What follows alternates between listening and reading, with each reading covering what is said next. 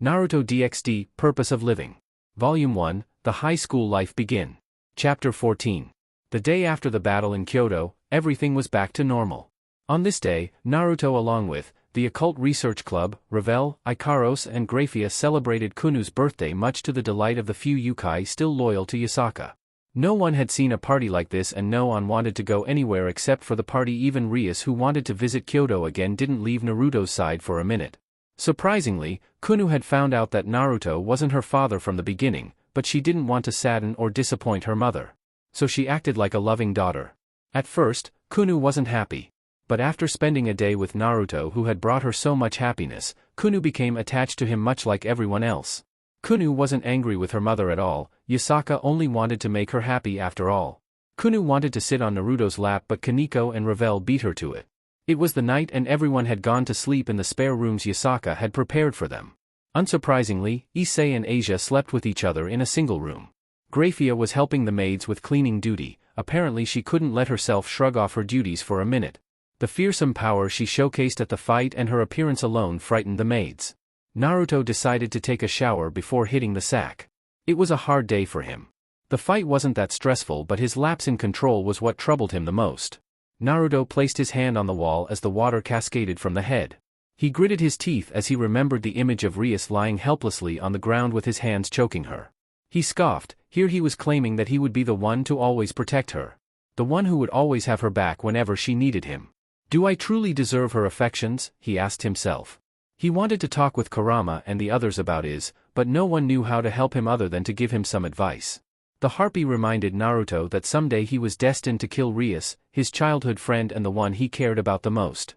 Was his fake past and the day he met her all planned? Who was it who gave this so-called mission? So many questions ran through his mind. Looking up from the ground, Naruto stared blankly at the shower. Kurama was right.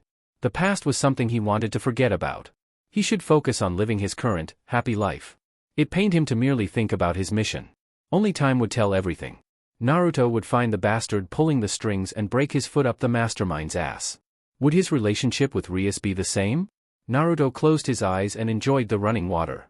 Deep in thought, he failed to notice the door of the bathroom being opened. A slender figure stepped into the shower and hugged him from behind. Naruto opened his eyes in surprise. His cheeks reddened from the soft feeling of the woman's bosom pressing on his back. He felt her nipples poking his skin. Using his sensing ability, Naruto realized that the intruder was Yasaka. Yasaka-san, choked in surprise. Naruto tried to escape, but her grip was too tight. Even if he used senjutsu, he couldn't break out. Currently in Kyoto, Yasaka had unlimited power which she would use on him. Naruto-san, she briefly let go of him. Before Naruto could even sigh in relief, Yasaka quickly spun around and pushed him to the ground. Naruto looked up at the voluptuous figure of the blonde woman from his fallen position. He gulped nervously. Let me thank you for saving my daughter. She got on all fours and seductively crawled towards him. Yasaka-san, wah. But his speech was cut short when Yasaka's lips claimed his. The water from the shower suddenly and magically stopped. The soft, very gentle kiss lasted for 30 seconds before Yasaka pulled back. A seductive smile plastered on her face. Her cheeks weren't flushed, but Naruto was as red as cherries. That was for my daughter's sake, she purred sensuously, and this is for me. She initiated yet another passionate kiss. Naruto just sat there and enjoyed the incredible experiencing he was receiving from the older woman. Synchronously they opened their mouths and their tongues danced passionately. Naruto knew that this was wrong. Yasaka was the leader of a faction and had a daughter, but he was losing himself in the carnal pleasure. Naruto gulped down the saliva entering his mouth. The way Yasaka's wet and naked body rubbed against his skin made his mind run wild. The feeling was completely different from kissing Grafia or Rias. Neither of them were as dominant as Yasaka. Her position as a leader made her want to dominate everything and not the other way around. I will not have another QB control you, Naruto. Kurama roared inside Naruto's mind. His ego wouldn't allow any other QB other than himself control his container, the blonde boy, not in a million years. With another sonorous roar, the orange, humanoid fox sent a torrent of chakra into Naruto's system. The effect was instant as Yasaka felt the surge of energy bursting from Naruto. Before the blonde vixen knew it, she was pushed up against the wall of the shower.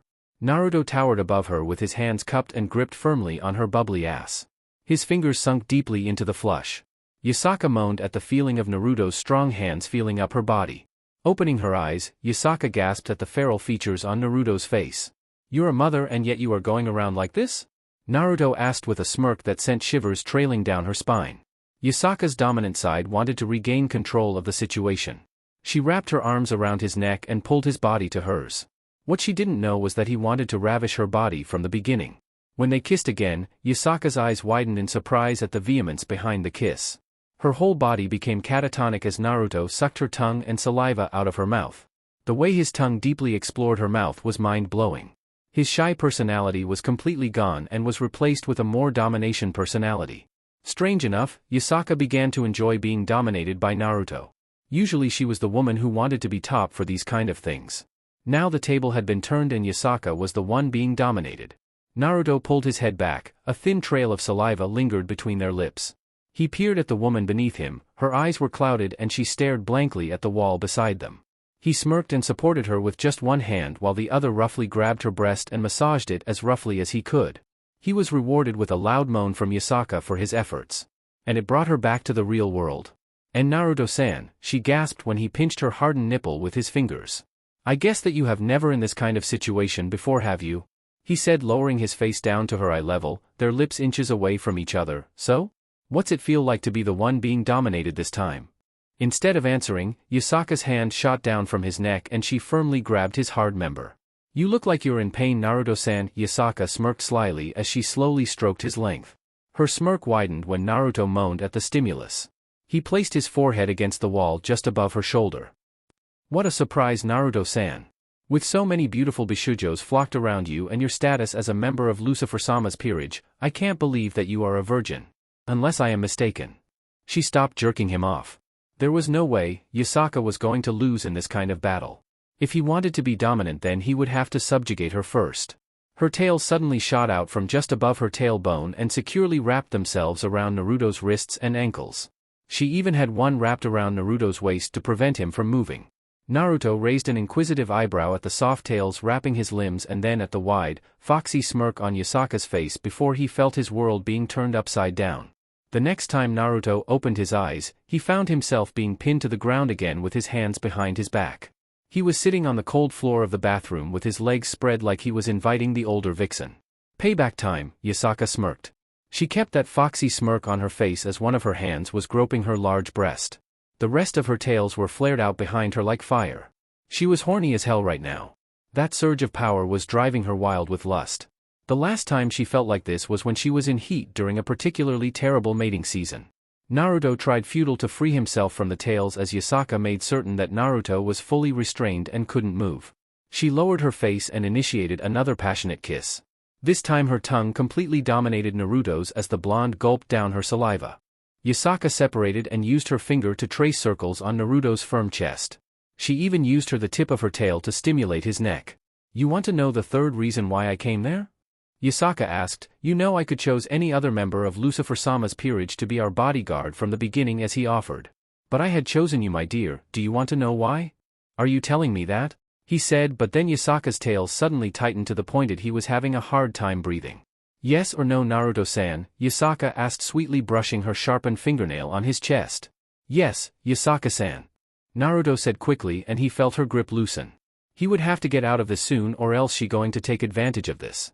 The humble and polite, the warm and gentle Yasaka was completely gone.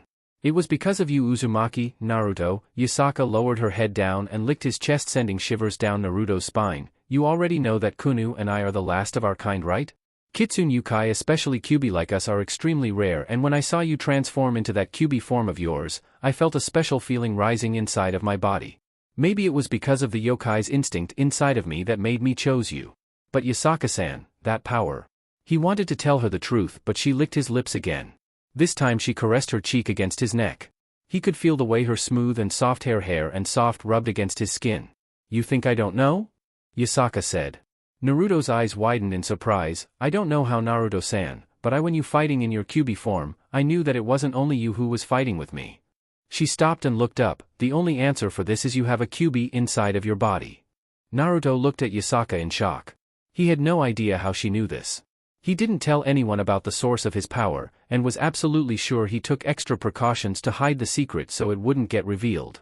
Heh, she sure is something, Kurama smirked, to be able to tell just by looking at us. Like I said last time, you should be careful around her. However, I didn't feel the soul spiritual from that QB, Yasaka smiled, so all I can guess is that QB was just a mass energy that somehow gained consciousness and became a living beast. Damn! Kurama roared out in laughter, she knows too much for her own good. So, the feeling you felt was from Kurama and not me, you know, Naruto said, his voice didn't change in the slightest. I know.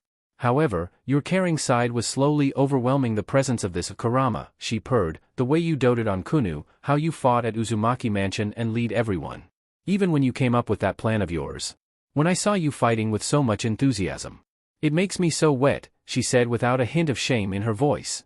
Naruto simply sweat dropped despite the situation, so as the other last QB alive, let's rebuild the QB Kitsune clan together. EHHH. Naruto shouted at her forwardness in her choice of words in shock. Gentle, strong, handsome, you are the perfect mate for me, she peered into his eyes with lust and love. With each word she spoke she jerked him off furiously, as you know my first relationship ended in failure. But I'm certain this time will be much better, now let's rebuild the Kitsune clan and bring it back to its former glory. Wait Yasaka-san, I already have a fiancé, Naruto tried to protest but he, still, was unable to move as her tails were preventing him from disturbing her. Plus the way she was grinding her hip against his lower region was truly mind-blowing. The leader of the Kyoto Yukai faction, who was sitting on his lap, was completely naked to his eyes. Yasaka pulled her head back after coating his cock with her saliva. A thin trail of saliva connected her tongue to the head of his cock. Yasaka brought her hand down to fondle his balls as he looked him directly in the face. She was enjoying the moans coming from the younger boy in front of her. The fun won't be ending that soon. So, care to tell me who is it? She asked and wrapped one of her tails around his neck, squeezing it tightly. Aravel Phoenix. Naruto said painfully. Oh, then I guess it is full-blood Phoenix Bond, isn't it? She smirked. Satisfied with his answer, she released the constricting tail around his neck. Then I have nothing to worry about then, she smirked while licking her lower lip. At this moment, the person in front of Naruto wasn't the leader of the Yukai faction but a slut whose mind was clouded with carnal lust. Arg. Damn it. He tried to get out of her grip so he could fuck that smirk out of her face. The pleasure was driving him crazy. If she didn't release him now, he was afraid he would have to hurt her tails. Release me now, he snarled angrily. Oh my, still have the willpower to fight, she said with a mock surprise. I guess that you want nothing more than to bend me down to the floor and fuck me until I can't even remember my name, don't you? She caressed his member against her rear now, I think. But before she could say anything else, a powerful gust of wind rushed from outside the room. Then the next thing both blondes knew was a body flying past them and crashing into the wall near them. I'm sorry. Yasaka-sama, she was too strong. As it turned out, it was one of the female guards that Naruto met on the way to the bathroom. She muttered to her mistress slowly before blacking out. Naruto suddenly felt a murderous killing intent along with a powerful yet familiar magical signature that make its way to the bathroom. Grafia stepped inside the broken door with her hand around the throat of a guard. He seemed to be alive but was unconscious. The silver-haired maid turned her eyes to Naruto, who had his normal feature return to him and was pinned to the ground by 5 golden tails by Yasaka, who was lying on his lap. Her eyes twitched violently as she saw Naruto's member between the vixen's butt cheeks. Grafia still kept her stoic face, but her eyes were telling them that she was extremely angry. She was looking directly at Yasaka's hand, which was around Naruto's hard member, like she wanted to cut the offending appendage of. Wait Grafia, I can explain, Naruto pleaded. There's nothing to explain right here Naruto-san. Yasaka stood up. Her breasts jiggled at the sudden movement and she used her tails to support herself. She wasn't even trying to hide her naked body. This is my house Grafia-san, and I would like you to leave before anything bad happens. Grafia saw how Naruto's eyes were seemingly glued to Yasaka's firm rear and the maid's eyebrows rose high. I am Naruto-sama's personal maid, Grafia said sternly, and I will not let you do this without his permission. Saying that, permission or not, she wouldn't let Yasaka to be the first one who claimed him. A sliver aura appeared around her body and especially around Grafia's hands. Ho, can you see how much he's enjoying this? Yasaka licked her lip. Is it enough permission for you? Unable to catch the movement himself, Grafia attacked with her hand. She created and held a blade of ice. Naruto was unsure if his Sharingan was able to capture her movement. However, a tail shot out and wrapped itself around Grafia's hand, making her drop the blade. Yasaka calmly walked up to the maid with a bored expression on her face. Your actions could cause a war between devils and yokai, you know, she said with a smile. However, since I see the jealousy in your eyes, then I will forgive you this time. She turned around to face Naruto again. Now where were we? But suddenly Grafia's arm cross-faced Yasaka's slender neck and stopped the blonde from moving with a firm headlock. I won't let you, Grafia said. The tail's grip around her wrist was slowly loosening because Yasaka's concentration was slipping. Bitch, Yasaka muttered quietly, what is he to you anyway? My master, lover, boyfriend. Grafia said with a hint of pride in her voice. Now, if you don't calm down, then I will squeeze until you completely lose conscious. Feeling the grip on his appendages loosening, Naruto quickly broke himself out. Hastily, Naruto stood up and quickly covered himself with clothes as she saw how particularly Grafia and Yasaka were drooling at the sight of his member. When he was finally clothed, Naruto walked up to Grafia. Grafia, release her, Naruto said. He didn't want to attract attention to the others, especially in the situation like this. I can't, Naruto-sama, she's in her mating season right now, Grafia said quickly when Yasaka tried to free herself from her bondage, the silver-haired maid's headlock. While she definitely has better control than most yokai I know of, there is something that is making her more excited than usual. Naruto blinked in surprise. So that was why Yasaka was acting like this. There was no way the humble, polite, loving, caring and motherly Yasaka would act so lewdly. Release me now, Grafia, or else I will declare and wage war against the devils. Yasaka practically screamed while throwing her limbs frenzied. Naruto had to duck under a tail coming towards his head. Not wanting this to continue, Naruto helped Grafia restrain Yasaka. Combined, it took the duo over 45 minutes to drag the naked Yasaka to her room. Luckily, Grafia had cast a sleeping spell on the girls to prevent further misunderstandings and troubles. It took both Grafia and him to cast a spell on Yasaka, the most powerful yokai, to make her sleep. They added an extra calming spell so she could sleep peacefully. As it appeared, Naruto's control over his massive magical reserves has improved. Grafia and Naruto too tried from the ordeal of dealing with the wild Kyuubi, returned to their rooms and slept like bricks until the morning. Naruto-sama, please don't leave, Atiri Kunu begged as she stood next to her mother while holding an ice cream Naruto had brought for her. On this cool morning, they would have to return to their hometown before school starts. It looks like Yasaka did not remember anything from last night and her personality was returned. Naruto felt kind of. No, he was glad that she didn't remember how she nearly raped him. Don't worry, Kunu-chan, I promise that I will pay a visit, Naruto said, smiling to the small girl. Please don't cry. He smiled gently to her and lowered his body down to her height. Kunu ran up to him and hugged his neck tightly. Kyoto Yukai faction will forever remember the favor you have done for my daughter and me. Yasaka bowed her head politely. Yukai will forever be an ally of devil faction. Yasaka smiled to everyone. Thank you, Yasaka-sama. Rias bowed her head along with everyone. Kunu had let go off Naruto's neck and returned to her mother's side. I guess it's time to go, Grafia said, and the transportation seal underneath them glowed brightly. Goodbye, Kunu, Yasaka-san. Naruto waved his hand to them. Bye, Nisama. Yasaka, instead of saying goodbye to them, gently asked her daughter for the ice cream in her daughter's hand, making the blonde-haired little girl look at her in confusion, but handed it to her nonetheless. See you later, Naruto-san. Yasaka put the ice cream in her mouth and sucked it lovingly. Her gentle eyes suddenly changed to sadistic ones. The last thing Naruto saw was Yasaka licking the side of the ice cream sensually while the melted cream was dripping down her shrine maiden outfit. Oh dear. 2 days later. Why am I here again? Naruto asked lazily while laying his head on the floor of a luxurious yacht with a line and hook next to him. Ho ho, relax, Naruto-kun, Azazel grinned while lying next to the blonde with his own hook in his hand. You have to relax sometime. Saving the world is really a hard job, you know. How can you know everything anyway? Well, that blast you made at Kyoto was pretty big, even a child would know. Azazel smirked and handed Naruto the newspaper. Immediately, Naruto threw the newspaper into the ocean below with a groan. He hadn't even bothered to look at the article. 2 days have passed since the start of school and he could not go today because of the fallen angel next to him who wanted yet another fishing contest. Naruto sighed. Nothing had happened lately and he found himself bored out of his mind. Sure, he didn't like fighting or chaos, but if he lived his life without a bit of action he would die of boredom. Even if it was PE. It helped Naruto stretch his body even if it was just a little bit. It was better than just doing nothing, he reasoned. Here is your tea, Azazel-sama, Naruto-sama. Thank you, Rainier. Naruto nodded and took a sip of his tea before spitting it out in a thin mist in front of him. He looked up and indeed he saw the fallen angel wearing a maid outfit. The one who had saved from his friend a while ago. Rainier? What are you doing here? Oh, she is our maid now, Naruto-kun. Before Rainier could answer, Azazel jumped in with a wide grin. I tell you, she definitely is a good maid. Azazel smirked widened when he saw the embarrassed look on the girl's face.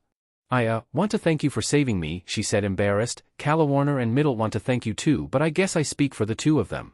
Rainier bowed with a blushing face before excusing herself to the kitchen on the boat. What's wrong with her anyway? Naruto asked confused before lying back on the floor with his eyes closed. After that near-death situation, all three girls had changed a bit too much for my liking, Azazel smirked. They wanted to meet you and thank you for saving them for a long time now. What about the guy, Donasek? Oh, he didn't think much of you and I haven't seen him since, Azazel said lazily, and he lied on the ground just like Naruto. What about you, Naruto-kun? About the television show. Shut it, Azazel-san. Naruto opened his eyes as he remembered the latest episode he had to be a part of. Leviathan wanted to know the real face of Black Flash and decided that if she couldn't make him take the mask off with words, then she would have to use force to pull that mask off. Naruto had to run around laughing while Seraphall blasted him with her best attacks. In truth, he had been scared to death when Seraphall nearly went all out with her most destructive spell. Apparently, playing magic with Leviathan wasn't fun. Ho, being a secret celebrity is hard, isn't it? Azazel chuckled, and it is even harder when everyone is trying to find who the Black Flash really is. Ho, I remember that in episode 224 you were groping Seraphall-chan's boobs. It was nice, wasn't it? The man grinned lecherously. They are the best pair of boobs belonging to a devil that any man wants to grope, us fallen angels included, you know. All you leaders are perverts and weird people. Only Michael-san, Ajuka and Yasaka-san are nice and normal, he yelled out while blushing. Well, about Ajuka, Naruto was sure the Mao was the most normal leader he knew, and he could also say the same thing about Michael. But after seeing how Yasaka licking that ice cream, he wasn't so sure about the Yukai leader anymore. Admit it, kid, you were enjoying it, weren't you? Azazel grinned and wiped his fake tears. Damn, the heaven I wanted to touch was usurped by a kid. What's special about Sarah-chan anyway? Naruto took the hook and pulled hard. A shark flew out the ocean surface. I know that she is insanely strong, has a childish personality and a sister complex. She is super cute too, Naruto said and flung the shark back into the ocean. I heard a lot of devils saying the same thing after that episode. Damn kid, Azazel said when Naruto was once again lying down, you should read history books. I have read every single one of them, Naruto said blankly remembering all of the books Rias' mother made him read when he was younger. So they didn't list it in the history books, Azazel nodded his head sagely. Anyway, did you know that Seraphall is the most beautiful woman in the underworld? Heaven has Gabriel and the underworld has Seraphall. Naruto's eyes widened. He never heard of that before. When the Great War was coming to an end, there was a devil who could stop entire armies from fighting with just her appearance and figure. The leaders of Grigori, myself and even that warmonger Kokobile were all frozen in shock at her beauty when she joined the others now known as the Yondai Mao. Wow! Naruto remembered Seraphall's childish pose and her childish personality. Who would have thought a childish girl like her could be the most beautiful woman of the underworld? He would have to ask the others about this, especially Grafia, who had fought against Seraphall and then later joined Surzek's force. Maybe she had a photo or something like that. Hope I get to see her real appearance. Well, be careful then, Naruto-kun. Azazel smirked lecherously. Surzek's told me that you have met Gabriel before, right? Yeah, so? Be careful, alright. Very little males can control themselves in front of her. While Gabriel is the most beautiful woman in heaven, she is an innocent girl and an extreme airhead. Her beauty is what you could call a natural, innocent beauty, while Seraphall is the complete opposite of her. She is the queen of succubus with a seductive beauty which you could call shameless and lewd, and can make you wet your pants by just looking at her. Better keep the childish Sarah-chan in your mind, Naruto-kun. Well, if you say so. Naruto nodded his head, but unfortunate for him his curiosity got the better of him this time. Ho, look, another shark for me. I'm home. Naruto opened the door and looked at the clock. Well, I guess it is a little too soon. The girls won't be back until 4 o'clock, so I have a lot of free time until then. Naruto threw the scroll he was keeping all the fish he caught on the kitchen countertop. Inside the scroll were a lot of tuna and deep-sea bass and a shark or two. He didn't know if Ravel's tear had anything to do with this, but it was like the fishes just wanted to be hooked by him. Welcome home, master. Ikaros bowed to him while holding a broom in her hand. It looks like she was in the middle of her work. Good afternoon, Ikaros. Have you seen Grafia? Naruto smiled at the angeloid and scanned the house. Usually Grafia would be the first one to greet him. Without her present as the first person who he saw when he walked into his house felt odd to Naruto, to say the least. Grafia-san is cleaning the third basement, Ikaro said with her monotone. Would you like for me to go and call her for you? Ah, there is no need, Ikaros. I think I will take a bath first. Naruto sniffed his jacket. Man, I smell like fish, he exclaimed. Rushing to the bathroom, Naruto took care to lock the door as the memories of recent events were still fresh in his mind. Naruto sighed happily as he came out of the bathroom while drying his hair with a towel. Dressed in his favorite orange t-shirt and black boxers imprinted with images of ramen bowls, Naruto decided to go to his room to work on his homework, then watch some television or go to the basement for training if he got bored. Walking to his room, Naruto felt Grafia's signature from inside. He guessed she was currently cleaning his room and he should leave her be, but decided against the idea when he thought about asking her for a friendly spar. Training with someone like her would help him grow in leaps and bounds. Naruto opened the door and his eyes widened at the sight in front of him. He gulped nervously. Grafia was cleaning the underside of his bed, so she had to bend down on all fours with her head underneath the bed. The most noticeable thing about Grafia's position was the way her nice, round ass was hanging out erotically.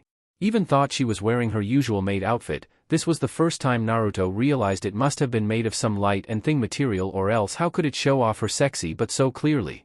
Naruto began to seet as he tried to control himself, but he wanted nothing more than to go over there and give her a nice spank on the ass. But he knew she would kill him if he dared do that to her. Enjoying the view, Naruto-sama? Grafia asked sternly while still cleaning the floor under Naruto's bed. Naruto said faltering and tried to force out a smile. Hey there Grafia, how are you doing? He asked, keeping his voice as normal as he could. Good, she said curtly and slowly crawled out, but was still in the same position. How was your day with Azazel-sama? It wasn't that bad, Naruto nodded his head. He actually managed to beat me this time, but he just got lucky that the shark had a fish in its mouth. Naruto tried to distract himself by shaking the image of Grafia's luscious backside out of his mind, and keep his eyes pried away by remembering the laughing and mocking face of Azazel after the fallen angel had won. Grafia, upon seeing the nervous look on his face, grinned inside her head. Looks like we will have fish for dinner tonight, Grafia said and shook her ass, making sure that her assets jiggled nicely in front of Naruto's eyes. The blonde cursed inside of his head. He didn't know that he was slowly turning into a pervert. So what was next? Naruto wondered inside of his mind. Maybe he could author a smut novel based on his own experiences. He had always wondered how those authors made bank on those smut novels. Please stand up Grafia, you will get your clothes dirty if you stay like that, Naruto stated while looking around the room. You don't have to worry about me Naruto-sama, plus, she said and slowly stood up, I have already cleaned this room 3 times. You won't see a single speck of dirt here, she said while slowly making her way to Naruto. That's good then, what are you doing? He nearly shouted when Grafia stopped in front of him. Her hand shot out and grabbed his dick through the thin fabric of his boxers. Do you think I forgot about what happened 2 days ago, she said sternly while keeping her stoic expression. Naruto feudal stepped back, but Grafia followed him the meanwhile until his back hit the wall. It was an accident, he tried to speak over the rough stimulus of having his cock stroked. And you were there I know, she glared, her voice was cold. Naruto had no clue if she was angry or not. Her facial expression and her actions didn't match up. It made what she was doing more arousing, and you did nothing about it. You could have used your substitution technique and replaced yourself with a wooden log or anything else. Yet, you just sat there and did nothing. You acted like a hose that bathed her in sperm when you let loose.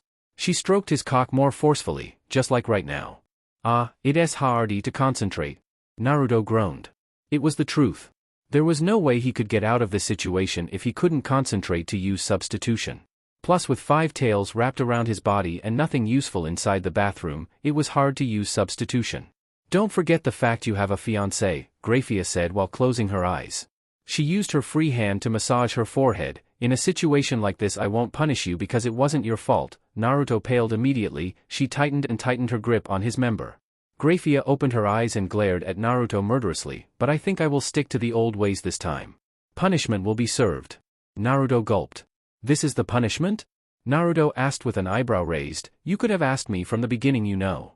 Grafia shook her head and continued to walk with the grace and elegance of a high-class lady despite the fact that she was wearing a maid outfit.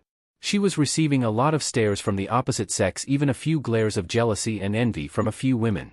Currently, Grafia and Naruto were shopping for supplies for the Uzumaki mansion. They had ran out of supplies pretty fast, especially after the destruction of the 3rd floor. Grafia dragged Naruto along shopping for food ingredients. His job or punishment was to carry the bags, pay for everything and generally escort the maid wherever she went. Naruto thought Grafia would skin him alive or something akin to that. Her punishment wasn't as bad as he though. Shopping, coincidentally, was one of the many things he enjoyed. It wasn't hard when his childhood friend loved to shop and often asked him for help. And no need for the teasing. It honestly scared the hell out of him when she stroked his thing while she spoke with a stoic face in a patronizing tone. By the way, I don't think we need that much fish, Grafia, Naruto spoke when she picked up a nylon bag containing 4 groupers. We have nearly 3 tons of fish at the house already. If you say so, Grafia nodded her head and put the bag down. She continued to walk to the next order of purchase. Naruto stared at Grafia for a moment before speeding up until he was walking side by side with her. There was something he wanted to ask Grafia for the longest time.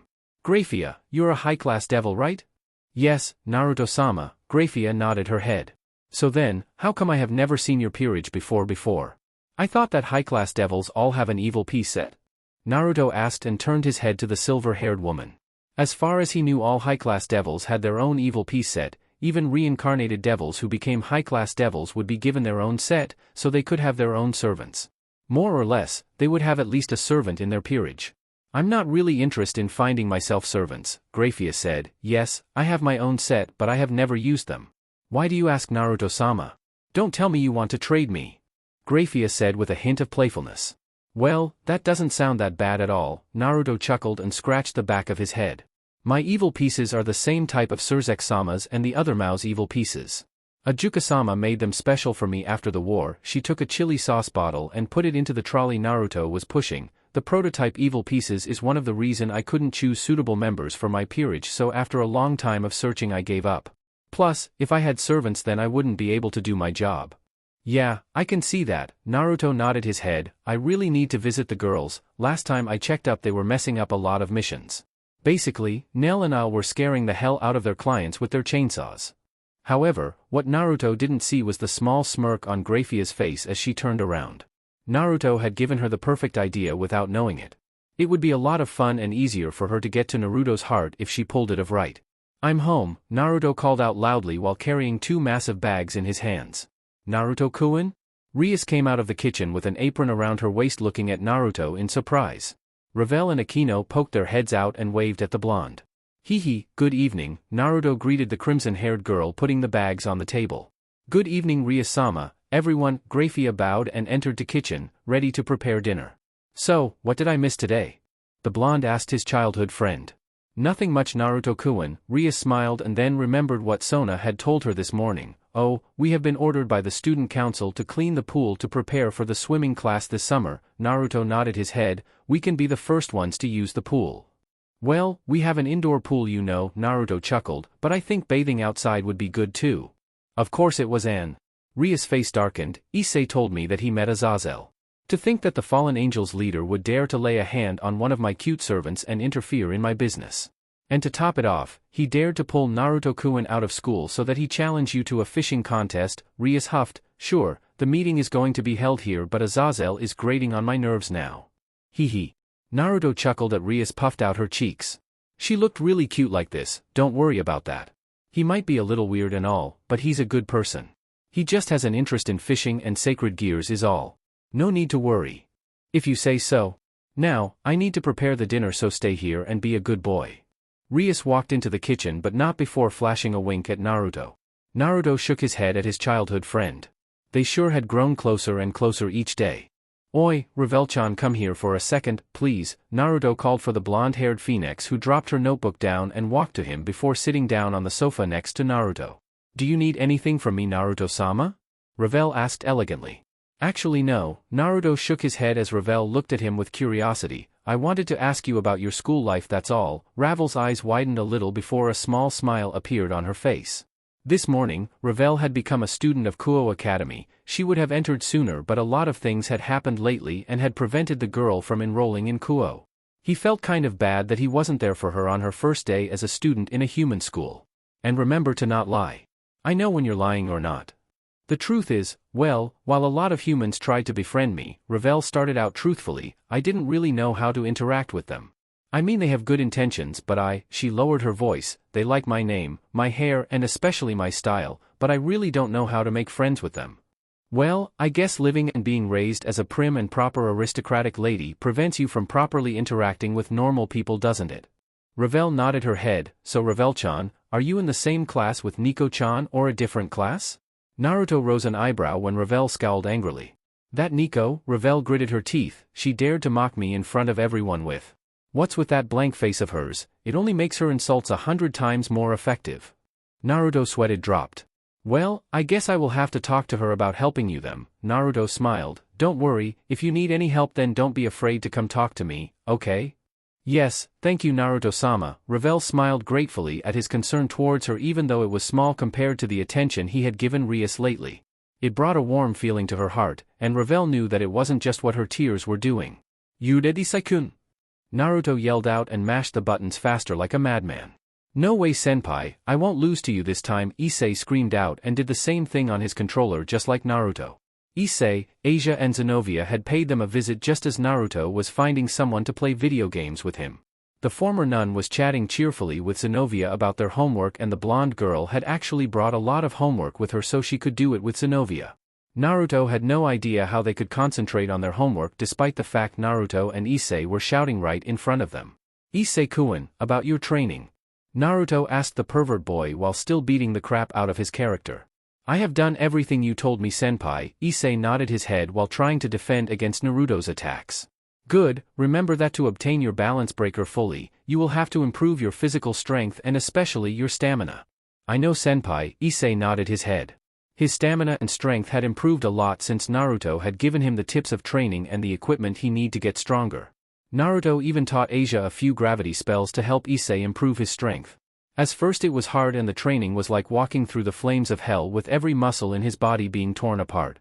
Those gravity spells had Issei suffering under the inhuman pressure for a week before Asia lifted the vile spell from his body.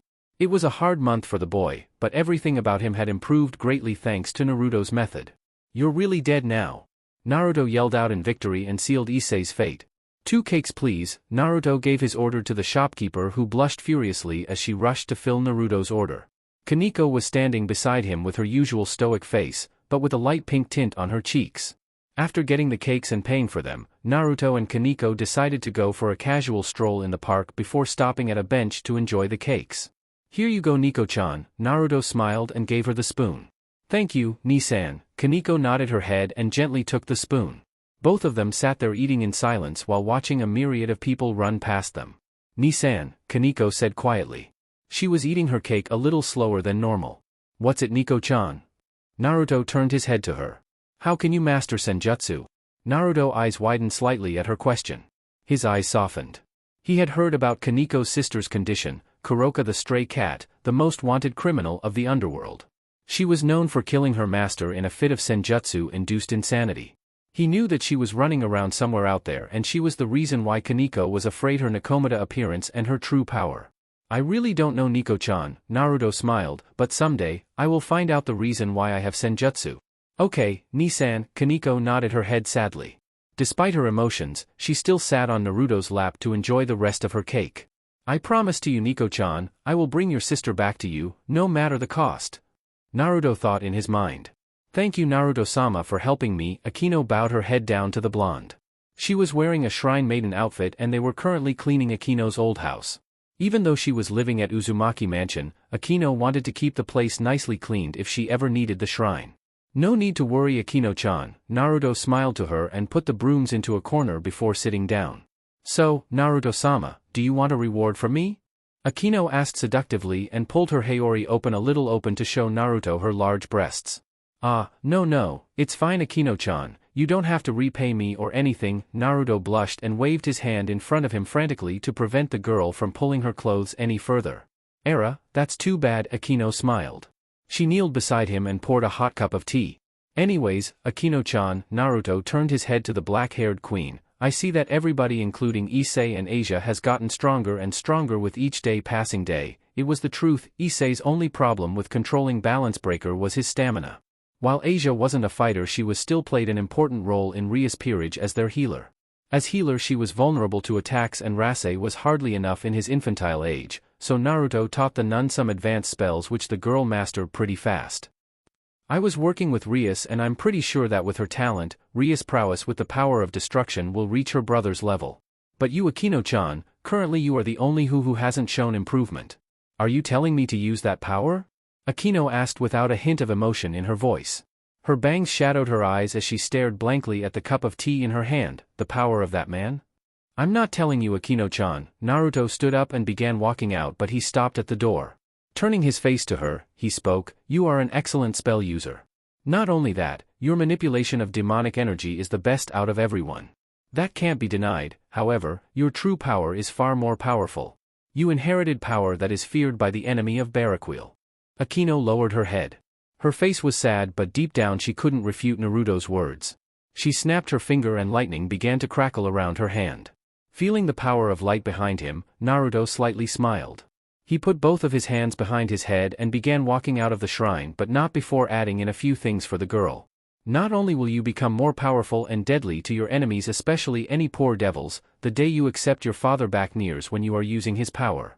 It will bring both of you closer. The power that he used to protect your late mother and you. Looking at her lightning-encased hand, Akino smiled. A tear slowly trailed from her eye when the feeling of holy lightning reached her. It felt warm and protective. Just like the feeling she felt from her father, the one who protected her mother and her when she was a child. Yet the same person that abandoned them. Naruto-sama, please play with us. We can pull pranks together. Lee and Ni shouted out excitedly and pulled Naruto's hands with them. You two, leave Naruto-sama alone. Yubaluna shouted and pulled both cat girls by their uniforms. It didn't end well at all because their already short clothing, covering only the upper part of their chests, was pulled up and their breasts spilled out, causing Naruto to become wide-eyed. The twins blushed but giggled at Naruto nonetheless. Arg, I will have to do something about your girls' clothing, Naruto muttered while Lee and Ni fit themselves. Oh, you mean you don't want to see this, Naruto-sama? Yubaluna lowered her upper body down and folded her slim arms under her breasts, making them look even bigger than normal. Naruto gulped nervously while trying his best to keep his gaze away from them. It was the first day of holiday and Naruto had decided to pay a visit to his unofficial peerage. They had been training, shopping, and of course playing all day. But apparently a few of them couldn't stay away from their request job for too long and quickly excused themselves to go finish their mission. Naruto-sama, Ravel poked her head up behind the couch Naruto was sitting and leaned her hand on it. It looks like everyone has been doing very well. They have been successful completing a lot of missions lately and have brought a lot of money to your bank account while still keeping a nice 75% of the earnings for themselves. Wow, really, you girls should keep all the money you know, Naruto said to the bomb queen who sat down next to him and wrapped her arms around his in a tight embrace. Don't worry about us, Naruto-sama, Yubaluna smiled to him. Until you officially become our leader, we will keep sending money to your bank account as a way of thanks for giving us our freedom. She kissed his cheeks, making them redden. Ravel scolded and puffed her cheeks in annoyance from behind them. Ufufu, don't worry Ravel-sama, I won't take our king away from you. It is just as his queen I must take care of our king and satisfy his needs. She purred in his ear, but everyone heard it. The way her finger was slowly trailing down his jeans made him worried. Okay, let's go train everyone. Suddenly, Naruto shot up and announced with a blushing face. Yubaluna, who tried to climb into his lap, fell back to the sofa. Naruto quickly ran out of the room with Lee and Ni close behind.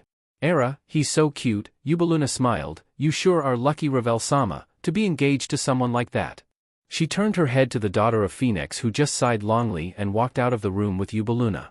Both of them also wanted to get stronger for their king. Okay, Rias-chan, try it one more time, Naruto said to the girl as he pointed his finger to the clone who had transformed into Kokobile, their latest enemy. Ha! Rias cried and sent a powerful blast of her power at the fake Kokobile, who held out his hand and created a light shield meant to seal away Rias' power. With a loud boom, the clone was rocketed backwards several feet, but he looked unharmed for the most part. The light shield was just a basic magic that the angels had taught him.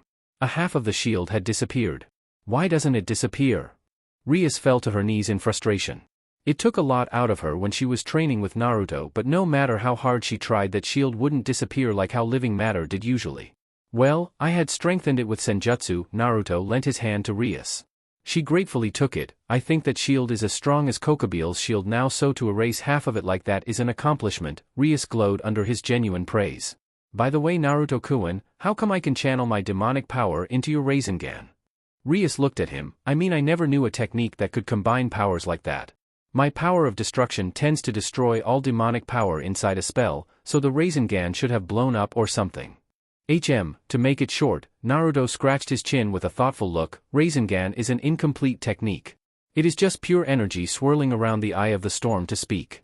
Remember my Rasen Shuriken? Rias nodded. It is a completed form of the Rasengan infused with wind.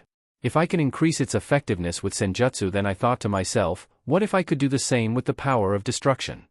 Okay, Rias nodded her head. Can we do it again? She asked hopefully. Nodding his head, Naruto smiled encouragingly and held out his hand to her. And soon enough, a dark Rasengan formed in his palm as the crimson aura began to leak everywhere inside the room. This time, attack with me! Naruto shouted with exuberance. Rias broke out a large smile as they both ran towards the clone who paled like a ghost. High above the sky, a certain angel had finished packing her things up. She smiled gently and looked at herself in the mirror. The white bracelet around her wrist let out a beautiful twinkle. Naruto DxD, Purpose of Living. Volume 1, The High School Life Begin. Chapter 14. Hey Rias-chan, wake up. 5 more minutes please. Rias waved her hand in the air and took a pillow before placing it over her head, trying to prevent any sound or light from intruding upon her precious sleep. Wake up Rias-chan, you need to eat breakfast before we can go to school and clean the pool.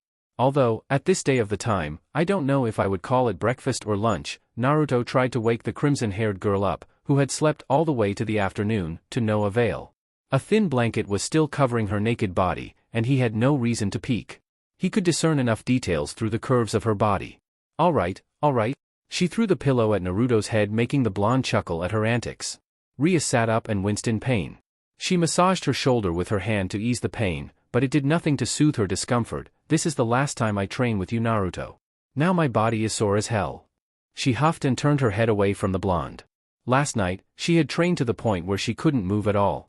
Despite that, Naruto made her stand up and keep practicing with her power of destruction until his satisfaction. They had trained until midnight, and Naruto said she had improved, but was nowhere near her brother's level.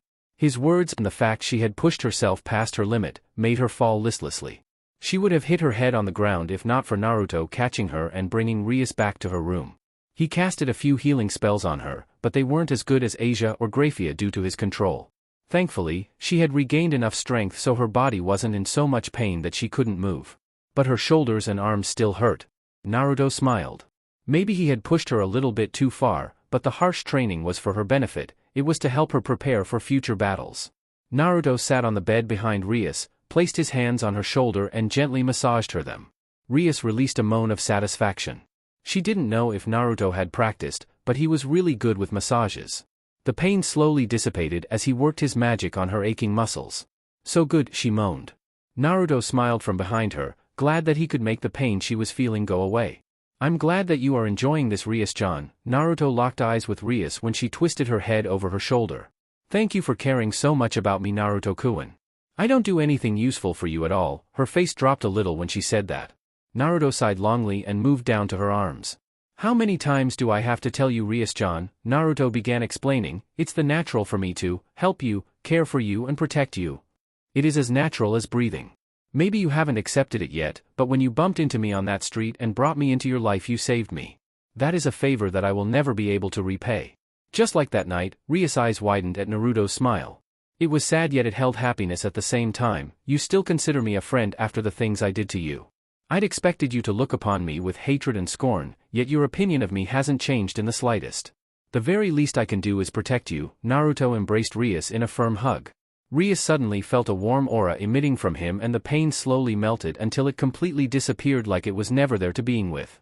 The crimson-haired girl just sat there enjoying the warm feeling from Naruto with a small smile on her face.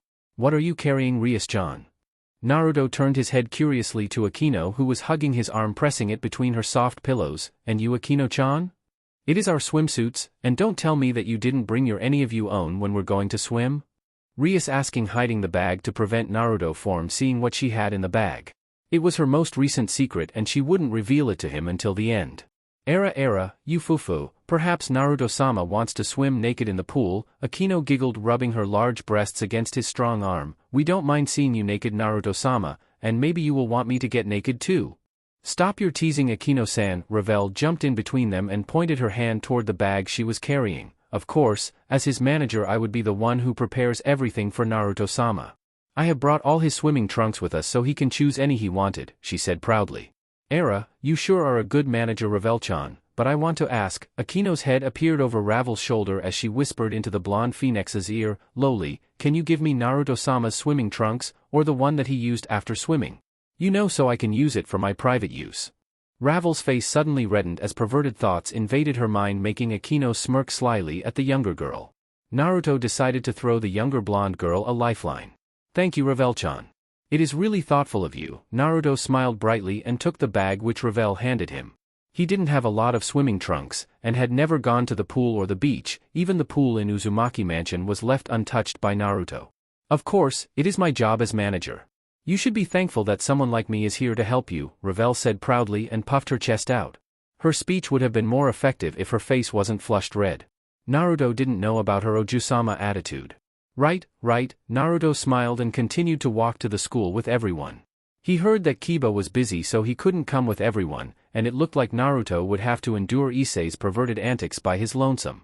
They met up with Issei, Asia and Zenovia at the front of the gate of Kuu Academy. Just looking at the brunette, Naruto knew what was on the mind of the pervert. Naruto sighed and followed everyone. Naruto promised that if Issei couldn't control his inner beast, Naruto would control it for him by introducing the boy's face with the bottom of the swimming pool. Issei paled immediately when he heard Naruto's promise, but it wouldn't hurt if he just looked at Asia, would it? Naruto changed into his physical education uniform and began to clean the pool. With his shadow clones, Naruto pretty much finished everything. Ravel wasn't sure how to clean because of her pampered upbringing, as an Ojusama never required her to do so, and she pretty much messed up a lot. Kaneko insulted the girl at every step. Naruto had to stop the cleaning and break up the two before a fight could break out and destroy the pool. After everything was finished, Rias and the other girls excused themselves to the changing room while Issei and Naruto sat outside waiting for them in their swimming trunks. Hey senpai, what's that scar above your heart? Issei noticed a fist-sized scar just above where Naruto's heart is. He got an idea and looked at Naruto's book. Issei nearly gasped when Naruto had the same scar marring his back, meaning that something had pierced through his chest and exited out the back. Shit, that is a terrible scar to have there. Hee, I guess so. Naruto scratched his cheek. I don't really remember how I got that wound, but by the look of it someone had sent something fist-sized through my chest. I hope that someone wasn't using their own hand. No kidding senpai, Issei nodded and swiveled his head to the changing room. A pervert smirk appeared on his face. Issei slowly crept his way to the room before a hand, placed on his shoulder, stopped him in his tracks. Where are you going? Naruto asked blankly. The boy immediately turned around, making his way to the chair and sitting down. They didn't have to wait long before the door opened. Naruto and Issei turned their heads to the door, and suddenly the brunette shot back with a massive nosebleed at the erotic scene before his eyes. Naruto tried his best not to fail like the boy who had nearly fainted on the ground, but his face was a deep crimson. He doubted it could deepen anymore. Rias was wearing something that Naruto couldn't consider a swimsuit anymore. The design showed too much skin. The fabric just covered the most important parts while exposing everything else. Naruto clearly saw the upper and lower parts of her tits. He was getting an erection. How does mine look, Naruto-kun? Rias said while twirling once, giving Naruto a great view of her firm ass and creamy back. Her breasts were so big that they were ready to spill out, and he doubted her swimsuit could handle the strain. It was truly a sight to behold. You want to touch my girls, Naruto-kun? She suggested seductively while cupping her puppies. Naruto gulped nervously. He really wanted to grope and to feel them in his hands. Unconsciously, his hands shot up, but Rias slapped the back of his hands. Bad boy, Rias chidingly giggled, but don't worry Naruto-kun, you will get to touch them later. I promise you that. She placed her hands on her hips, making her boobs jiggle. It looks like Naruto-kun can't wait, can he? She smiled shyly and sat down next to him, but I guess I can let you feel them for just a second. Naruto held himself back and distracted himself by looking around with a nervous smile. Issei was shouting about how good Asia looked in her school swimsuit. It really suited the former nun. Kaneko and Ravel, who wore the same school swimsuit, were looking at each other. In Ravel's case, the girl was scowling while Kaneko stared blankly. They both looked really cute in their swimsuits. Come in Naruto-kun, I'm sure you want to touch. Rias snuggled close to Naruto. Her breasts were touching his arm. The blonde could feel how soft her bosom was, and though it wasn't the first time he touched her, hell, he once groped her breasts so roughly she cried out in pleasure. It never stopped amazing him how much he wanted to touch and please her. Or greatly please in case of his influenced personality. Naruto's eyes locked with Rias' big blue-green ones, a small smile on her face. Before Naruto knew it, a pair of slender arms were wrapped around his neck. His mind was going chaotic when he felt something soft and elastic stuck on his back. Era Naruto-sama, you sure have a nice body, Akino's voice whispered quietly beside his ear. No matter how many times I see it, it always makes me so horny. She slowly licked his neck, sending shivers down his spine. Akino! What are you doing? Release him! Rias yelled and tried to pull Akino off Naruto's body. It was so frustratingly close. She had finally though that she could spend some time with him as he groped her tits. Who knew what could happen next, and here her queen suddenly appears and destroys her moment with Naruto. Era, Bucho, you sure is energetic today. Unlike last night, Akino smirked while dodging Rias' pushy hands, intending to shove her. Akino was wearing the same type of swimsuit Rias wore, only white in color, and it showed a lot of skin too. Naruto decided to step in and mediate before another fight broke out between the king and her queen. Standing up, he wrapped his arms around Rias and Akino's slim waist. Both girls cried out in surprise, they blushed furiously. With each girl in his arms, Naruto walked up to the pool and dropped the duo into it. Phew, really? Naruto asked with a forced smile on his face when the girls resurfaced and glared at him. It's summer, and you two plan to fight here? Rias and Akino smiled at each other knowingly. Their hands suddenly shot up and grabbed Naruto's legs. Pulling hard, the girls threw Naruto into the water, face first, spraying up water. They giggled happily as Naruto swam back up to the surface, and looked at the two devil girls whom were laughing near him. Her breasts, which had been held back by the small bra, were immediately set free when she removed the cloth. Her breasts bounced, and her nipples swayed erotically. She screamed to him to suck them. It an incredible amount of self-control to restrain himself, or else he would ravish her right here. He also made Kurama swear he wouldn't influence Naruto's personality like times previous. It wouldn't bode well for him if he hurt the girl, satisfying his inner beast. However, seeing those nice tits and the creamy color of her skin, he wanted nothing more than to feel her flesh and spread her soft skin out between his fingers. Era, is Naruto thinking perverted things about me?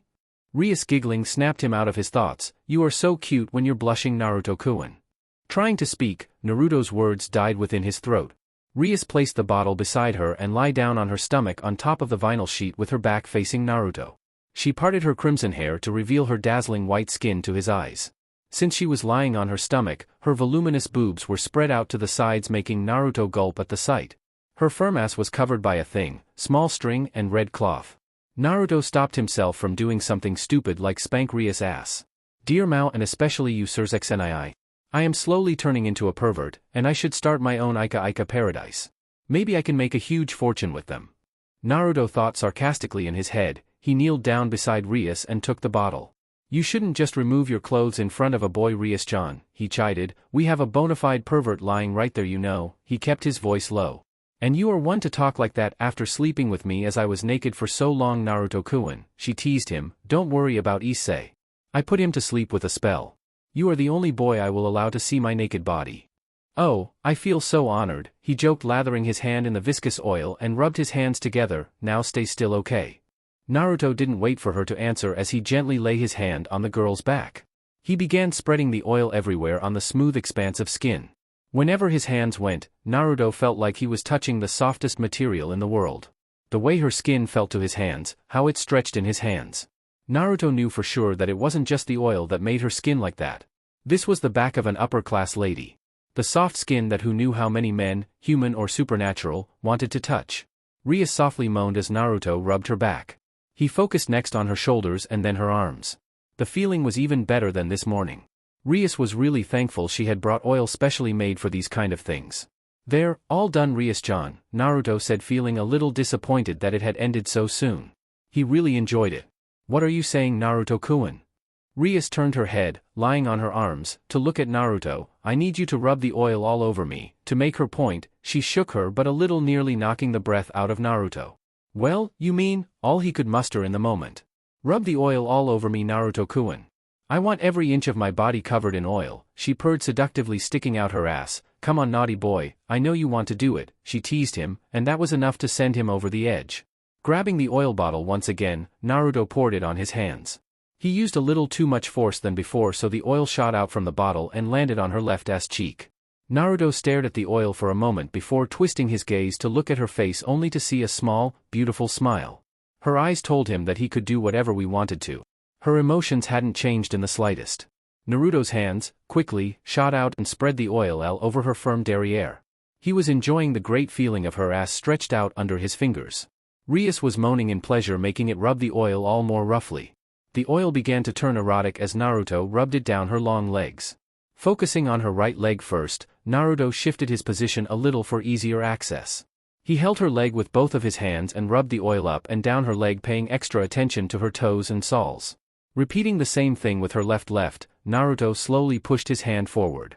"Ah, so good," Rias moaned when Naruto's hand slid over the back of her knees and massaged a little before journeying upwards until he was grabbing her butt cheeks in his hands. He slipped his fingers underneath the thin string cloth. Naruto squeezed the orbs of flesh tightly in his hands, making Rias moan. Groping her ass in his hands made Naruto even more excited than before. All the uncomfortableness and shyness had disappeared, leaving in the moment only Rias and him. Naruto's hand began to soften as he steadily rubbed the oil on her soft skin, giving it a nice shine and increasing the sexiness of the girl. Done, he gave her ass one last small but firm squeeze. "Now turn around and be a good girl while I rub the oil on your front," he said. Strange. Naruto hadn't felt the bestial influence of Kurama, yet he was really confident in himself at the moment. Rias immediately obeyed and flipped around. She tried to find words to retort, but failed when she found that all she wanted was to listen to his commands. The blonde, above her, slyly smirked and lathered his palm with the oil. Like before, he started with her legs first and slowly traversed up her body. Rias moaned in pleasure when he rubbed her hops with his hands as his hands moved up to her armpits. Naruto removed his hands, making the girl beneath him groan in disappointment. Naruto took the bottle and shot the oil on her stomach before brining his hands down and spreading the oil on her stomach, especially her navel. Rias, impatient, couldn't wait to feel Naruto's hands on her breasts any longer, so she shook his wrists and pulled up. Sadly for her, Naruto had seen her and locked his hands rigid. He smirked knowingly. "Quite impatient, aren't we?" he teased. "Mao, stop teasing me, Naruto-kun." She released her grip of his wrists and lay it down beside her. "If you finish it, then maybe I can return to you the favor." She put her finger under his chin to bring him closer and whisper sensually into his ear, "And I won't use my hands to rub the oil on your body, if you know what I mean, Naruto-kun." "Sounds good to me," he chuckled and promptly got back to work. His hands traced, from her stomach, to the underside of her large breasts. He grabbed the erotic flesh from there and teased her. Rias covered her mouth with her hand, trying her best to muffle the throes of pleasure. Aside from Akino and Naruto's clone, everyone had gone to sleep, and she didn't want any of them waking up and disturbing her. Naruto's hand rubbed the oil in the valley between her breasts. His hands groped her breasts gently in his hands, and Rias was trying her hardest to stifle the moans which she wanted nothing more than to vocalize her pleasure. Naruto gently pinched her nipples between his fingers whole. He teased her breast with his other hand. Maybe he was enjoying this a little too much. Not only were Rias' breasts big, but they were really firm yet soft at the same time. It truly was a great feeling to hold them in his hands. Rias' hand suddenly shot up and gripped his shoulders tightly.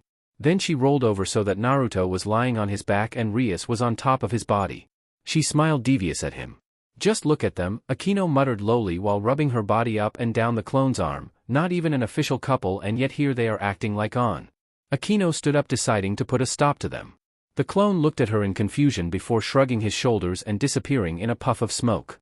"Now Naruto-kun, let's make things more exciting for you," Rias purred while tracing her finger on Naruto's toned chest. She took the oil bottle with her other hand and puffed her chest out. "Just like I promised you, Naruto-kun, I won't be using my hands." She began to pour the liquid on her body. Rias made sure she had a good amount of oil on top of her boobs before then pouring the liquid down between the valley of her breasts. Wide-eyed, Naruto's eyes fixated themselves on the oil slowly running down her body. The oil ran past the valley between her breasts sensually before dripping down to her stomach and passing her navel. From there it passed through the thin fabric Rias called her bikini bottom and onto his body. Yes, without a doubt, Naruto was turning into a pervert. Living with so many perverted girls, it was really only a matter of time before he became one. Rias threw the bottle behind her and groped her breasts in each hand. She pressed them together while giving Naruto the best show of his life. She was paying extra attention to her nipples, making Naruto gulp dryly. "Now, let's see how long you can handle me, Naruto-kun." She pressed them together one last time before lowering her body down with a sensual smirk. "Ah!" But before she could reach Naruto's chest, a pair of hands suddenly appeared from behind and groped her breasts. Naruto saw Akino, couched down to Rias' level, groping her breasts whole, smiling sweetly. Rias moaned out in pleasure when her queen tweaked her nipples. The oil made it easier for Akino to fondle the erotic flesh in her hands. "Era, you sure are extra daring today, Bucho." She sat on Naruto's leg and pressed her shoulder into Rias. The sadistic queen licked her king's earlobe and smiled sweetly. "It wasn't fair that you put everyone to sleep to try to steal Naruto-sama away from everyone you know." Akino, go, back to play, with the clone." Rias tried to speak, but with each word that came out of her mouth Akino would roughly squeeze her breasts. The black-haired queen trailed her tongue down Rias' collarbone from her ears and to her neck, kissing Rias' neck gently. The clone disappeared, Bucho, and if you have not noticed it yet, she glanced over at Naruto, who was looking at them wide-eyed. "We are putting on a really good show for Naruto-sama."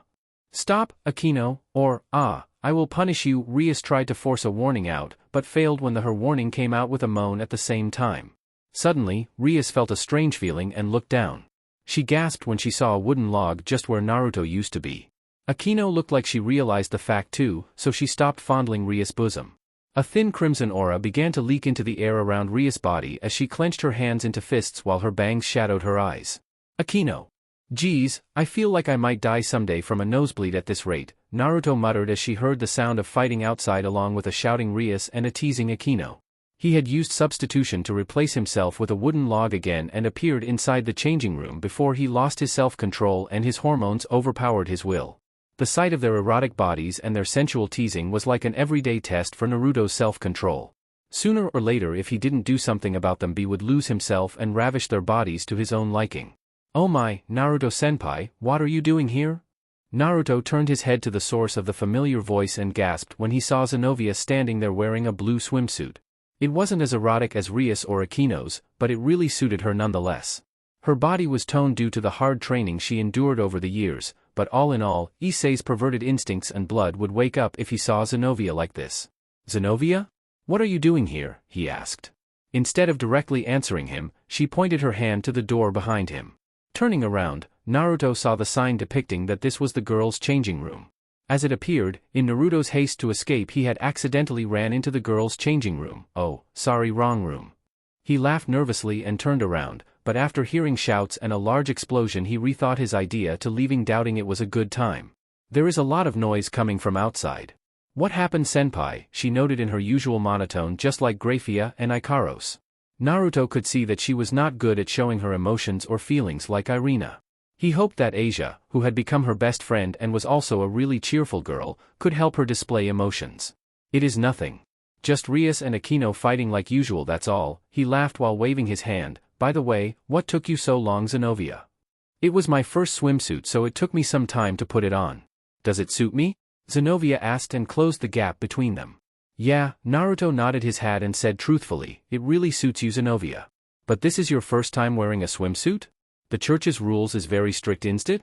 "I still remember the time I tried to make Gabriel-chan wear clothing other than that dull, insipid white angel clothing.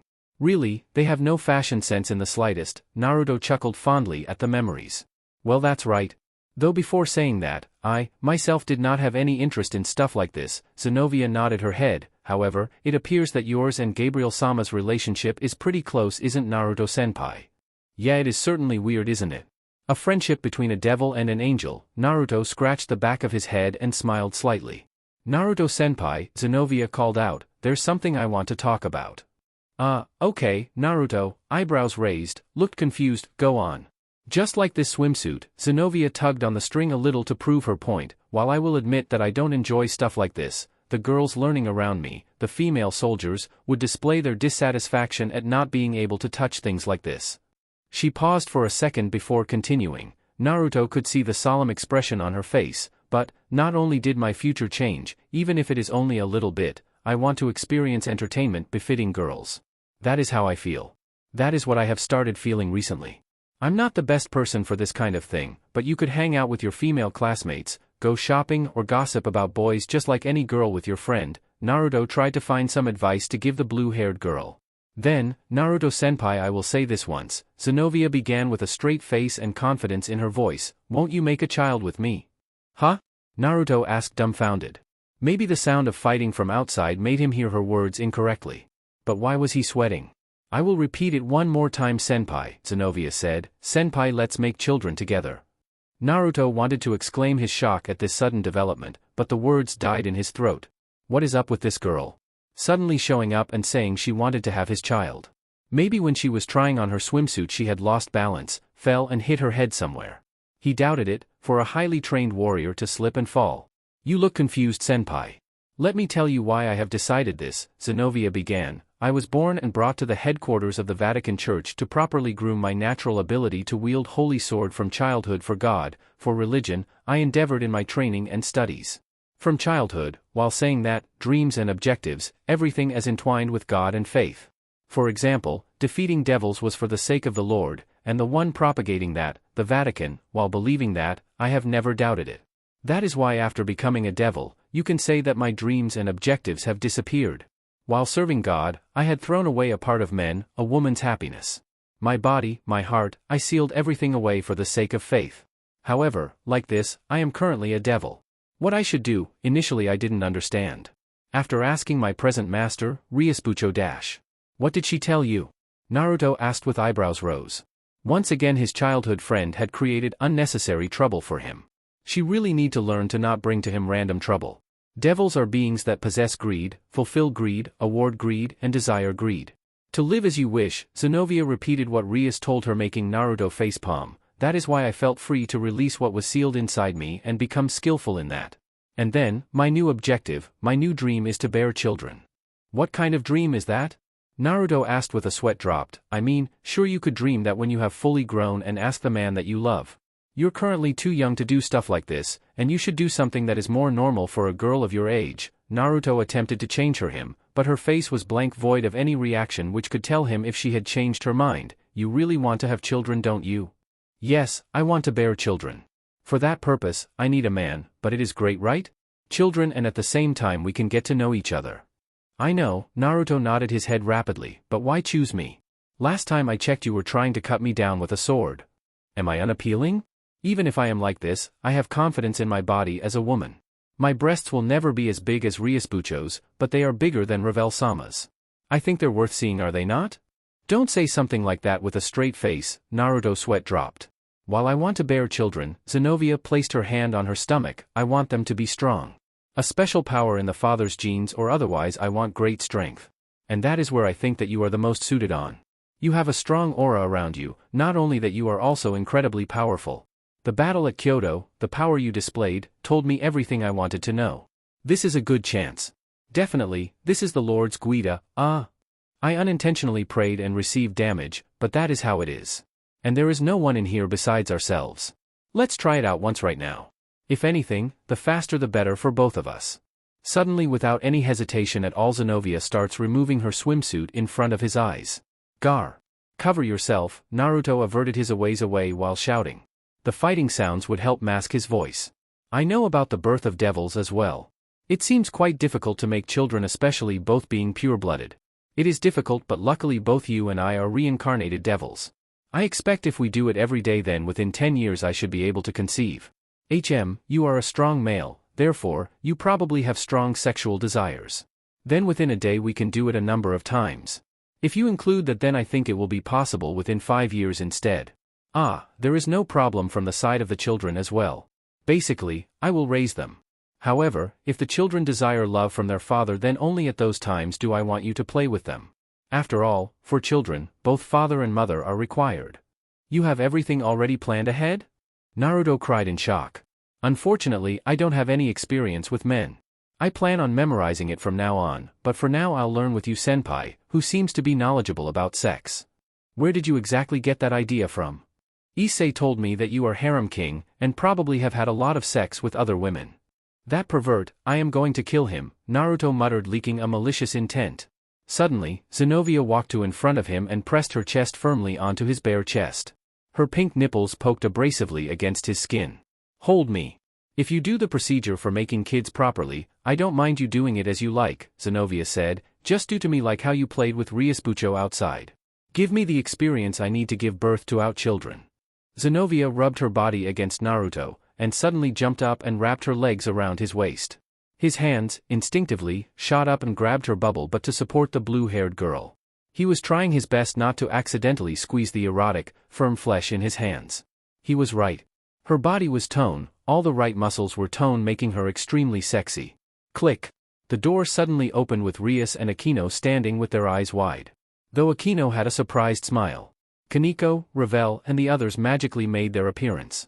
Era, what do we have here? Akino giggled excitedly while her body was emitting a murderous aura. Na Naruto-sama? Ravel was trying her best to keep her voice down but, in fact, it was quite loud. What are you doing? Unacceptable. Unforgivable, Kaneko said with half-lifted eyes while crushing the book in her hand. Damn senpai, one girl after another, Issei gave him a thumb up while crying, you truly are harem king, and the master I want. Asia stood there dumbstruck. I wasn't every day that you see your best friend being held by her ass and tightly embracing a boy with her upper torso exposed. And said boy was someone who she deeply respected and admired. Rias didn't say anything. A crimson aura enveloped her frame, and she looked extremely irked and dangerous. Trying to defuse the situation, Naruto spoke, but Zenovia beat him to the punch. Let's make children together Naruto-senpai, she said it casually. The color immediately drained from everyone's face. As fast as lightning, Naruto found both of his arms captured by Rias and Akino while Ravel followed close behind. The blonde was being dragged outside from the girls' changing room to the pool. Hey, it is just a misunderstanding. There is a reason for her strange behavior. I can explain. Naruto explained.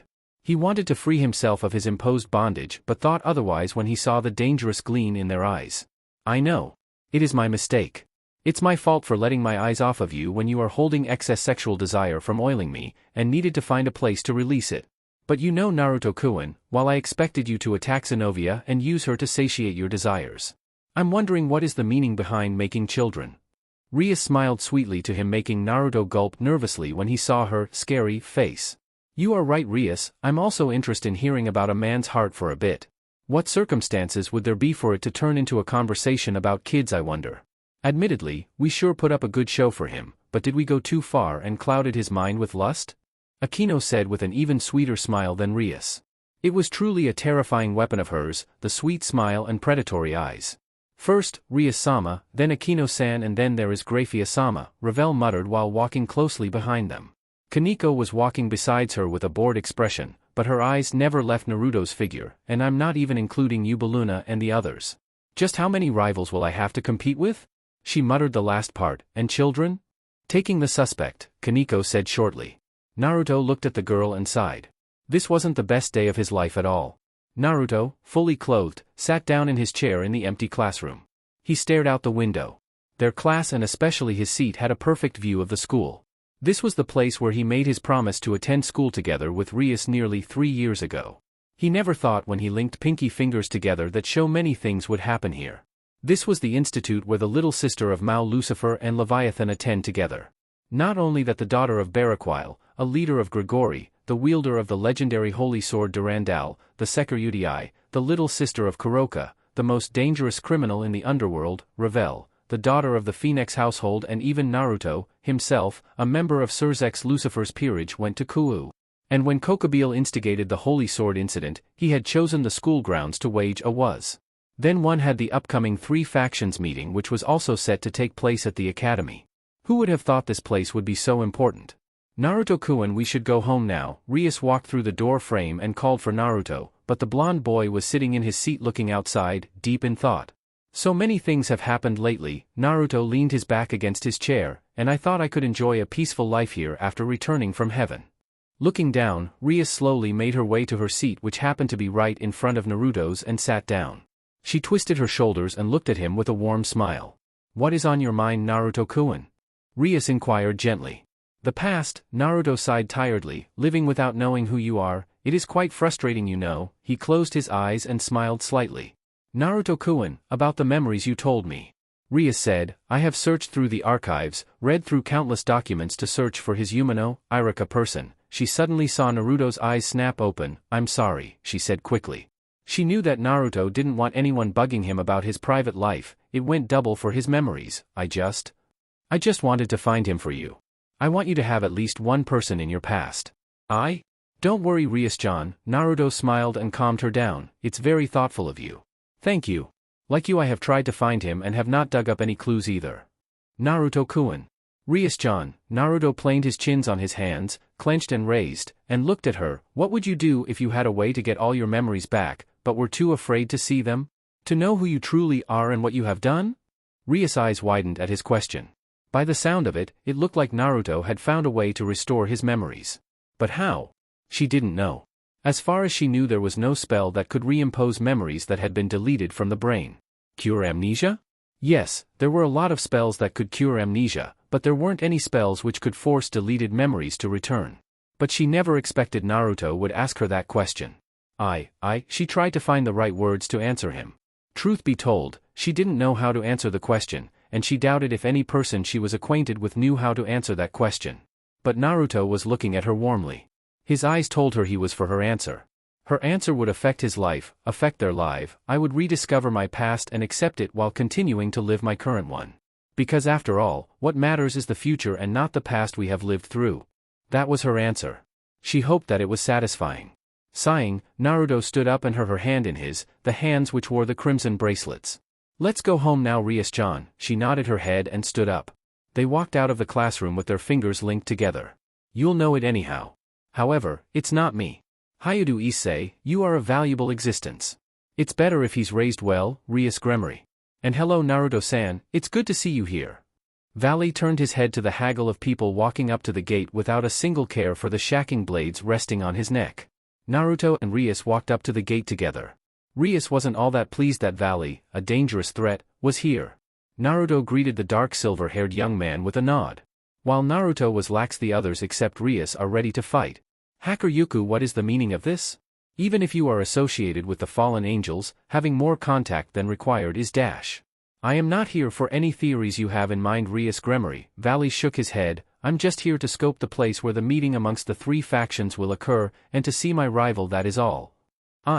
Relax everyone, he's telling the truth, Naruto smiled, but I didn't expect to see you here so soon, Vali. So how are things with Azazel? He, still, won't shut up about his lucky win. The Hakuryuku massaged his forehead. You should have won against him on that day and saved me this headache, Naruto-san. Relax, at least he didn't force you to eat all the fish he caught, Naruto chuckled. Everyone was looking at Naruto with their eyes wide. The blonde was talking with Vali, the current Hakuryuku whose power was even greater than all of theirs combined, so casually. It looked like two friends reuniting who hadn't seen each other in a decade or so. Anyways, I will be the one escorting Azazel. Vali turned his head to Issei. I won't fight the Welsh dragon here, not to mention I have a lot of work to do. See you later, Naruto-san. After that, he turned around, but just then he remembered, oh, I almost forgot this. Vali dug into his pocket and pulled out a box wrapped in colorful paper which had images black cats plastered all over the box. A friend of mine wanted to give this to you. Please accept it. Oh, okay. Thank you then. Naruto nodded his head and took the box. It smelled heavily of cat and strong perfume at the same time. Kaneko was looking at the box in wonderment. The smell was strangely familiar, but for her life, she couldn't recall. Plus, the perfume was too overpowering for her nose, and she couldn't stand it for long. Naruto-san, I hope we have the chance to fight in the future. Vali nodded his head and left with his hand raised over his shoulder. I'm really looking forward to it. He turned the corner, disappearing from their vision. Naruto-kun, you know him? Ravel was the first one to ask. Yeah, one time when I went fishing with Azazel I met him.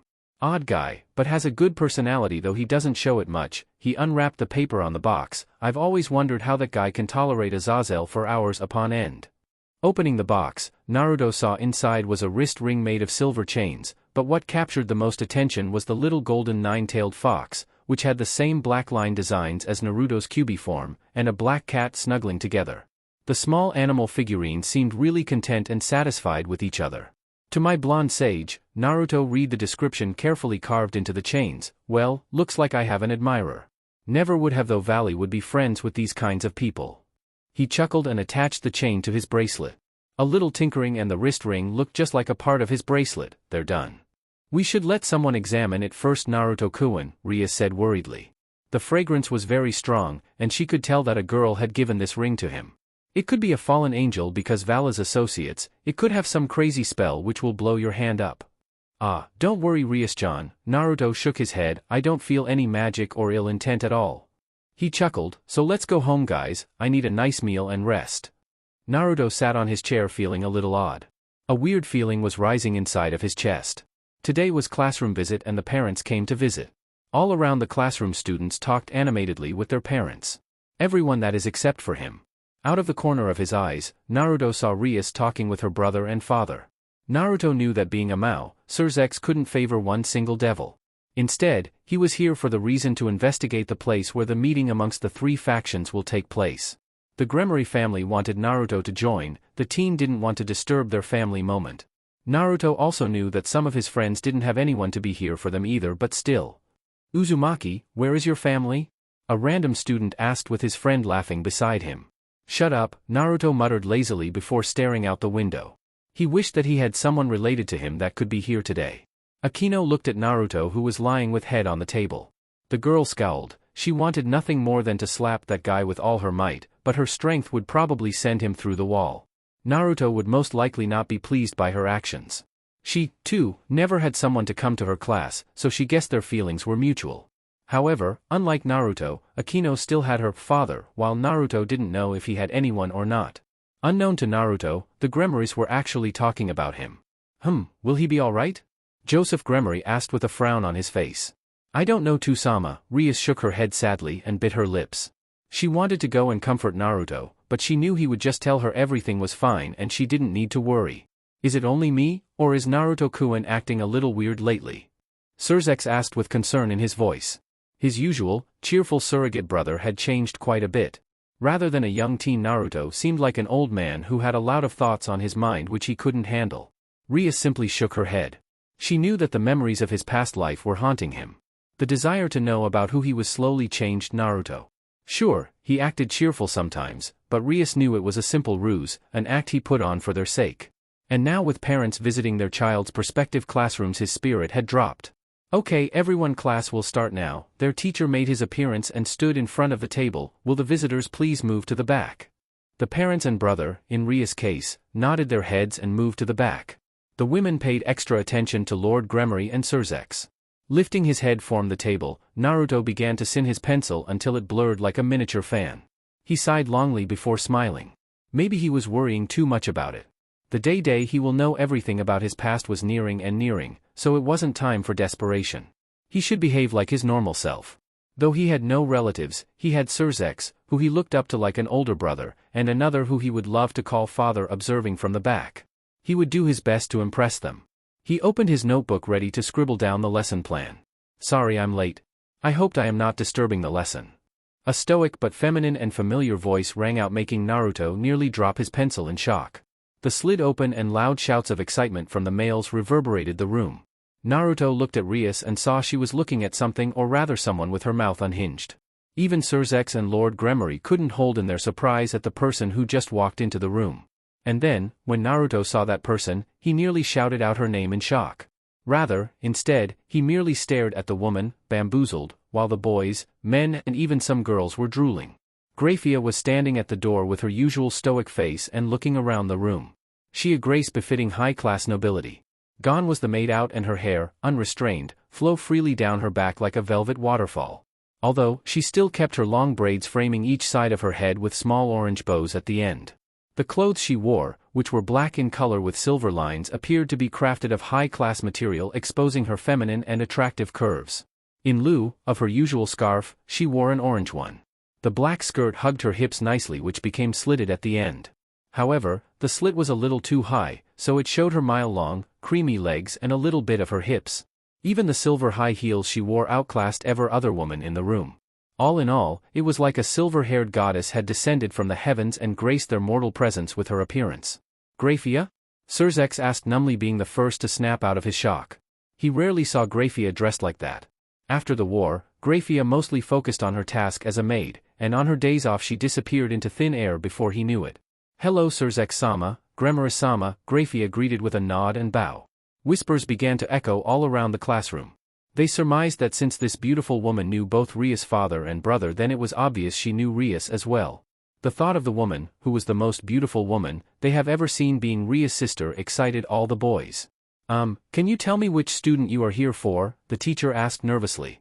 He, too, was affected by her unearthly beauty. In all the years he had been the homeroom teacher of this class, this was the first time he had seen her. Why would you ask something like that, sensei? A girl asked. She could only be Rias Wani-sama. Yeah, Rias-sama is the only person who could possibly have a beautiful Wani-sama like that. All the students, with the except of 3 certain ones, all exclaimed at the same time.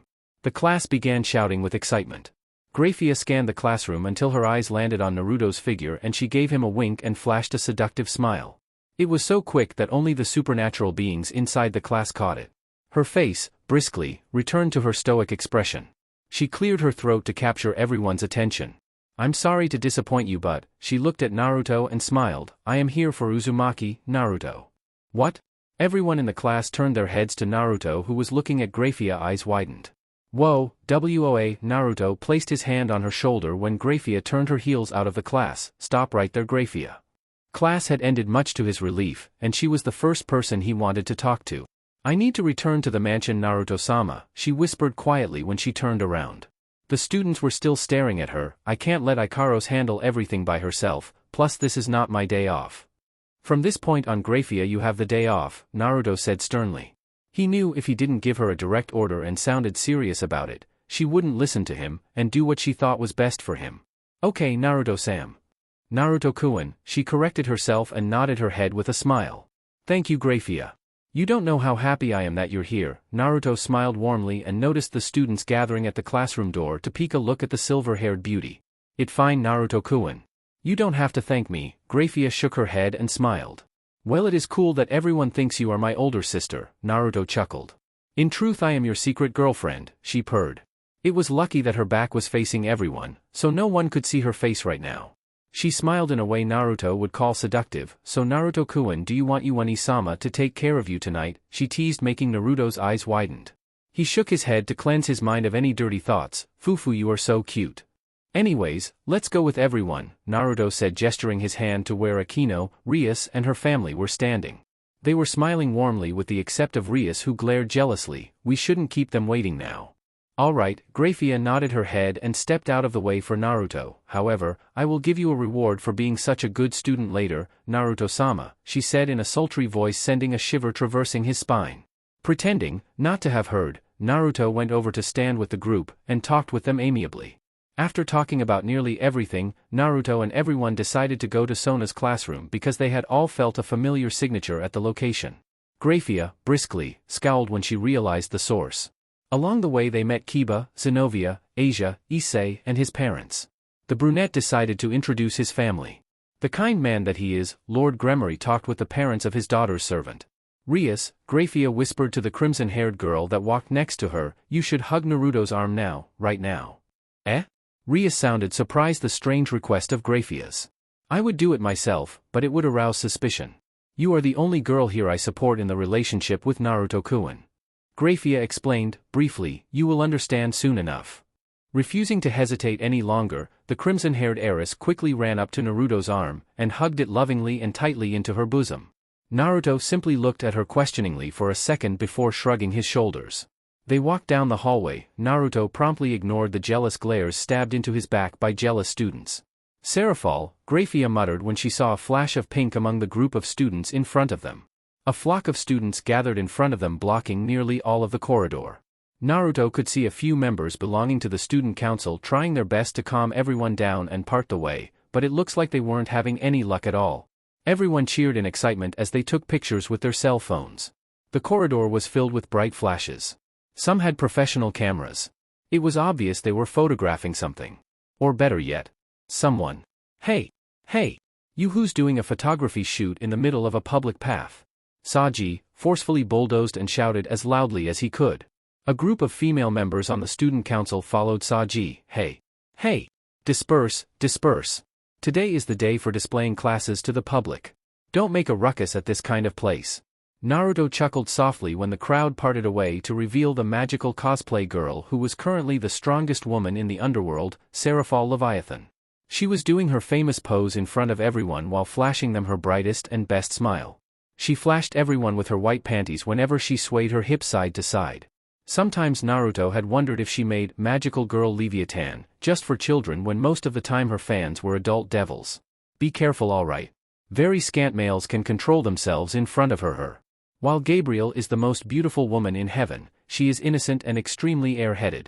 Her beauty is what one could call a natural, innocent beauty. Seraphall, on the other hand, is the complete opposite. She is the queen of succubi with a seductive which is shameless and lewd. She can make you jizz your pants by just looking at her. Better keep the childish Sarachan in your mind, Naruto-kun. Suddenly, Naruto thought of Azazel's words of wisdom.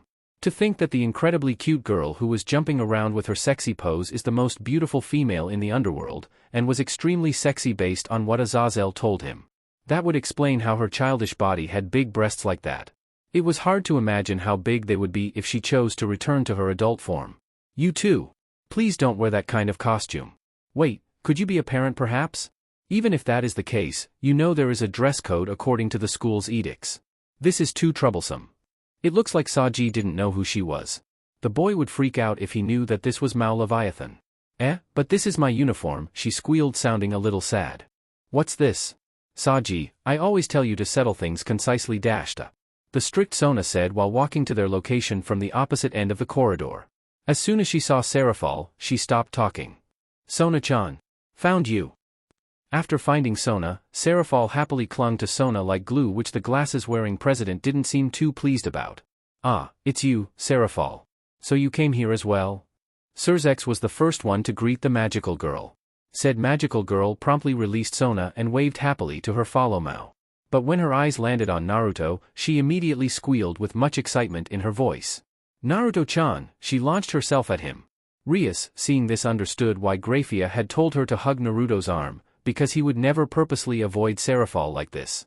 He would catch her fist and then talk to her afterwards. Firmly, Rias pulled Naruto out of the way, making the magical girl fall face first onto the ground. Woohoo! The students exclaimed in excitement and a few in worriment when they saw your panties showing. Just like the first time Naruto met her, Seraphall landed face first onto the ground with her buttong sticking up into the air. Her skirt rode up her butt and showcased her panties and strangled beautiful legs, at least for a child. And just like the first time, she shot up like a rocket without a single scratch on her body. She hadn't appeared to be affected by the fall at all. Naruto-chan, I'm so glad to see you here. She walked up to Naruto and tried to hug him, but a hand, suddenly being placed on her forehead, stopped her. No matter how hard and childishly Seraphall pushed against the offending hand, it didn't budge an inch.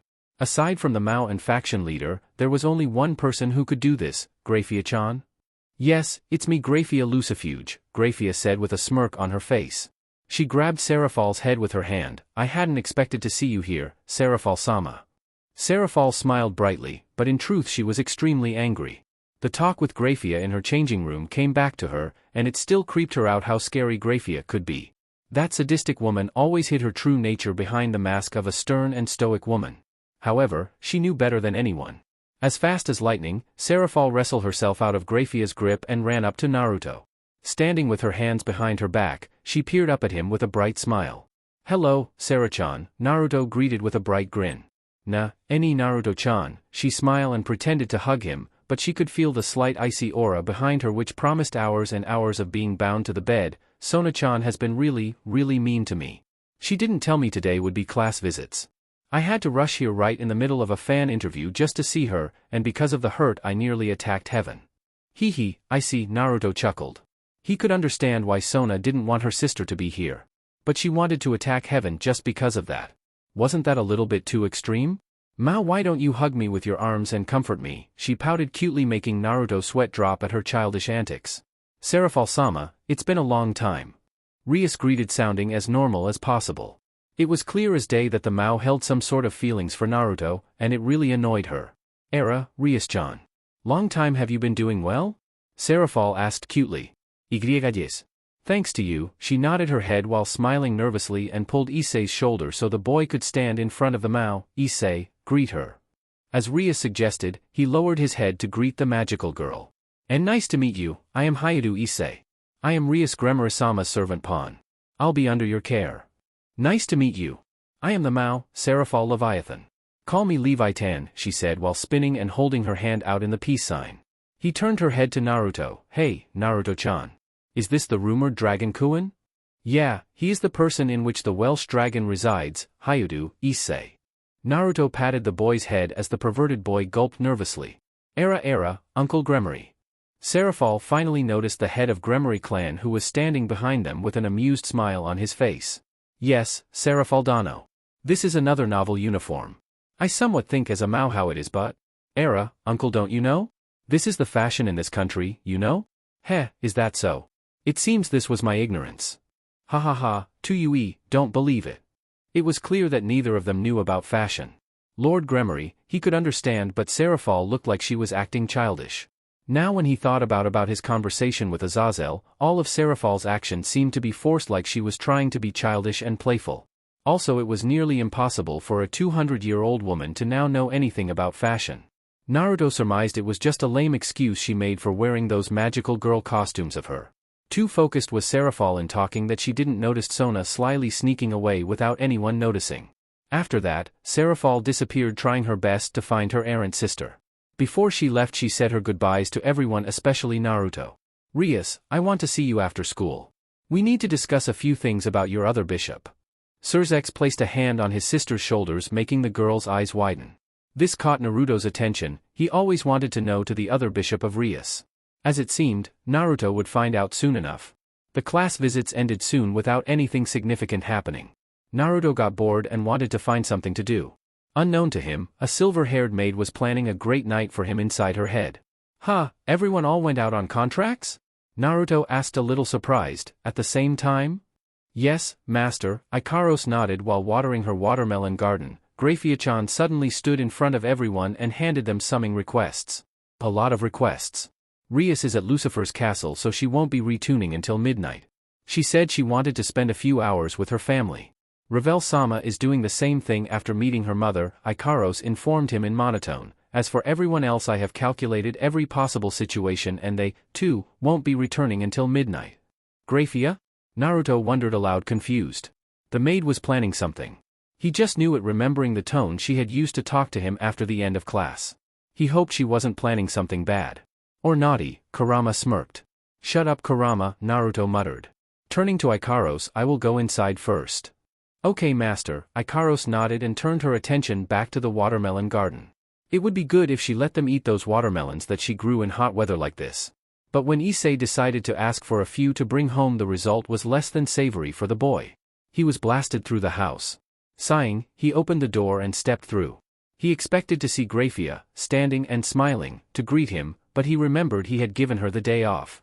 However, regardless, he knew that Grafia would always be the first one who greeted him when he returned. Suddenly, Grafia materialized from the air in front of him. She grabbed his collar and roughly threw him to the ground behind her. Ouch, what the hell, Grafia? He shouted when he landed on his ass. Taking a step forward, Grafia locked the door. She knew putting any magic on the door wouldn't stop Ikaros from coming in, but it's better to be prepared. There is a lemon here, link is in the description if you want to read it. Naruto DxD, Purpose of Living. Volume 1, The High School Life Begin. Chapter 16. Naruto sat in his seat sighing, absent-minded. His mind completely oblivious to the teachings or ramblings of the teacher. His two friends, who were in the same class, stared at him perplexed and wondered what happened. Since their return to the mansion from their late-night excursion at 2 a.m., Naruto had been in an unexplainable, jovial mood. Closing his eyes, Naruto reminisced his mind-blowing, in every way, mind-blowing sex with Grafia. Even though his hormones had not been fully expended, sex was truly something he never experienced before. Grafia had given up the position as a maid to become his lover to satisfy his desire. Grafia had admitted that above all else, Naruto needed to have a harem. The next morning, the silver-haired maid acted as she did normally, but Naruto noticed the slight limp in her gait, meaning that she was sore from their rough session the previous night. Without a single question, Ikaros had helped clean the room. Naruto was really glad that the pink-haired angeloid wasn't a talkative kind of girl. Nonetheless, nearly all the sexual frustration had been accumulated and held in since living with such beautiful young ladies, and a sexy woman, suffering under their teases, had been released in the form of a cum-covered Grafia. The woman was eager to offer her large tits and mouth, with her tongue stuck out, awaiting for his sperm. Uzumaki, Uzumaki, the teacher briskly threw the piece of chalk he was holding at the blonde, only for said to blonde to easily catch it without looking. The answer is 3, sensei, he said, throwing the chalk back to his teacher, but his absent-mindedness still prevailing. Oh, sorry then, the teacher chuckled, catching the chalk thrown his way, I thought you weren't paying attention to my lesson. Naruto just shook his head saying no, before jotting down a few notes he had missed on the board. He wouldn't, or rather couldn't, fall short of his studies. If he got outscored by a crimson-haired childhood friend, Grafia would have his ass. The first test neared and Naruto was determined to show everyone how good he was. He wanted to prove that this guy, himself, wasn't just good-looking and good at fighting. Well, compared to normal humans in the school, Naruto easily bested them, but his goal was to surpass Sona and Rias, the true threats, which was pretty hard because both girls were geniuses on their own level. Unfortunately, his strange aloof behavior hadn't gone unnoticed by the girl, who had known him the longest. "Okay, Naruto-kun, spill it." Rias glared at the boy with her hands on her hips. They were the only ones at the clubroom as they were the first to arrive. "What happened when I wasn't at home?" "Nothing, Rias-chan, nothing at all." He brought his hands up in defense. He knew if he told her the truth Rias will become really mad. It wasn't every day that your childhood friend fucked his maid silly and still wanted more. "I don't believe you," she said in a monotone and pinched his cheek. "Era, what did you do this time, Naruto-sama?" Akino entered the clubroom with her Kohai, Ravel and Kaneko, following close behind. She giggled, with her hand covering her mouth, when she saw Rias pinching Naruto's cheek. "Humph, I'm watching you, Naruto-kun." Rias pointed to her eyes with 2 fingers and then to him. The crimson-haired girl released his cheeks, and walked to the tub while removing her shirt. Before Naruto could say anything to tease his friend about the fact she was bathing in the clubroom just like always, Ravel and Kaneko had jumped into his lap and made themselves comfortable while glaring deadly daggers at each other. Naruto swore he saw the sparks flitting between their eyes. "Fufu, those two are quite competitive, aren't they, Naruto-sama?" Akino giggled while preparing the tea. "Heh, I am feeling grateful that I have 2 cute girls sitting on my lap." Naruto chuckled, making both girls flush red. "Don't worry girls, I don't mind at all." He patted their heads at the same time and gently rubbed their soft hair. Kaneko purred happily while Ravel's cheeks blushed a deeper maroon. "Here you go, Naruto-sama, everyone," Akino announced, putting the tray down onto the table in front of them. Naruto took the cup and sipped the hot tea. It was as good as always. He glanced over to the covered tub and saw Ria's shadow on the curtain. Even though her body was obscured, he could still clearly see the sexy curves of her body. Sleeping with her for so long, he could clearly, vividly image all the assets she had just by looking at her shadow. Ria's breasts were bigger than Grafia's and just a slightly smaller than Akino's and still really soft and firm. Ria's hips and her smooth backside weren't as toned as the girls he knew.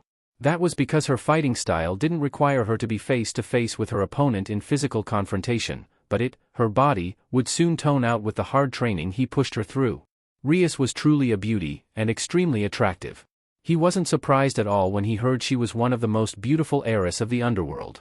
Ria's head suddenly snapped to Naruto's direction and he swore that she was staring at him through the curtain. He didn't know if she was looking at him or not, but the glowing light from his bracelet proved that she was calling for him. Now he would love to teleport right into that bathtub, but seeing that they weren't an official couple yet, doing the kind of things he did with Grafia just sealed his future into the hands of her family. At least that was what he thought. Naruto turned his focus back to his cup of tea and took another sip while thinking about what his childhood friend told him last night about her last bishop. As it turned out, she has had him for quite a while, but the girl wasn't mature nor strong enough to control his power, so Rias had sealed him in a room in the old building. His name was Gasper Vali, and Naruto swore he thought that the boy was girl when he looked at the picture Rias had on hand. Not only was the boy a deceptive crossdresser, he also had an incredibly cute face and slender body just like Kaneko.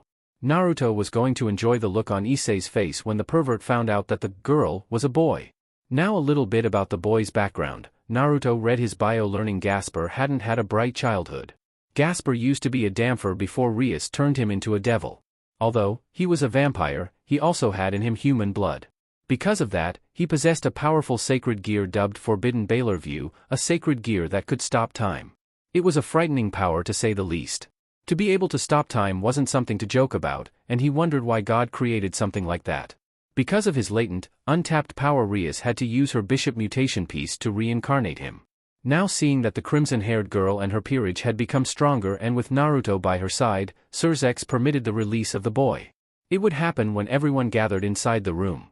Aside from that, Naruto learned a few more things about the boy known as Gasper. He had a shy personality. He also had the most success with making contracts out of Rias' peerage by using his computer working inside that sealed room. His tech skills would come handy in the future. Naruto gulped down the last drop of hot, delicious tea before putting the cup down on the table. The blonde decided to eat a few cookies before Rias finished with her daily bath. "We're here." The door opened, and Kiba, Zenovia and Issei stepped in. The brunette and the former nun were chatting with each other. Without a doubt, Asia would be happy that she was going to meet her fellow bishop. Remembering Zenovia's words to him in the changing room, Naruto hoped that the girl had given up on her crazy dream of hers. The curtain pushed aside, Rias stepped out while fixing her uniform and her hair still slightly wet. Rias looked at Kaneko and Ravel, her eyes twitched and she had a ticked-off expression on her face. Luckily for her, she had Grafia's support, or else she would have too many rivals to compete with. "Alright, if everyone is here then let's go," Rias said, and every nodded their head in compliance. "So this is it?" Naruto asked, examining the door in front of him. There were a lot of chains around the door and large, yellow tape with the words, "Keep out." Naruto felt a distinct energy signature from behind the door. It looked like Gasper was sleeping because his energy was really low, and he also felt the restraint of the sealing magic on the door. Yes, Naruto-kun the kid is inside. All day, the bishops lives here. For the time being, the kid's powers are loosened deep in the night. Even if it's just in the old building like say exiting the room, Gasper will refuse to leave the precious refuge. Rias shook her head. Well, it seems we have a hikikomori here. Naruto sweated dropped as Rias walked up to the door and briefly knocked on it a few times before activating the magic to release the seal. The kid inside has been the biggest earner among the servants, Akino explained to everyone, making Issei's and Asia's eyes widened. If Zenovia was surprised in any way, she didn't show it and hid it well. Through a computer, Gasper takes special contracts from humans. Frankly, they are people who don't want to meet us. Those types of people negotiate in a different way, and form relations differently. They solve things through the computer. In dealing through computers, amongst the new devil servants, Gasper grabs enough numbers to rival superior-ranked devils. You don't seem all that surprised, Ravel-chan. Naruto glanced at his blonde fiancée, who was standing next to him. Of course, Naruto-sama, Ravel said proudly, I have checked everything including the money Rias-sama's servants have earned over the years so that I can help Naruto-sama surpass everyone in the best way possible. Hehe, I don't know how many times I will say this, but you sure are a really good manager, Ravel-chan. Naruto nodded his head to the girl approvingly, making her cheeks redden at his genuine praise. Of course I am, she puffed her chest out and said proudly. Now then, I am opening the door. Rias turned around to tell everyone after the magical seals disappeared. She had heard what Naruto said about Ravel, and even though she didn't mind it that much, Rias still didn't believe that the drill-haired girl was his fiancée and would marry him, if possible before her. Customarily amongst the norms of high-class devil society, the first one who the male devil married would be the real wife while the next ones would be called concubines. No matter how much notoriety the female devils had, they would been looked down upon perpetually by others because they were considered second-class compared to the first wife. She knew that Naruto would kill himself before berating and looking down on his harem like they were just sex toys or cum-dumpers like other devils. The thought of that repulsed her to the core. Shaking her head and clearing her mind of awry thoughts, Rias concentrated on the matter at hand before she could think of anything new with Naruto. Rias put her hand on the handle and pushed it open, however. No. Naruto had to chuckle at the high-pitched scream. It looks like not only did Gasper look girly, he even carried his voice like one. Rias wasn't surprised at all. Rather, she sighed and entered the room alongside Akino. Good day to you. It's nice to see that you are energetic. WWWHYYYYYYYYY. Era, the seal got removed, you know? You are now able to go out. Now, let's all go out together? Akino giggled and said with a gentle voice.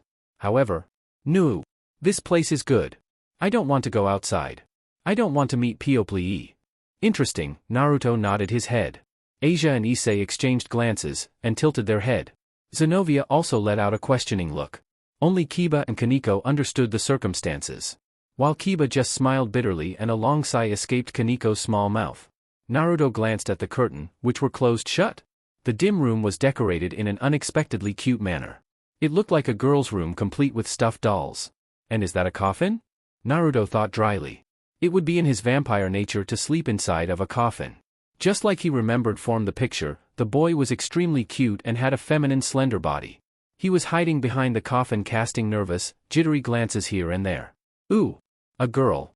Not to mention a foreigner. Issei said with a lecherous tone. No doubt really happy that there was another cutie around him. Naruto had to hold back a laugh when he imagined Issei's face when Rias told him that the girl was a guy. Rias turned her head sideways and said blankly, appearance-wise, this kid looks like a girl, but without a doubt he is a boy. Issei then frowned. No matter how you look at it. It's a girl, Bucho. Issei protested and pointed his hand at Gasper. He has a hobby of dressing in female clothes, Akino calmly retorted. Issei pantomimed in shock. The look on his face was priceless. Keek. I am sorry, ai. The platinum blonde, Gasper exclaimed, which sounded like a shriek due to his high-pitched voice. Why?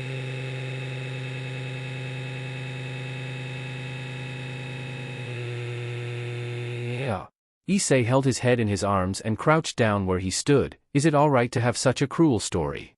He perfectly looks like a Bishujo, for him to be a man, for him to have a penis on him. The pervert, Revel muttered, her hand bursting into flames. Can I burn him, Naruto-sama? Talking about your vulgar desires is prohibited. Kaneko entered the room with her fist held high ready to punch the perverted boy, but Issei, too absorbed, didn't care about the threats of the two girls anymore. It's an even more painful story that he has a hobby for wearing girls' clothes. Since it suits him, when I heard the unnecessary truth, the shock was too huge. Even though he's a hikikomori, he's got a hobby of wearing girls' clothes. Are the girls' clothes to show to someone? Issei muttered.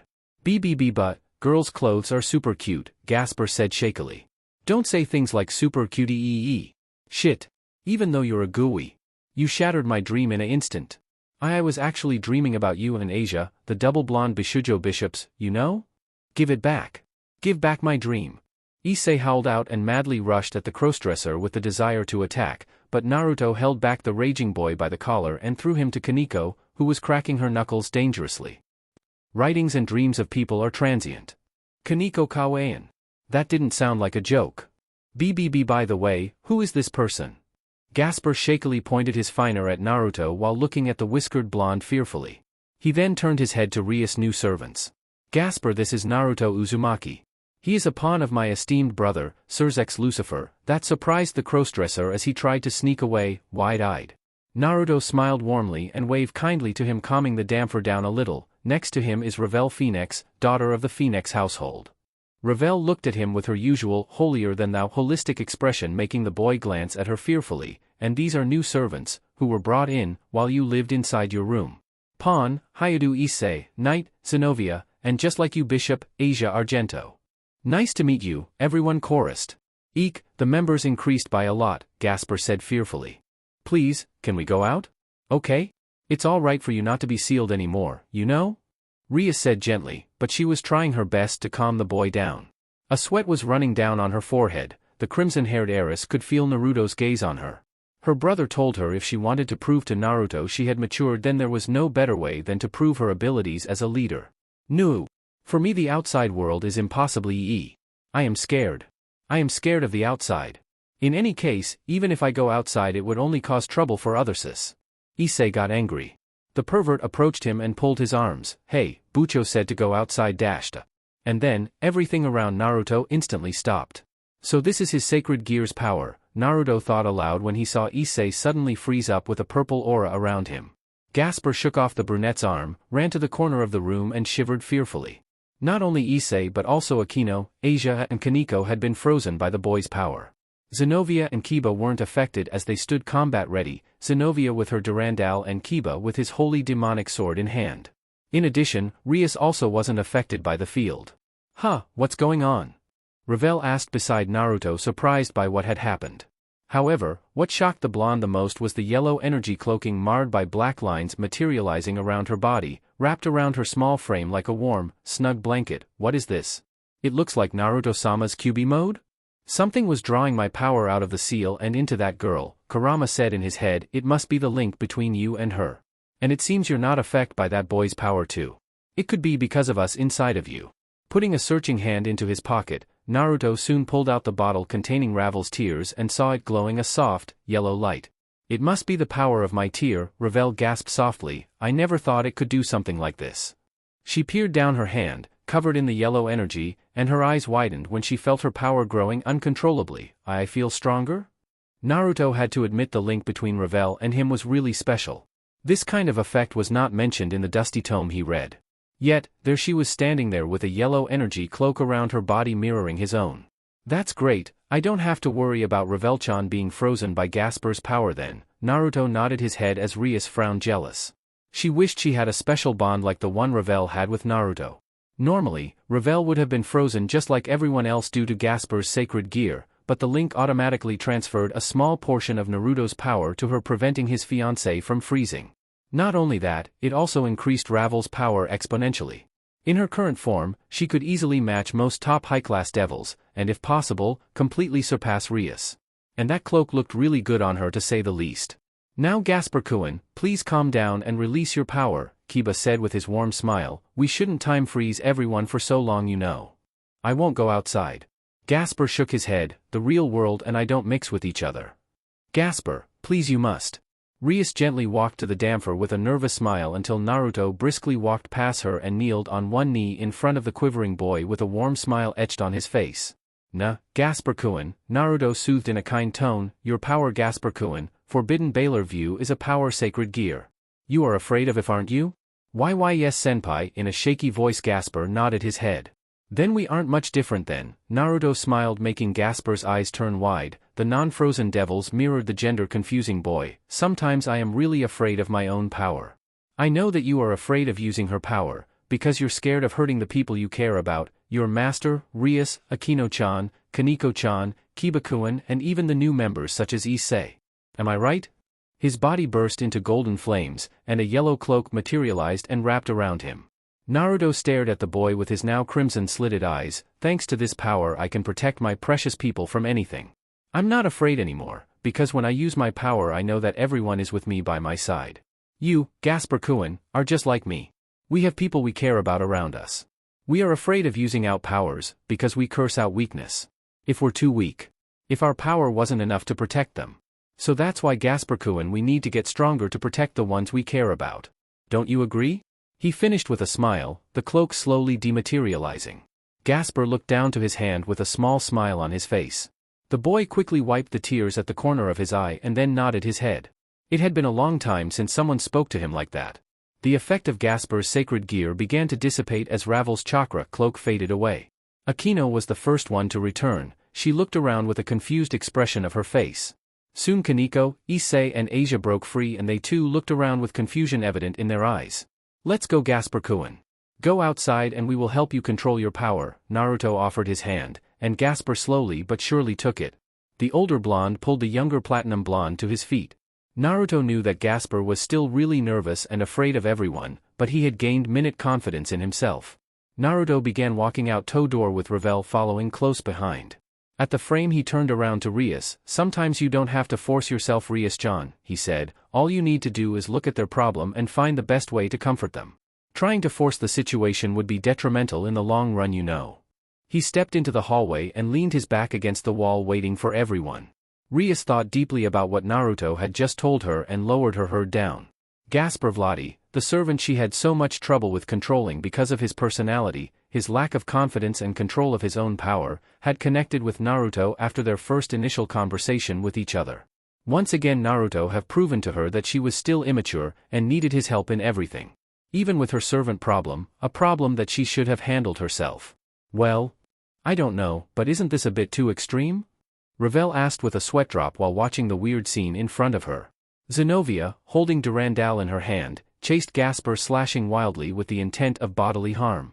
Kaneko had joined in on the fun too by holding garlic in her hand and scaring Gasper with it. Naruto chuckled. He had never seen the usually quiet girl having so much fun before despite the outward stoic face she had. I just hope Zenovia won't accidentally cut him with her sword, Naruto laughed. She is skillful, but she tends to destroy things with brute power rather than finesse like Kiba. I can see that, Naruto-sama. Ravel nodded her head. The young phoenix turned her head to Rias, who was sitting on the nearby bench looking at the training with a sad expression on her face. Ravel knew why she was sad, and she didn't want anyone, especially Rias Gremory, to be sad. It reminded Ravel so much about the engagement party a few months ago when the girl thought that her fiancé, Ravels, would never return to save her, Rias. Making up her mind, Ravel turned her head to Naruto and said strongly, Naruto-sama, can I go for a bit? Oh sure, of course you can, Ravel-chan. Naruto nodded with a smile. Ravel walked to Rias in a slow pace. She stopped beside the Crimson Heiress and cleared her throat to gain the girl's attention. Rias-sama. Oh, Ravel, can I help you? Rias kindly asked. Can I sit with you for a moment? Ravel asked, to which Rias nodded her head. The blonde phoenix sat down next to her. They sat there in silence for a few moments before Ravel decided to break the ice. Rias-sama, do you remember the conversation between us at your and my brother's engagement party? Rias' eyes gained a wide-eyed look. It's the past now, Ravel. Rias shook her head. It wasn't something she wanted to remember. No, it isn't Rias-sama, Revel said as calm as possible and just as quiet to prevent Naruto from overhearing them, but she wasn't quite sure if he could sense her emotions directly or not. The Rias-sama I saw that day is sitting right beside me. Revel turned her head to Rias. Don't you realize it? Naruto-sama said that because he really cares for you. He would do anything to help you. It's not because he thinks you're immature or anything. It is just in his nature. It's the way he is and will always be. Revel turned her head to look at Naruto, who was trying to avoid Gasper as the boy ran behind him to hide from Zenovia and Durandal. Rias watched on with a small smile gracing her face. I really respect you, Rias-sama, but please stop thinking you're not good enough for Naruto-sama because of all the things he has done for you. Revel, Rias called the younger devil. Thank you, your words really helped me. It's nothing, Rias-sama. Revel smiled nervously, trying her best not to panic. Being praised by Naruto was one thing. He was her fiancé and she was also her manager, but being praised by a pure-blooded devil with notoriety like Rias was truly something for her. I just spoke what was on my mind, that is all. Ufufu, you're so cute, Revel, Rias giggled, her hand covering her mouth. Her early depression disappeared and she felt reinvigorated. Rias-sama, don't tease me like that, Revel blushed. You know, I'm considering about sharing Naruto-kun with you when I marry him, Rias said with her own blush at the idea while Ravel's cheeks only reddened even more in embarrassment. It's pretty common that devils, of high status, have harems, especially, in Naruto's case. We both know that he has attracted a lot of attention from other females, so a harem would be the best option for the both of us. Considering that we are both his legal wives after you come of age. Rias-sama, don't say things like that. Revel stood up and ran away with her cheeks completely matching Rias' hair. The Crimson Heiress stood up and walked to where Naruto was standing. After all, Naruto had helped her drag Gasper out his room, so she should reward him accordingly. Speaking of such, it had been a long time since she cooked ramen for him, because Grafia proscribed the salty, unhealthy food, and made sure no one snuck ramen for Naruto. Saying it was the worst moment of Naruto's life was an understatement. Naruto walked back home, with the girls at his side. Rias' mood had changed after Revel returned with a furious, blushing face. He really hoped his childhood friend didn't plant any perverted ideas into Ravel's innocent mind. She was probably the only girl at Uzumaki Mansion who still cared about modesty. Soon enough, they arrived at the front door, and Grafia dutifully greeted them. She was always first to welcome them back. Moments later, Ikaros appeared and greeted Naruto with a bow while wearing a pink apron around her waist. Now that he thought about it, Naruto should ask Lord Gremory if he could enroll Ikaros in Kuu Academy with them. With her synthetic body composition, Ikaros seemed to be really smart, so she didn't need educational instruction, but it was better for her to go outside and experience life rather than be cooped up all day in the mansion. But first, he would need to figure out a way to hide her energy wings before even thinking about anything else. Those wings would attract a lot of attention. Otherwise, Naruto had nothing to worry about as the angeloid was extremely attractive, and those small wings on her back would just help increase her popularity. Although unlike the normal, human students, any supernatural beings or anyone related to the supernatural would find them suspicious. Naruto-sama, how was your day? Grafia asked in her normal monotone. He would really have to do something about that later. Apparently, she didn't have to speak to him without any hint of emotion like that, but chose to anyway. It was good, Grafia, Naruto answered. We got to befriend Rias Bishop, who is an interesting guy. I see, Grafia nodded her head. She had known about Gasper Vladi's, Rias' first bishop, condition from Surzek's word of mouth a while ago. Oh, and he was completely spaced out nearly all day in class. Akino sat down next to Naruto and nestled his arm into the crux of her large bosom. Grafia twitched when she saw Naruto look at her before winking. His face dropped a little in disappointment when she released a little of her killing intent over him, which could easily make other, lesser men piss their pants themselves. I hope it wasn't about anything too serious then. She nodded her head and turned around. Now if you excuse me, she promptly left the room before any of them, especially her master, could see the reaction she would have when the memories from last night could override her self-control. Naruto sighed. Grafia could be so different when they were alone, so he didn't understand why most of the time she was so strict and serious about her work when in fact, she was a horny woman with a dirty mind. He had to wonder though, were the men who used to date her too scared of her powers and status as the strongest queen, one of the most respected women in the underworld? Too scared to fully satisfy her needs? Naruto-sama, you have a call. Revel walked into the room while holding his cell phone in her hand. Rias, who just sat down beside him, looked up questioningly. Thanks, Revel-chan. Naruto accepted with the cell phone with a nod of gratitude. Hello? Yo! Naruto-kun, a familiar voice shouted excitedly from the other side of the line, nearly making the teen face palm. Azazel, it's you again, Naruto scowled with annoyance lingering in his voice. What do you want? And before you say anything, I won't go fishing with you again until next month. I have exams to prepare for and the upcoming meeting amongst the three factions, he said blankly. Damn, so cold. I was hoping we could settle the score sometime. Naruto turned on the speaks so everyone could hear Azazel's incessant ranting with him.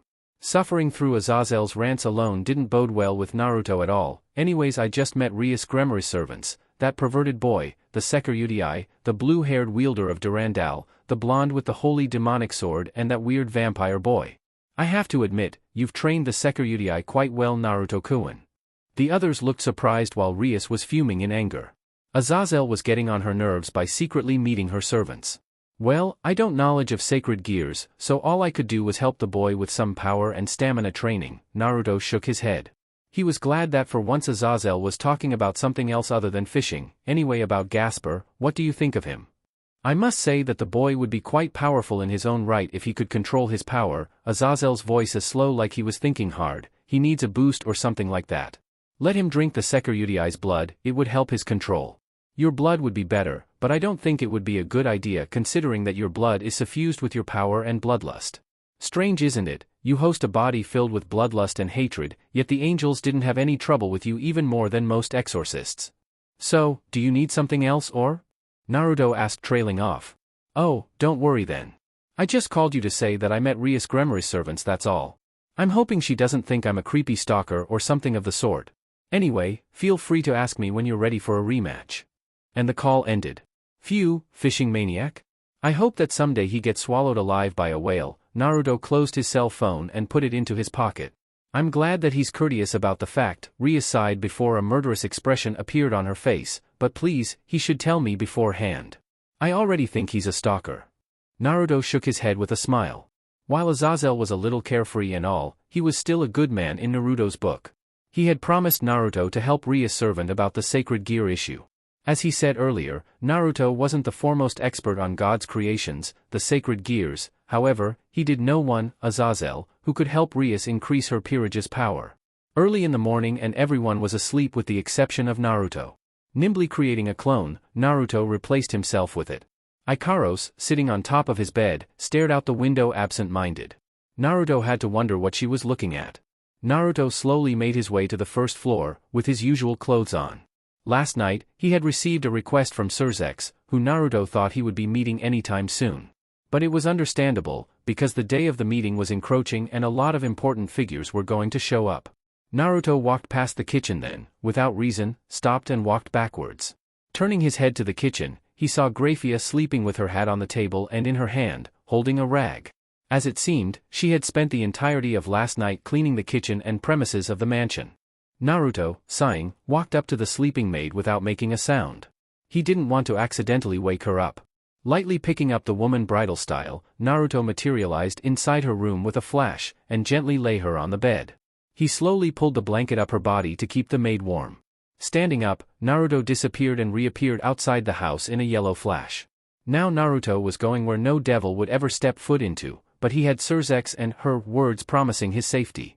It wasn't like he could put up a good fight in self-defense and escape with the Hiration before anyone realized, but that is the last thing he wanted to do. The Vatican, the headquarters of all exorcists, holy place for angels, exorcists, faithful followers of Christianity and the most dangerous ground for devils. It was the center of all churches around the world. Naruto's mission had been considered one of the most dangerous missions that had been given to any devil alive. Ravel would definitely freak out if she found out, and forbid him from risking his life along with the other girls. So, the mission had been sent directly to him last night. He lied and told them he was going to fish with Azazel again, but this time they would head to the Amazon River and fish the most deadly fishes there. The carefree man happily promised to help out if Naruto actually went fishing with him next time. Naruto, hastily, went to the airport and prepared his luggage for his flight to Italy. Naruto was informed that an exorcist would be waiting at the terminal to guide him through the Providence without incidents. For example, needless, random confrontations with exorcists or the incessant prayers of God's name making his head explode. Surzex told Naruto that the angels had carefully crafted a spell to protect a devil like him from the holy prayer, but it could only be casted by a high-tier exorcist or an angel. If his memory served right, the flight would last for 6 hours, and he had all of the first-class cabin to himself. Being served by attractive, friendly and cheerful flight attendants was a nice change of pace for Naruto after his experiences with an extremely strict maid for so long. Sure, they were nowhere near Grafia's level in their work, but their amiability was refreshing. During the trip, Rias called him a lot and kept scolding him for leaving so soon in the morning and accepting that asinine challenge from the fallen angel, meaning lonely nights for Rias without her pillow. Grafia and the others had also called him to wish him luck. Ravel also said he should be careful and promised she would copy the lesson plans and homework he would miss during his 5-day trip into his notebook. She ended the line before he could put in a word edgewise. Even though she was his manager, she didn't have to do all that for him. Surprisingly, Ikaros called him from Ria's cell phone, by hacking the girl's system, and also wished him luck. But he had the feeling, based on the way she talked, she knew where he was going. Stepping out of the airplane, Naruto, quickly, took his backpack and went to the spot where his guide would be waiting. Along the way, he was getting a lot of stares from a lot of teenaged girls and grown women. It was impossible to miss the spots of magic reserves spread out through the premises signaling the presence of exorcists.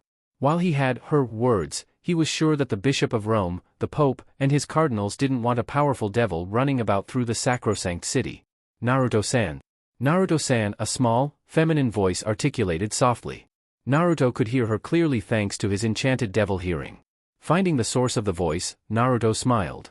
Standing there in a nun's outfit while boasting a large sign with his name, scribbled on, was a woman in her early 20s with blue crystal eyes. She was Griselda Quarta, former exorcist, Zenovia's swordmaster and Gabriel's queen. Griselda-san, smiling, Naruto approached the angel, and they gave each other a friendly hug. "It's good to see you here." He, magically, spoke in Italian, yet another intrinsic devil ability. "Quite handy. It's been a long time, Naruto-san." Griselda pulled back with a warm smile gracing her face. "Lady Gabriel has instructed me to be your guide. Shall we go?" "Yeah, and here I thought some old geezer would be waiting for me," Naruto laughed, standing next to the angel. They quickly made their way to the car waiting outside. Naruto made himself comfortable while scanning his surroundings. There were a lot of personal, normal police, agents of Vatican, and who knew how many exorcists out there. Naruto didn't know if this was for the protection of the denizens of the Vatican or for him. All these exorcists, quite a bit for a low-class devil, don't you think? Naruto peered out the tinted window, seeing a few said exorcists running on the rooftops with holy weapons in their hands. "You can understand that the Pope holds the utmost concern for the safety of his people, Naruto-san." Griselda shook her head and looked outside, "especially the safety of Lady Gabriel since her arrival yesterday." "Talk about paranoid," the blonde devil chuckled. "While Lady Gabriel is more than capable of protecting herself against some with your kind of reputation made the cardinals worried about her safety." Griselda let out a small smile as she continued, "Unlike us, they can't feel the pureness of the heart and soul. So their vigilance is understandable even though Gabriel is highly against it." "I hope I don't cause unnecessary for her," Naruto muttered. "Don't worry, Naruto-san." The smile on the angel, in front of him, disappeared as she asked, "I heard that Zenovia has become a devil under the authority of Rias Grammary, your friend, as I recall, Naruto-san?" "Yeah," Naruto nodded his head with a small smile. "Is she happy?" Griselda asked, concern lacing her tone, making Naruto smile. "Yes, she is. I'm glad." And the two of them sat silent for the rest of the journey. "Welcome, Naruto-san." Griselda stepped out of the car first and motioned with her hand, to St. Peter's Square. Following suit, Naruto stepped out the car and looked around the newly introduced St. Peter's Square. The building resembled a lot of buildings he had seen in heaven. There was no doubt the builder wanted it to mimic heaven to the last detail. In front of Naruto was St. Peter's Basilica, a Roman Catholic basilica in the Vatican City. Built in the 16th century on site of a structure erected by Constantine on the supposed site of St. Peter's crucifixion. It is the largest Christian church. The obelisk and Piazza Pio XII only added to the square's greatness and beauty. This is one of the most powerful holy grounds for exorcists and angels. How many had the pleasure to visit and return alive Naruto did not know. "Let's go, Naruto-san," Griselda said, and lead him to the basilica. Both angel and devil walked past the humans, tourists, and even journalists from all over the world that came here. For a city with a low population like the Vatican, Naruto could see a lot of people, including the exorcists, heading in the same direction as them. Walking into the St. Peter Basilica, Naruto felt that same unsettling feeling he felt on his first day on heaven. This place worked just like the home of angels. Luckily for him, Griselda had casted the special spell on him to prevent headaches whenever Naruto overheard someone praying. However, moment he stepped past the arched door, his wings shot and flared out from his back, much to the shock of the cardinals, fathers and sisters across the room. This place makes devils or fallen angels reveal their true appearance, Naruto-san, Griselda said seriously before smiling, but don't worry. If you are walking with an angel, then you don't have to worry about being attacked or anything. Naruto nodded his head. Troublesome church. A cardinal walked in front of them and bowed to Griselda. Sister Griselda, welcome back. Griselda returned his bow with one of her own. The cardinal turned his head to Naruto with a smile, but his words were anything but friendly. I guess this is the boy representing the devils, who has the honor of meeting with Our Lady Gabriel. Naruto's eyes twitched uncontrollably. Even though the cardinal was smiling, Naruto had the distinct feeling he was being looked down upon. Uzumaki, Naruto, nice to meet you, Naruto said genially. The cardinal eyes widened before he nodded his head in understanding. A pleasure to meet you, Mr. Uzumaki, the cardinal said before turning his head back to Griselda. He talked to her about something. Naruto could feel every last cardinal looking at him and whispering amongst themselves, which really got on his nerves. He just wished he could talk with Gabriel and get this meeting over with. Sadly, Naruto would be staying in the Italy for 2 days, meaning the meeting will take place over a 2-day period before his return to Japan. Naruto peered down at the white bracelet on his hand, which was previously crimson. Naruto noticed the change after he left the lavatory. He wanted to call her but decided against it. He had the feeling that was currently busy. Thank you, Griselda smiled when the cardinal turned around and walked away. As she turned to Naruto, Lady Gabriel is currently in a special conference with the Pope and higher-ranked cardinals. Unfortunately, we have to wait for her until the ceremony is over. Oh, okay then, Naruto simply nodded and followed the blue-eyed angel to the main room.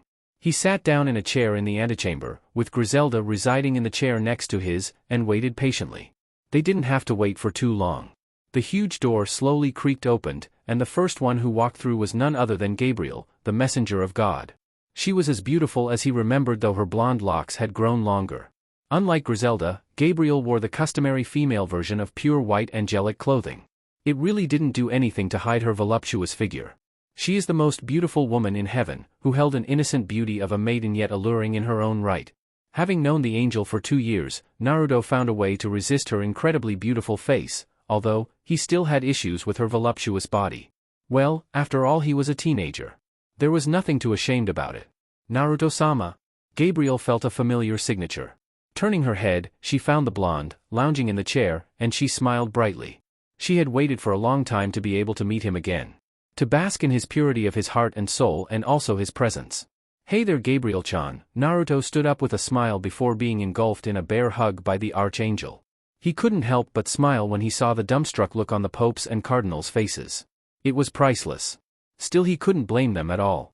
It wasn't every day that they saw a devil and angel hugging each other like reunited, long-time friends. Whoa, take it easy there. He smiled and blushed when Angel only embraced him tighter, smashing her large breasts against his chest. The thin fabric wasn't helping him.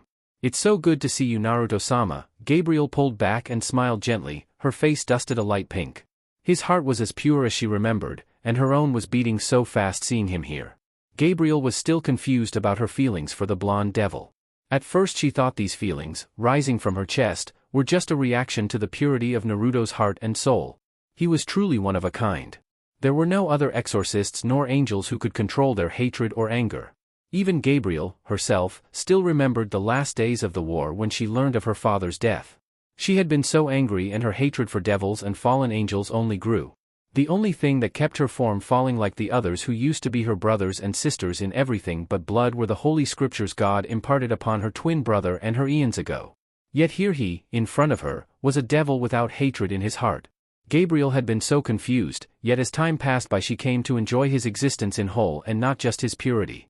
She could be airhead at times and a little carefree, but that was who she was, although, deep down, was still a woman who wanted love from the opposite sex. Being the King of Hearts meant she knew what this love was, and since she hadn't fallen yet, it was pure love. But she was still afraid of her indecisiveness, and would like to give Naruto a try to see how things would turn out between them. The fact he was a devil hadn't bothered her in the slightest. Griselda, I will take it from here. Gabriel turned her head to her queen and gave Griselda a warm smile. You can't go now. Thank you for bringing Naruto-sama here. It was nothing, my lady. Griselda nodded and flared out her wings. In a flash of light the Queen of Hearts disappeared. Please follow me, Naruto-sama, Gabriel kindly said. Lead the way, Gabriel-chan. Naruto followed the angel. He was tried his best to avert his wander gaze from her firm backside which swayed side to side with each step she took. It was for his own safety, that, and he didn't want to sound like a pervert. So Naruto-sama, she began, how is everything after your return? She asked with a smile looking at Naruto, who had both of his hands, grasped, behind the back of his head. Well, nothing much was happened really. I crashed my best friend's wedding, attended school, protected said school from a crazy, warmongering fallen angel, went fishing with Azazel, and I rescued an innocent girl from her power-mad father. Naruto listed all the things he had done in just a few months. Well, yeah, nothing happened.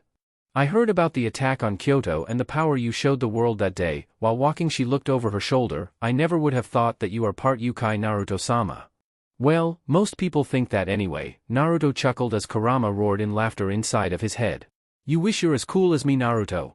Anyway, I'm glad that you're alright, Naruto-sama. Gabriel nodded and walked out the door of the basilica. Gabriel-chan, where are we going?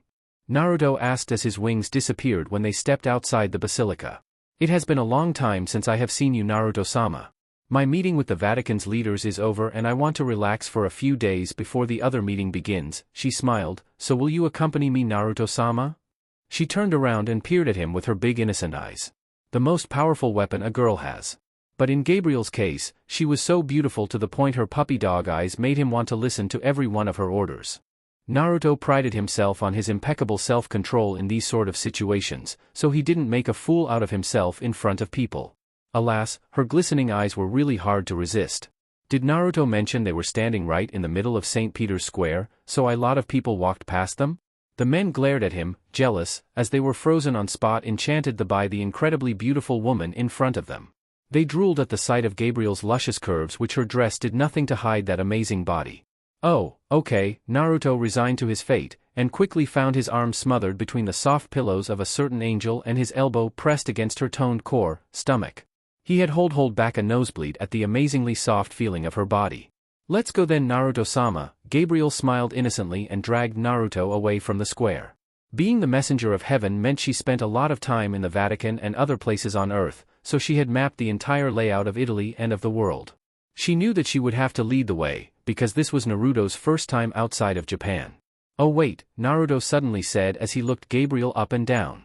If this was any normal woman then she would blush furiously as her crush eyed her body so intently, but this was Gabriel. The angel responded with a questioning look, we need to change your clothes. Strolling about wearing something like that won't be comfortable for you and it sticks out too much. Gabriel looked at herself, curiously, before nodding. She didn't mind wearing her current clothing, but if Naruto wanted her to change then she would happily change into something more comfortable, at least in Naruto's opinion.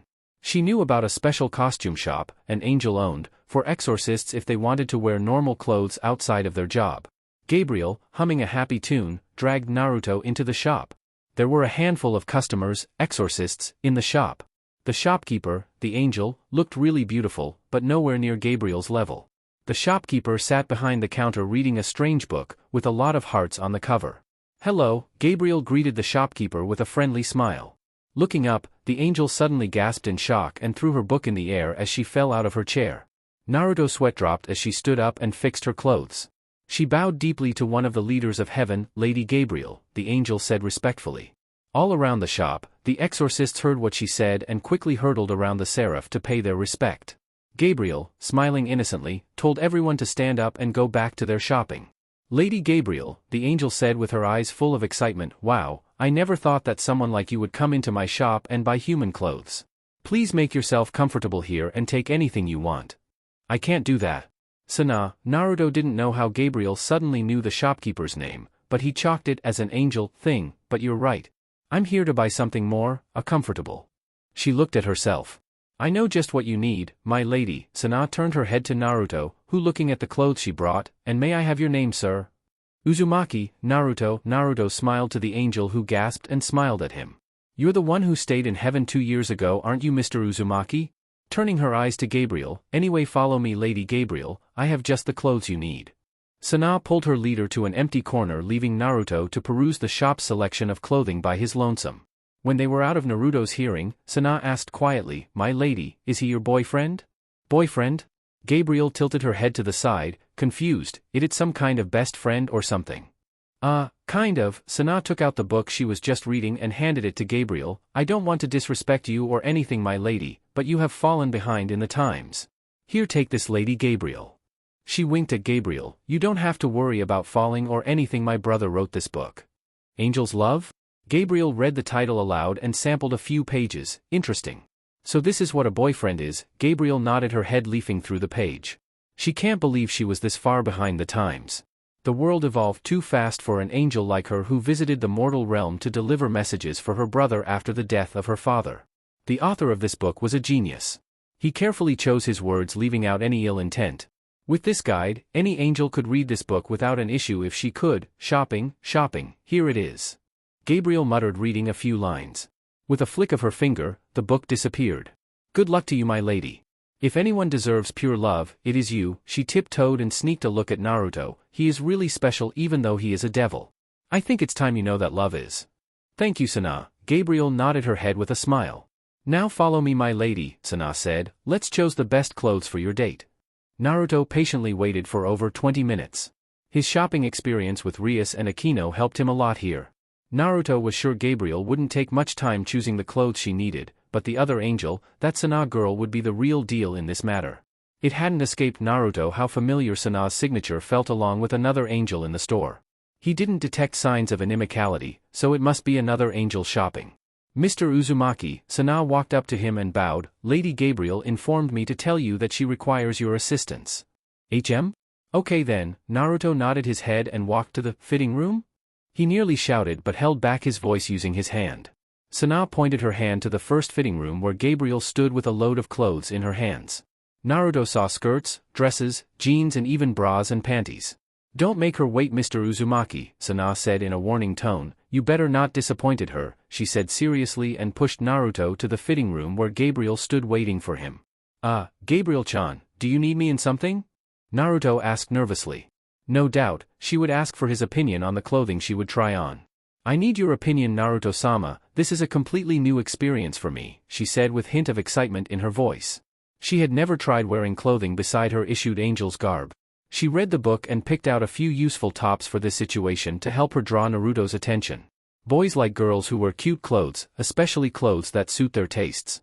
Us, angels, should choose normal, everyday girls' clothes to show our feminine side in a cute yet beautiful way. Gabriel recalled the first tip she read.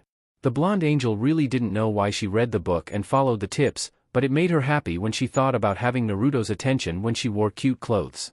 And wearing cute clothes for the special person in her heart wasn't breaking angelic edicts.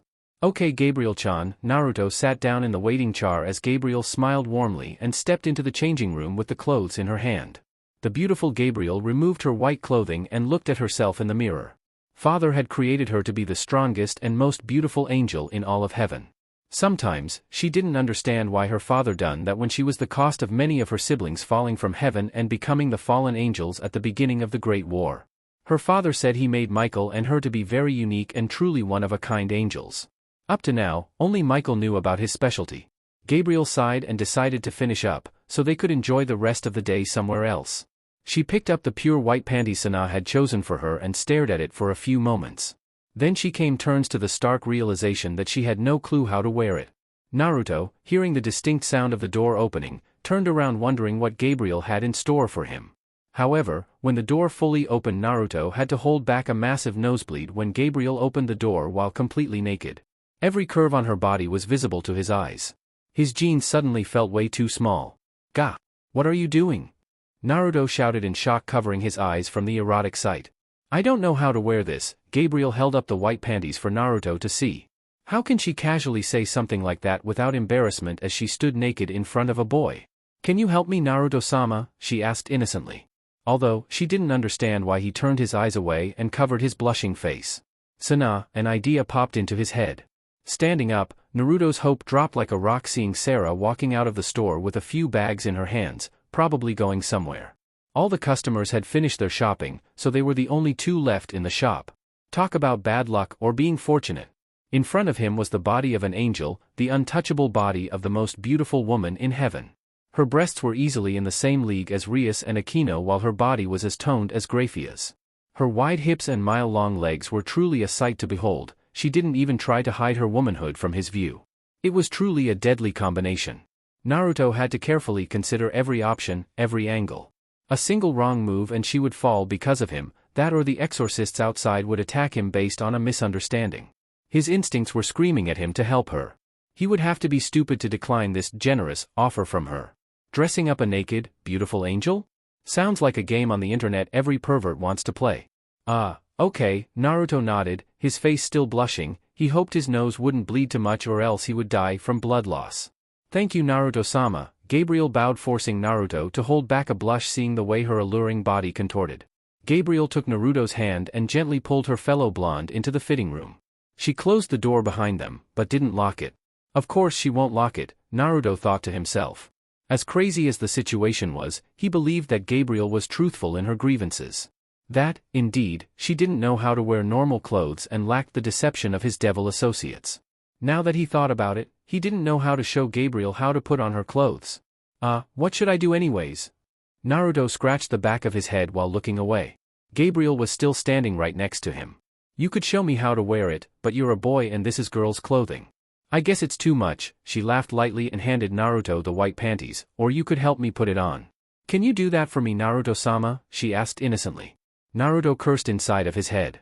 The innocence and cluelessness of this girl would kill him someday. Okay, let's get this over with, Naruto muttered. Taking the small garment he crouched, now just stick your legs through the holes okay? Naruto tried his best to fixate his eyes on the ground. Well, that plan failed horribly when he pulled the panties up her long legs. Naruto gulped when his fingers brushed lightly against her skin. The panties went past her knees until they were just touching her pussy. Naruto wanted to caress her long, smooth legs and sink his fingers into the supple flesh but held himself back. Naruto kept his eyes fixed on her womanhood for a few seconds before turning away with a small trail of blood leaking down his nose. The blonde quickly pulled the thin fabric to cover her holy place. Adding the final touches, Naruto adjusted the panties for comfortability. So then this is how I wear this, Gabriel noted amazed. Thank you Naruto-sama, and what about this? Gabriel brought out a white shirt that had the image of an angel with white wings on it. You have to put this first. Naruto picked up the bra and pointed to it. Oh, Gabriel gasped, so, how do I wear it? Your arms please, Naruto muttered and began to put the bra on the angel. Naruto would be a lot more comfortable in this situation once Gabriel was covered up. He saw that indeed Gabriel's chest was as big as Rias give or take a few centimeters. The bra itself was really big yet Naruto had no issues at the end. An underwear-clad Gabriel helped ease his raging erection. Despite being covered up, her underwear made her look even more attractive and mature. A little tight, but I like it, she spun around in a small circle. White really suited her as a color. Her curly golden hair seemed to shine brighter than normal. Now, let's finish up shall we? Naruto breathed out and fitted the rest of the clothes onto her body. His fingers would brush against her smooth skin here and there, and sometimes her breasts, hips or her small weight. Nonetheless, things went smoother than Naruto expected. In the end, Gabriel stood with a white button-up t-shirt, leaving the first and second buttons unbuttoned and revealing a part of her cleavage. That was because her bust was too big that the last two buttons refused to stay buttoned. For her lower body, Gabriel wore a short, black shirt with white lines at the side. It wasn't distractingly short like the kind Akino or Rias wore, but it still showed a tantalizing amount of her smooth and toned legs.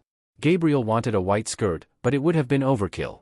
She would definitely stand out with all that white, although Naruto doubted a white skirt would make her stand out when her beauty alone sufficed. She still wore the white bracelet on her wrist, refusing to remove the accessory. All in all, her beauty was truly breathtaking. I will pay for your clothes Gabriel-chan. As a gentleman he couldn't let Gabriel pay for her clothes when he went out shopping with her like this. Luckily for him, he had a few euro bills in his pocket, enough to pay for all her clothes. Thank you Sona for all your help, Gabriel smiled to the angel when Naruto and she walked out of the store. It was only 6 o'clock but the city was brimming with people. Goodbye Lady Gabriel, Sona waved cheerfully before dropping her hand in a sigh. She waited until the couple was lost into a crowd before stepping back into the store. A white magic circle appeared beside her. Okay brother, mission accomplished. Haha, a small laugh came from behind Sona as a handsome man appeared. A bright light engulfed Sona's body before dying down to reveal an angel with 10 wings on her back. The most noticeable feature about her was her face, which greatly resembled a man's, only more feminine. You sure this is a good idea brother? The angel asked nervously. I mean a relationship between a devil and an angel? Don't worry about it Sandalphon, Big Sis really needs someone in her life. Naruto Uzumaki is the perfect one for her, the man said while shaking his head. Michael and the rest of the Seraphs also agrees with this. It would be a great opportunity to strengthen the friendship between the two factions. Brother, about sister, She won't fall, Metatron said confidently. I'm the voice of our late father. I know everything, he said. Gabriel, she won't and never will fall no matter what. That was the special thing about her, just like Ikaros, yet different from our favorite angeloid. Metatron, I guess I would trust you then. Sandalphon shook her head before looking at her brother with a small smile. And that book you wrote is really good. There's a lot of useful tips inside which won't jeopardize any angels. You should ask Michael to publish it. Maybe it could help us increase our numbers without worrying about falling. Maybe I will, sis, Metatron chuckled. The siblings disappeared in a bright white light. Say Naruto-sama, Gabriel said innocently and held the fork with a piece of squid on it. Naruto opened his mouth and ate the squid, ignoring the hateful and jealous glares from the males inside this high-class restaurant. He was wondering how an innocent angel like Gabriel would know these kinds of things. Things that couples normal did on dates with each other. Unbeknownst to him, Gabriel had found yet another useful tip in the book she got from Sona. Normal couples would feed each other as such when they ate out. It brought a warm feeling to the angel's chest when she picked up the food with her fork and fed it to him. The blonde was completely oblivious to the looks she was getting from the humans inside the fancy restaurant. Naruto admitted that Gabriel's looks alone outshone every female here. The elegance of her beauty was peerless as she retained her innocence. Naruto wondered what God was thinking when he created an angel like her, a killer face, a killer body and killer charm. Yet, her personality was pure, clueless, and she was a bit of an airhead most of the time. To him and every male that was the worst combination. Say, Gabriel-chan, what were you and the cardinals talking about? Naruto asked curiously, but quickly added when he realized he was prying into secret matters of the church. Sorry, just curious, that is all. Don't worry, Naruto-sama, Gabriel smiled, placing her knife and fork, in her hands, on the tabletop. I told them about the meeting amongst the three factions and possible peace amongst the three sides. She took the glass of wine and sipped a little. It is so sad that a few of the cardinals are against the idea. A few even thought it was an elaborate trap fabricated by a fallen angel and devil alliance in hopes of eradicating us. Her face momentarily adopted a sad expression, but I managed to convince them in the end. Now I just hope the meeting goes well and peace and balance flourishes. Because, she looked at Naruto and smiled sadly, it would be so sad to fight someone like Naruto-sama. Well, it's true then, Naruto chuckled. He wanted some adventure in his life to break the monotony, but it wasn't that he was a battlemonger like Vali or he wanted to take away lives. Plus, he doubted he was strong enough to fight top-tier angels like Gabriel, who had an insane amount of magical energy and far more battle experience than him. I would never want to fight you, Gabriel-chan, so let's drink to the three factions. He held out his glass of wine with a smile. For three factions, Gabriel nodded her head and lightly clinked their glasses. Naruto and Gabriel, soon, finished their meal and found a place for the blonde to stay. It was a fancy 5-star hotel located near the basilica where Gabriel would stay with her people. As it turned out, Naruto was there to investigate the headquarters of exorcists and the church. His power of emotion sensory would help them uncover any potential dissenters against the upcoming meeting. Naruto was glad to report, to Surzex, that no one wanted to disrupt the meeting, nor did anyone have any ill intent when he talked to the cardinals with Gabriel by his side about the meeting on his second day staying at Vatican. The beautiful angel said goodbye to Naruto on the day of his return and promised him that they would see each other soon during the meeting amongst the three factions, and hopefully soon in the upcoming future. She gave Naruto one last final hug before he disappeared in his signature yellow flash. He reappeared right in the middle of his room. Now then, let's go everyone. Rias took a deep breathing, standing up. Every nodded at her words. Naruto, leaning his back against the wall, looked outside to the schoolyard deep in thought. Today was the day of the conference of the three great powers. The day has finally arrived. However, the blonde couldn't help but the feeling of uncertainty from forming a placehold inside of him. He wasn't quite sure what it meant and why he felt this way, but something was wrong and he just knew it. Naruto had instructed Ikaros to fly around the school premises and spot any potential threats to the meeting, but he doubted that if anyone wanted to attack the meeting they would use the sky when Ikaros, who was Mao-class, flew around outside. It was late at night. Naruto could spot the energy signatures of each leader of the factions in the new building. There was Surzex and, of course, the Mao of Foreign Affairs, Seraphall, representing the devils. As for the fallen angels, Azazel and the Hakuryuku, Vali, showed up, whereas Michael and Gabriel acted on behalf of the church and angels. Above the school, a strong magic barrier prevented any unwanted intrusions. To break the barrier and escape, Naruto would have to use his more powerful attacks, but no one should be able to enter the academy without everyone noticing. Outside the barrier, angels, fallen angels, and devils stood with their wits about, surrounding the whole school. To say it simply, there was a lot of protection. If by chance something happens during today's conference, if the conference breaks down, this place might become a battlefield. Kiba muttered, making Naruto facepalm. There was no need to make Issei or Asia any more nervous than they already were. Bibucho. Ievrioni. The cardboard box was left in the room. Of course, the Hikikomori vampire was inside it. Gasper, today's conference is important, so, since you cannot control your time-stopping sacred gear, you can't participate, you know? Rias said gently to him. Gasper still had trouble controlling his sacred gear. Gasper, who was easily jittery, would freak out seeing the big shots inside the room, and unconsciously activate his sacred gear, and it would be a complete disaster. Gasper, be a good boy, okay? Issei pointed out to him. The two had grown fond of each other over the brutal training Issei helped the crossdresser through. Why yes, Ise-senpai. Gasper nodded his head. I have left my portable game in the clubroom so you can play with that. There are sweets as well, you can have them too.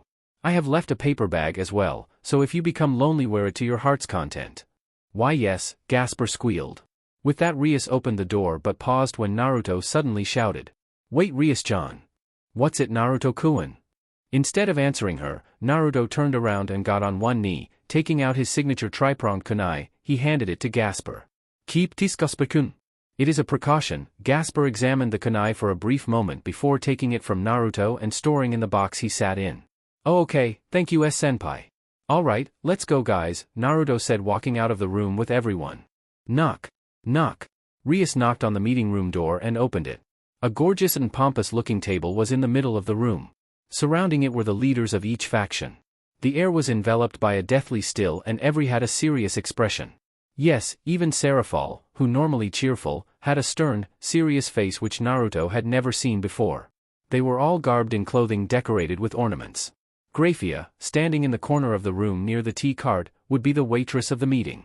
Seeing Naruto, Michael smiled at him warmly while Gabriel waved at him, with a bright smile of her face, making Naruto's cheeks redden a little as he remembered the details of his date 4 days ago.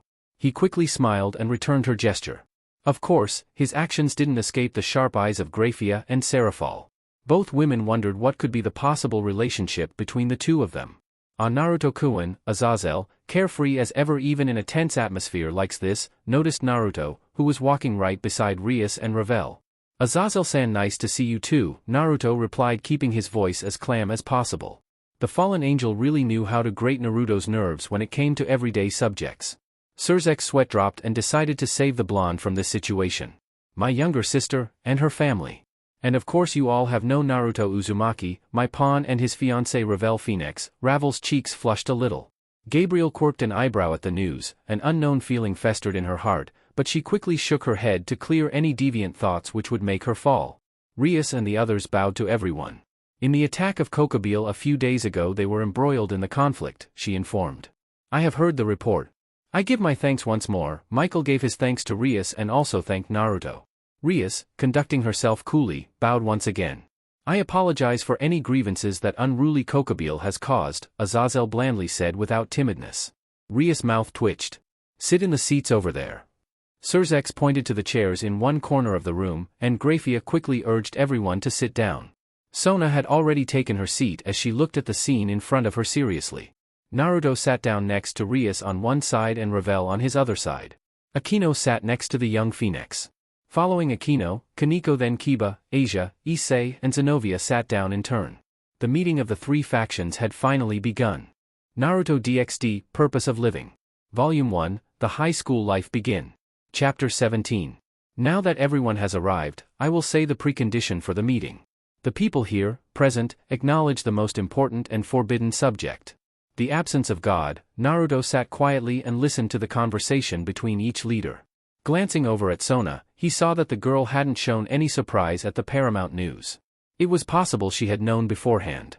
Seraphall, the most likely suspect, could have told her everything after Rias' report to her brother, Surzek, on the Holy Sword incident.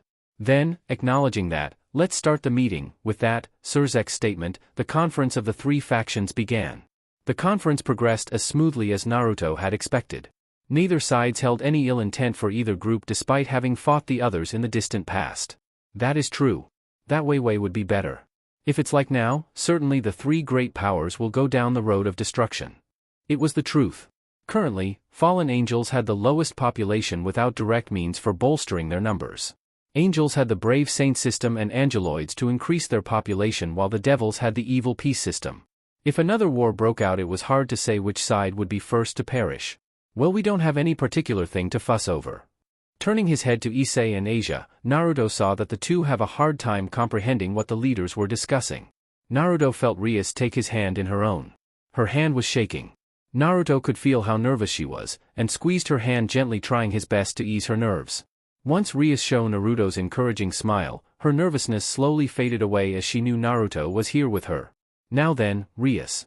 Could you speak about the incident a few days before? Yes, Lucifer-sama.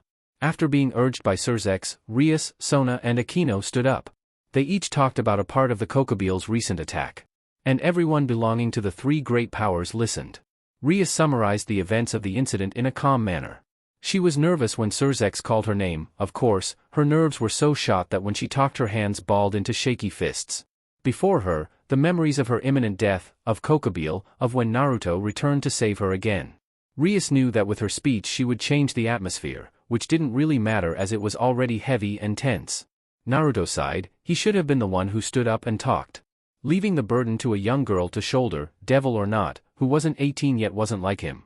But Rias had been there from the beginning, whereas he only appeared at the end, therefore, she was more suited to describe it. Each representative of each faction, who heard the report, had their own reactions. One sighed, someone scowled, and another smiled. That is all. The report which was I, Rias Gremory, and the household devils over there experienced. Rias, who had said everything, finally sat down upon hearing Surzek's good word, sit down. When Rias sat down, Naruto smiled at her and mouthed the words, good job. Rias nodded with her own smile and clasped Naruto's hand with her own, loving the feeling of his much bigger hand entwined around her own. Thanks, Rias-chan. Seraphall also sent a wink towards Rias. Okay, Naruto thought inside of his head, maybe she was still a bit childish and didn't change her personal much, just like the leader of Grigori. Now then, Azazel. After hearing this report, I want to hear the opinion of the governor of the fallen angels. Upon Surzek's questioning, everyone's gaze was concentrated on the black-haired governor. Regarding the incident a few days back, Kokobil, a leader of our central organization, Grigori, kept quiet to the other leaders, as well as to me, the governor, and acted independently. His disposal was done by Naruto-kun and the lovely pink-haired Angeloid. After that, in the organization's court-martial, his punishment was enforced. His punishment is eternal freezing in the Kokaides. He can't come out anymore. The explanation for that, everything was written in the material that was forwarded to you, right? That is all. Azazel started talking after letting out an intrepid smile. Naruto-kun can vouch for me. Yes, Azazel-san. Naruto nodded his head, speaking for the first time since the meeting had started. As the explanation, it is the worst category, but I know about the story of you personally not wanting to make anything big occur against us. Is that true? Michael said while sighing. I don't have any interest in wars. The times Kokobil disparaged me, don't you have to report that as well, Azazel said. Naruto clearly remembered Kokobil when he visited the Grigori long ago. Kokobil said quite a lot of bad things about his bosses and didn't accept a lot of things, including Azazel's methods. Azazel, I want to ask one thing, but why have you been gathering owners of sacred gears for the past decades? At first I thought you were gathering humans, and attempting to augment your battle potential. I even anticipated you to wage war against heaven or us, but... This time it was Surzex who asked Azazel. Yes, no matter how much time passed, you didn't wage a war against us. When I heard you had gotten hold of the vanishing dragon, I was enveloped by a strong wariness. The Archangel Michael shared the same sentiments as Surzex. Hearing the two's concerns, Azazel smiled bitterly. It was for the sake of sacred gear research. If that's the case, should I send a part of the research materials to you as well? Even if I did research, I wouldn't wage a war against you or anything. I don't have any interest in war at this late of an hour. I am perfectly satisfied with the world right now. I have strongly ordered my subordinates, don't interfere with the human world's politics, you know? I have no intention of intervening in religion either, nor to influence the business of the devils. Damn, does my faction have the least trust? That's true. That's right. That's exactly it. Surzex, Michael and Seraphall opinion coincided. Naruto, deadpanning, massaged his forehead with his free hand. Naruto wondered how far he, Azazel, the governor of fallen angels, was not trusted. Maybe after his meeting Azazel will consider getting serious for once in his life. I thought you were better than God or the last generation's Lucifer, but you guys are troublesome people yourselves. Sneakily researching doesn't get along well with you, huh? Ah, I got it. Then, let's make peace. Originally wasn't that the intention as well? Angels and devils as well? Upon hearing that, Azazel uninterestedly picked at his ears. On Azazel's sentence, each faction was surprised for a small interval. Rias beside Naruto, and even Sona besides her are considerably surprised. It seems like Azazel's peace speech was quite a thing to be surprised at. Yes, I also plan to propose peace to the devils and Grigori. Even if we continue the relationship of the three factions like before, then it will become damaging to the world right now. I, the leader of the angels, say it since the original cause of the war god and Mausama have been annihilated. Michael, who was surprised by Azazel's proposal, smiled. He said that he wants peace in this interval. Azazel burst out laughing at Michael's words. Ha! That stubborn Michael has started to speak. Even though he was all about God before. I have lost a lot of things. However, there's no helping seeking for things that aren't present. It is our duty to guide humans. We members of the Seraph have the same opinion that the most important thing is to watch over the children of God from now on as well, and to guide them. Hey, with your speech just now, you'll fall, you know? I thought that, but you took over the system, right? It's become a good world. It's completely different from the time when we fell, Azazel grinned. We are the same. Even if the Mao aren't here, in order to continue the species, devils too have moved forward as well. Even we wouldn't want war. If there was another war, the devils will be destroyed. Serzex shared having the same opinion as the leader of heaven. The situation has improved since then. Yes. If we do another war, the three factions will definitely be mutually destroyed. And then, it will affect the human world as well, and the world will end. We can't wage war now. Azazel nodded at Serzex's words. Azazel's joking mood disappeared, and serious expression replaced it. Do you think a world without God is wrong? Do you think a world without God would decay? I am sorry to say, but that isn't the case. You and I are both living healthily like this, Azazel said while opening his arms. Even without a god everyone still lived in this world, and Naruto understand that matter clearly by the 2 years he lived with angels in heaven. And, is this it? On Serzex's sentence, the VIPs release a huge sigh. Somehow or other, the usual important conversation was finished. Naruto, looking at the clock, saw that it had been at least 1 hour since the conference began. As Grafia dutifully served tea as the waitress, Michael directed his gaze towards Issei. Now then, the discussion has considerably been solved in a good direction. Is it all right if we hear about the matter of Sekiryu Idano soon? Issei became the focus of everyone's gaze. The poor boy felt extremely nervous. Taking a deep breath, he glanced at Asia a few seconds before with all of his calm. Asia, is it all right if I ask Michael-san about you? If Ise-san wants to ask about it, then I don't mind. Since I trust Ise-san, Asia was surprised, but she consented and smiled lovingly at him. Why did you exile Asia? Naruto nodded his head, because he too was confused when he found out that a holy maiden as pure as Asia had been exiled from the church for simply healing a devil. She merely showed kindness for another living being. How did that justify her banishment? Naruto didn't understand how this system worked sometimes. I can only apologize for that. After God's death only the system to govern divine protections, mercy and miracles remained. The system was, if I can explain it simply, the system to perform the miracles and etc. God did. God made the system and used it to bring miracles above ground. To bring the effect of holy things like exorcism and crosses. These two are the system's powers, Michael replied in an earnest manner. After God died, an error in the system occurred, is that what you are saying? Issei asked with uncertainty in his voice. At his question, Michael nodded his head. To be honest, it takes a big toll on anyone who uses it with the exception of God. With me as the center, every one of the seraphim were able to somehow start up the system, but compared to the time God existed, the divine protection and mercy to those who believe in God is not complete. It's an unfortunate thing, but those who can be granted salvation are limited. For that, there was a need to keep away those people related to the church who could possibly cause an influence on the system. As an example of those who can cause influence on the system, a part of the sacred gear such as Asia Argento's Twilight Healing is included as well. Your boosted gear and also divine dividing as well. Asia is included because she can heal devils and fallen angels as well? Once again Michael nodded his head. Yes.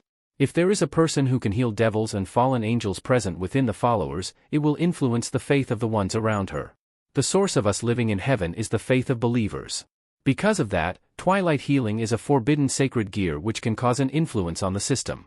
And also, as an example of influence on the system the people who know about the non-existence of God, right? Zenovia interrupted Michael, who continued. Yes, that's right, Zenovia. To lose you is a serious wound even for us. But if apart from us, seraphim and a part of the higher-ranking angels, if a fair amount of people who know about the non-existence of God approach the place with a direct connection, then there would be a huge effect on the system. I apologize. There was no other way, but to make you and Asia Argento heretics. Michael bowed his head to Asia and Zenovia. The girls just stared in wonder. Naruto knew that they would be troubled on how to respond. It wasn't every day that you had a great leader of a faction bow to you.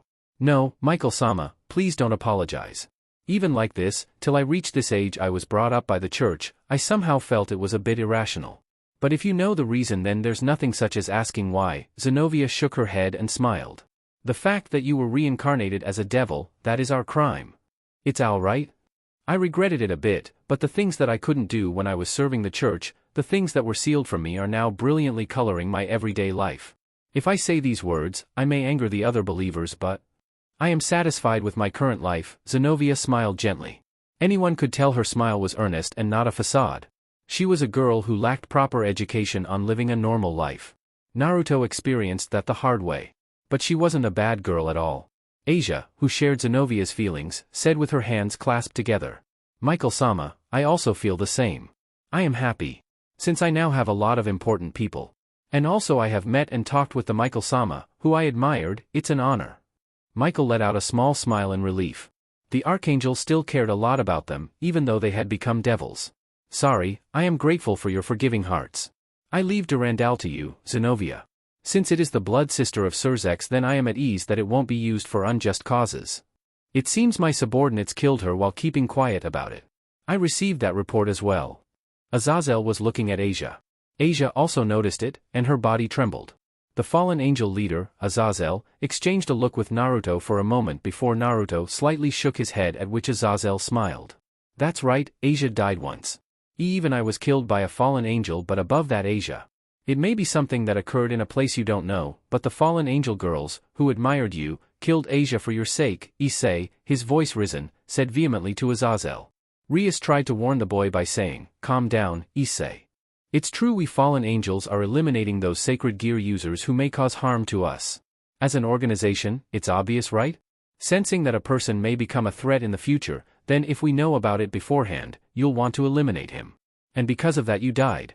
The reason is, the human with no talent, you, could have run wild with the power of the Security without being able to control it, and would have a bad effect on us or the world. Thanks to you, I am a devil. Do you dislike it? At the very least, those around you are happy that you became a devil. I don't dislike it. Everyone is a good person and I know that I am receiving favorable treatment. However, even if I apologize now, it's too late. That's why, I am thinking of doing something that only I can do to make you stand on both your legs. A confused expression appeared on Issei's face. Now then, it's time we hear the opinion of people other than us, those who seem like they can influence the world. From the invincible Red Dragon-sama to Vali. What do you want to do to the world? At Azazel's question, Vali only smiled. If I can fight strong guys, then it's fine.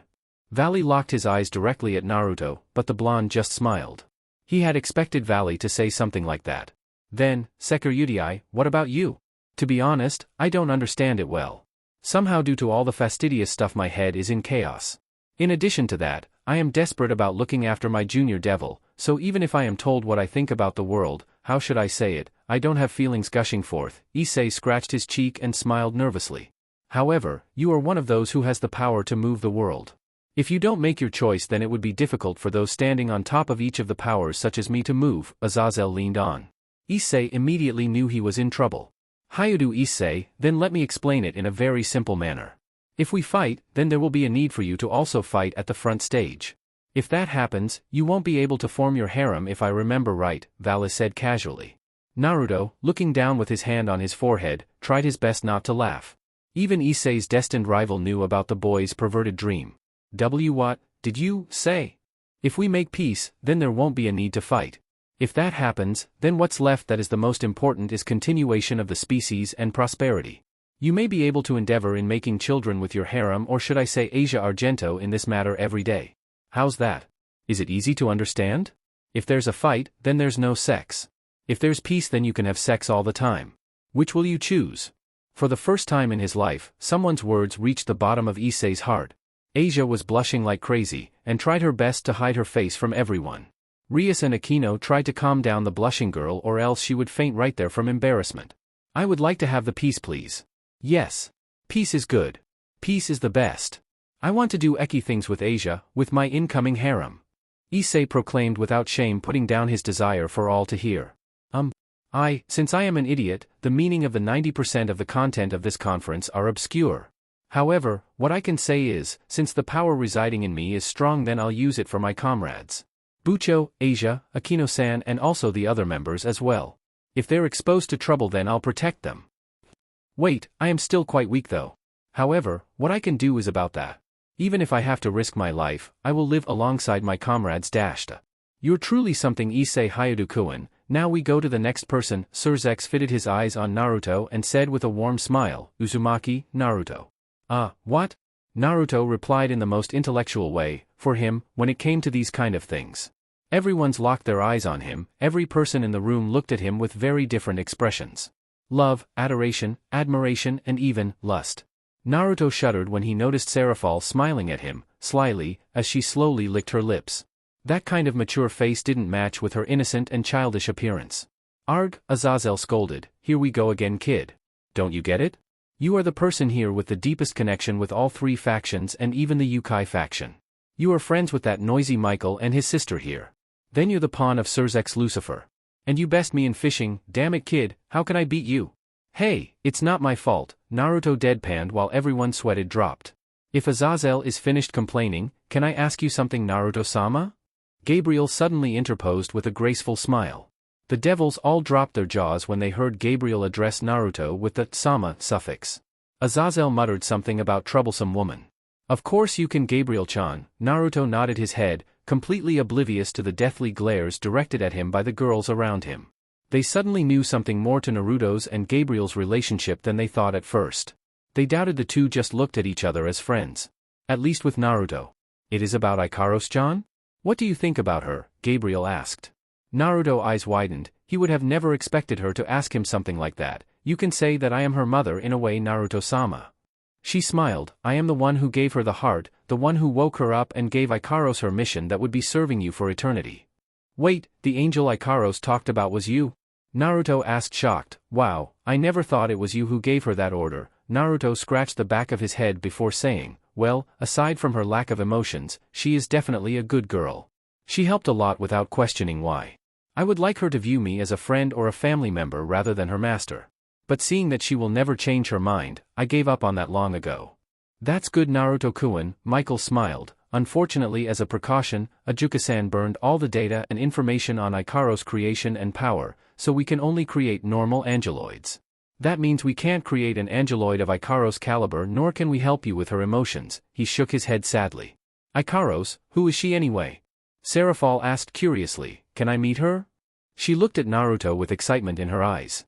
Naruto opened his mouth to say when he suddenly felt that sensation, the sensation of Gasper's sacred gear, forbidden Baylor view. Walking up to the window, Naruto looked around the school with his Sharingan activated. It seemed that his early uncertainty was not without warrant. A lot of magicians were firing their magic at the building, but it was stopped by the magical barrier. They had been attacked by an unknown terrorist group, and worst of all, they had captured Gasper using his sacred gear to time freeze everyone. All the leader plus Vali were relatively unaffected, whereas Rias talked, worriedly, to Ravel, who had his energy cloak encasing her just like before. Kiba held his holy demonic sword while Zenovia pulled out her Durandal from her dimensional storage. Issei looked around nervously, not doubt he was really worried about Asia. Aquino, Kaneko, Asia and Sona, all of them had been frozen by Gasper's power. Magicians kept appearing from magic circles. There were a lot of them outside, and each had the power of a mid-class devil. It would be hard to fight them all at once.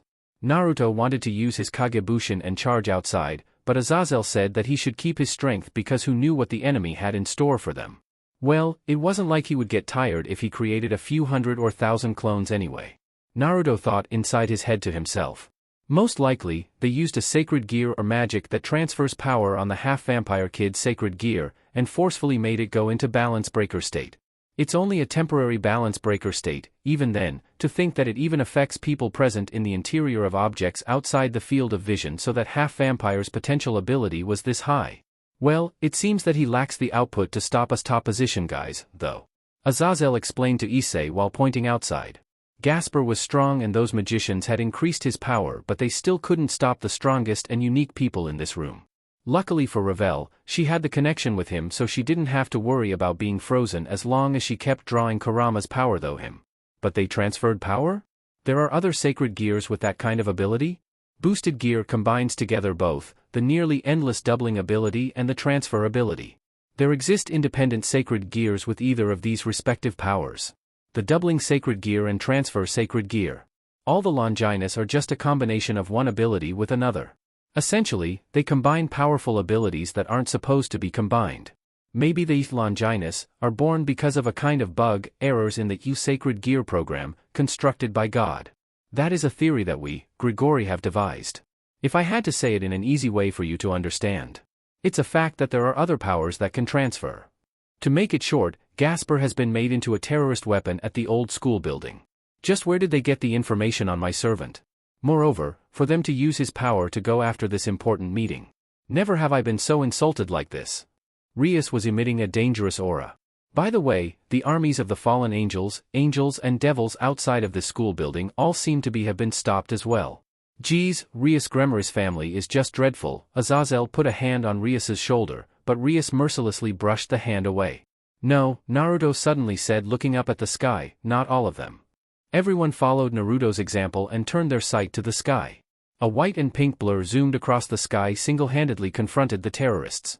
Ikaros was defeating magician after magician with her power and Artemis.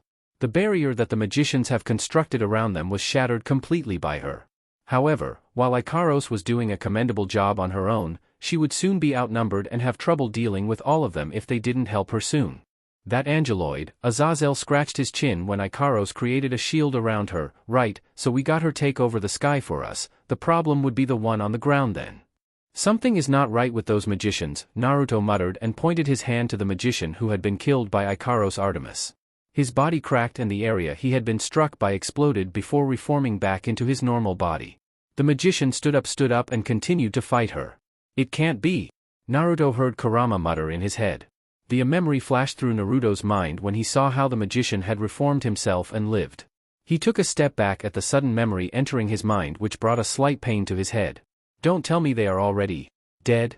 A few of them are already dead and have been brought back to life, Naruto said removing his hand from his head. He was nervous all of a sudden. We can't kill them. They can only be sealed. How do you know all this? Azazel asked with his eyebrows rose high. He hadn't heard of this kind of power before. I don't know, when I saw it, a memory, I remembered, Naruto muttered making everyone's eyes widen, no more than Rias. The name of the technique is Kuchios, Edo Tensei. It's a technique that uses a living person as a vessel. A deceased person's soul can be called back to the world of the living and bound to it. The vessel will then take on the form that person had in life, thereby reincarnating them to their summoner's binding. Naruto gripped the kunai in his hand tightly, and unlike when they were still alive, they have unlimited power and stamina. We're in deep trouble, Azazel scratched his head, they'll keep appearing, and the dead would come back even as we knock them down. Can't we escape from here? Azazel shook his head at Issei's question. We can't escape. As long as the barrier enclosing the entire school isn't dissolved, we can't go outside. But, if the barrier is dissolved, damage may be taken in the human world. We have to wait for the enemy boss to appear. If we shut ourselves in here for a while, they'll get tired of waiting and show their faces. I'd like to know who the mastermind is quickly. Besides, if we go out and rampage imprudently, we may just do exactly as the enemy wishes. We need to save Gasper first, Naruto said turning his head to the old school building. Everyone nodded their head in understanding. I'll go. Gasper is my servant. It's my responsibility to take him back. Rias stepped forward with a determined look on her face. I thought I said it before. I understand my younger sister's personality. However, how will you go to the old school building? The new building is filled with magicians outside the new school building. The usual transfer magic has been blocked by magic. No, not all magic, Naruto said, before Rias could answer Surzek's question, while fingering the tri-pronged kunai in his hand. I can teleport there using the kunai I gave Gasper before coming here. I will go with Rias and save Gasper while everyone stays here and protects the school. I will go too, Issei raised his hand. I want to save Gasper too. No, Issei-kun, you should stay here, Naruto scratched his chin. Your support by transferring boosts would be more helpful fighting here than on a covert mission like I am about to undertake. Plus, I saw a few magician girls outside for you. Naruto smirked slyly and quickly received a slap to the back of his head from Grafia. Surzek winced as he saw the blow Naruto received. It was a good thing that Grafia didn't teach Sarah her methods. Ouch, what was that for? Nothing, Naruto-sama. Naruto massaged his head to ease the pain. Grafia sure knew how to hit, maybe it was a payback for slapping her ass so much. Anyway, we shouldn't waste time anymore, Naruto said, taking Ria's hand in his. He turned his head to Revel and smiled. Be careful, alright Revel-chan, Naruto said, seriously, to her, that cloak will protect you but that doesn't mean you should go outside and fight recklessly, okay? Hi Naruto-sama, Revel nodded her head with a smile. Wait Naruto-chan, Seraphall suddenly shot out and kissed his cheek softly before pulling back. For luck, she winked, making Naruto's cheek redden. Thank you Sarah-chan, Naruto smiled while the other girls just glared at him and Seraphall. Good luck to you too Naruto-sama. A soft pair of lips suddenly touched his cheeks, and everyone watched shocked when they saw Gabriel kissing Naruto. She pulled back with an innocent smile on her face, her cheeks dusted pink, and behind her Grafia was holding back an angry Seraphall. Hee, thank you, Naruto smiled and turned back to Rias. Let's. Wait Naruto-kun, Azazel called out to Naruto. A horrified expression appeared on Naruto's face but Azazel just laughed loudly. I'm not going to kiss you kid. Here, he brought out ring with multiple layers of strange characters carved into them. This bracelet will help control the vampire kid's sacred gear to a degree. If you find the aforementioned half-vampire kid then put it on him. It will help him control his power somewhat. Alright, Naruto nodded his head, be careful everyone. You too Naruto, Surzek nodded his head, protect my sister, will you? Naruto nodded his head and disappeared in a flash of yellow with Rias. As soon as Naruto had disappeared, the window of the room exploded and the already unfrozen devils immediately charged outside ready to fight. Rias' vision blurred until she realized she was in the clubroom. Without warning, Naruto's hand, on top her head, pushed her down as a magic fireball zoomed right past where they were standing. Impossible, they've transferred here. Damn devils. Conjuring the power of destruction in her hand, Rias blasted the nearest magician, immediately turning him into nothingness. From Naruto's hand, a kunai shot itself at the magician that tried to sneak behind them. Then in a flash, Naruto reappeared in front of her and slammed his fist into her gut, knocking her out. The enemy had focused the majority of their forces outside, but this wasn't the time to underestimate their enemy. Senpai, Bucho. Gasper's voice alerted both of them.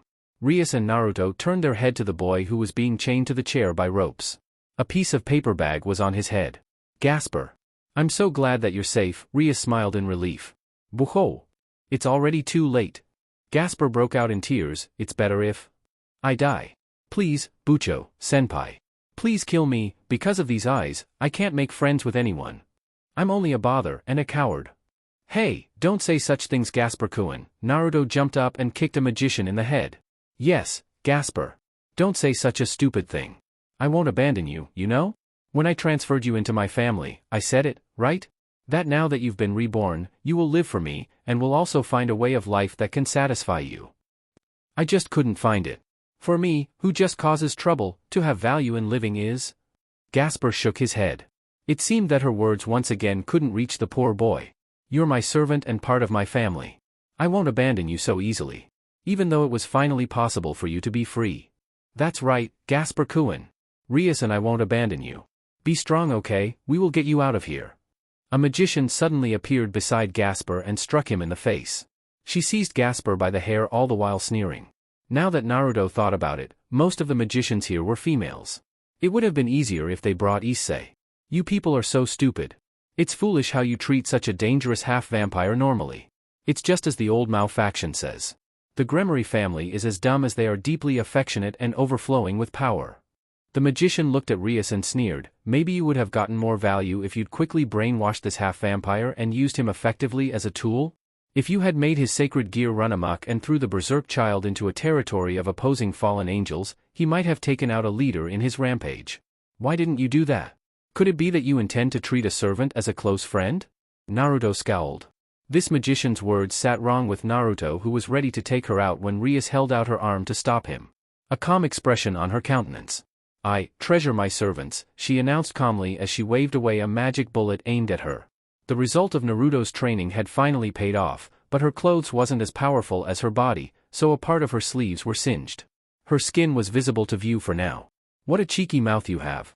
Also, I don't like how you're beautiful even though you're a devil, daughter of Gremory. Her words were coated in jealousy.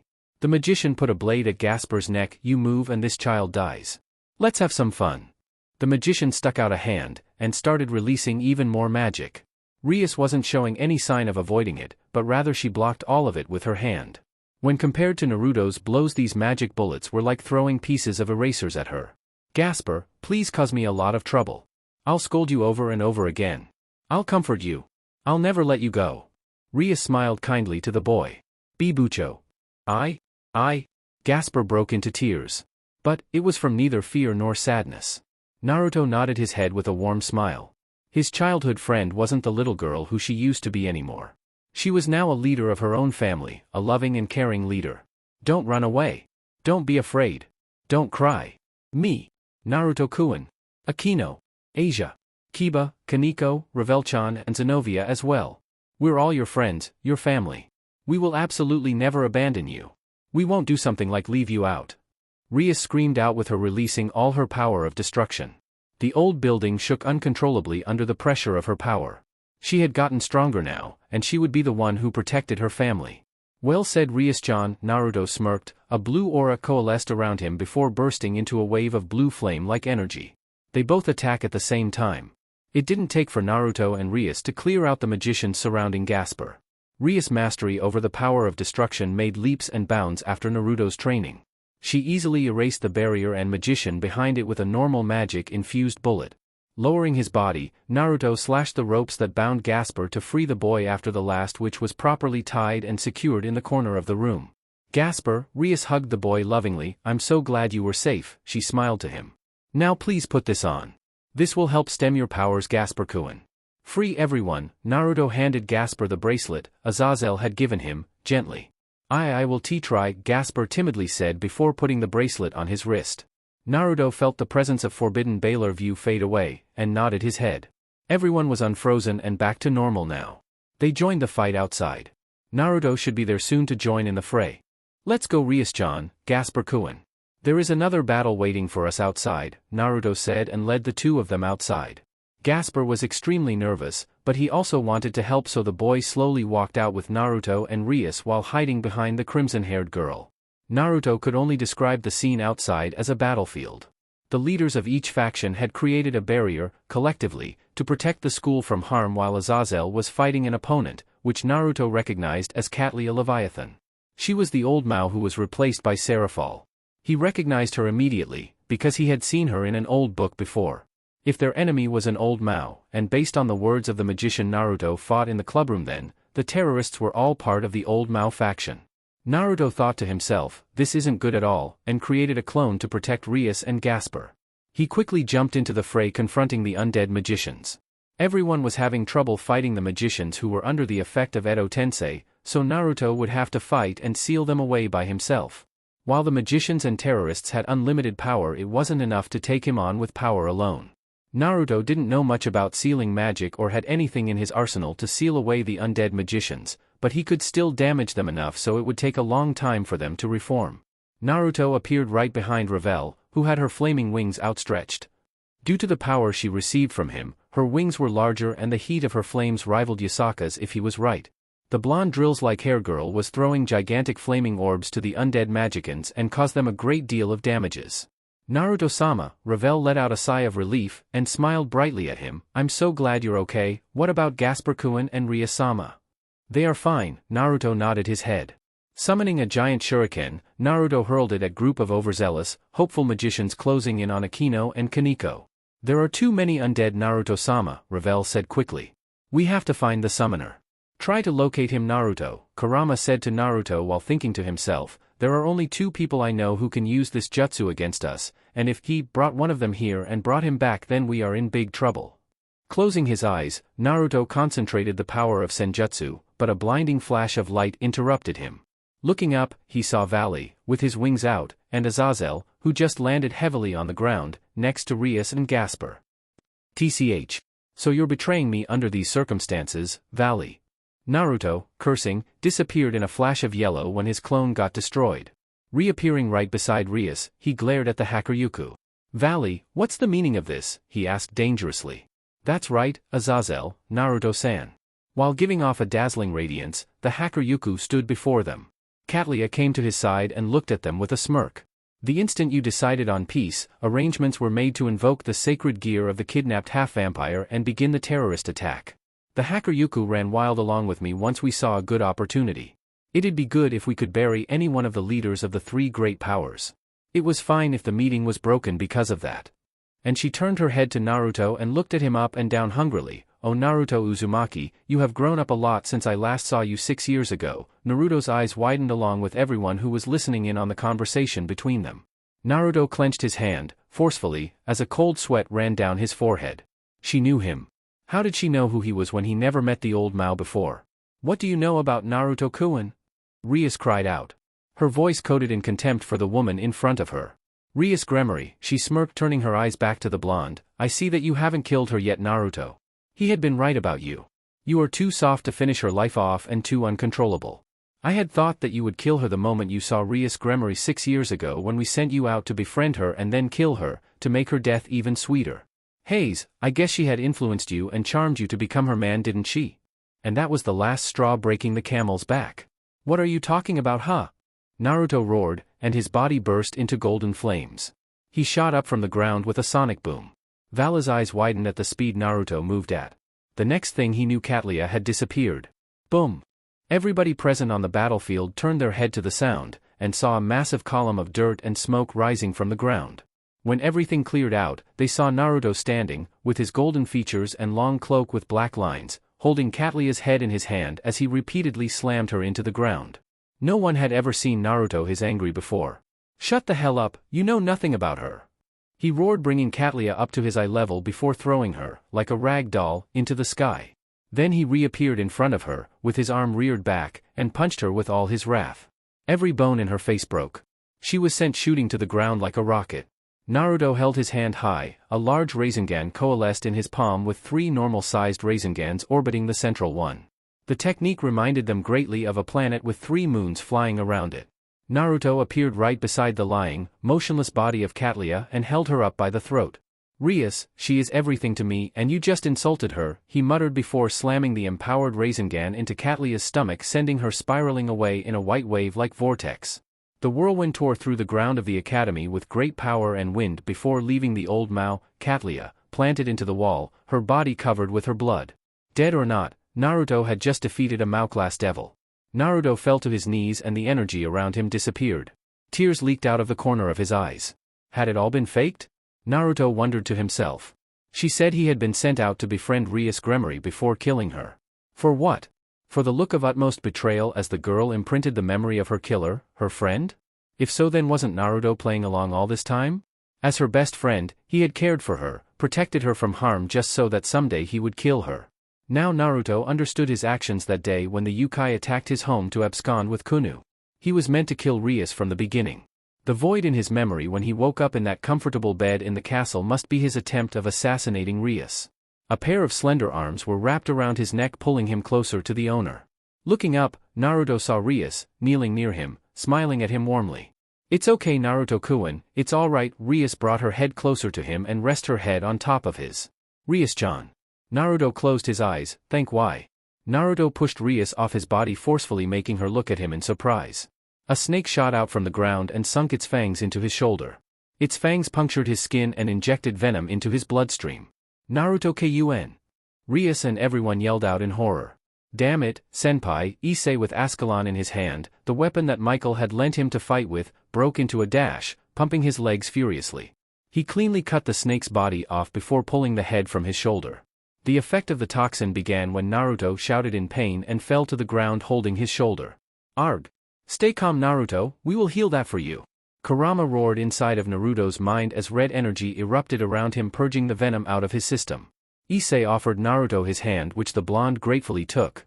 Shakily, Naruto stood on his feet, his face a little pale from the agonizing ordeal. Rias ran to Naruto, worried, but Naruto's arm shot out and pushed her back when a shadowy figure blurred in front of them.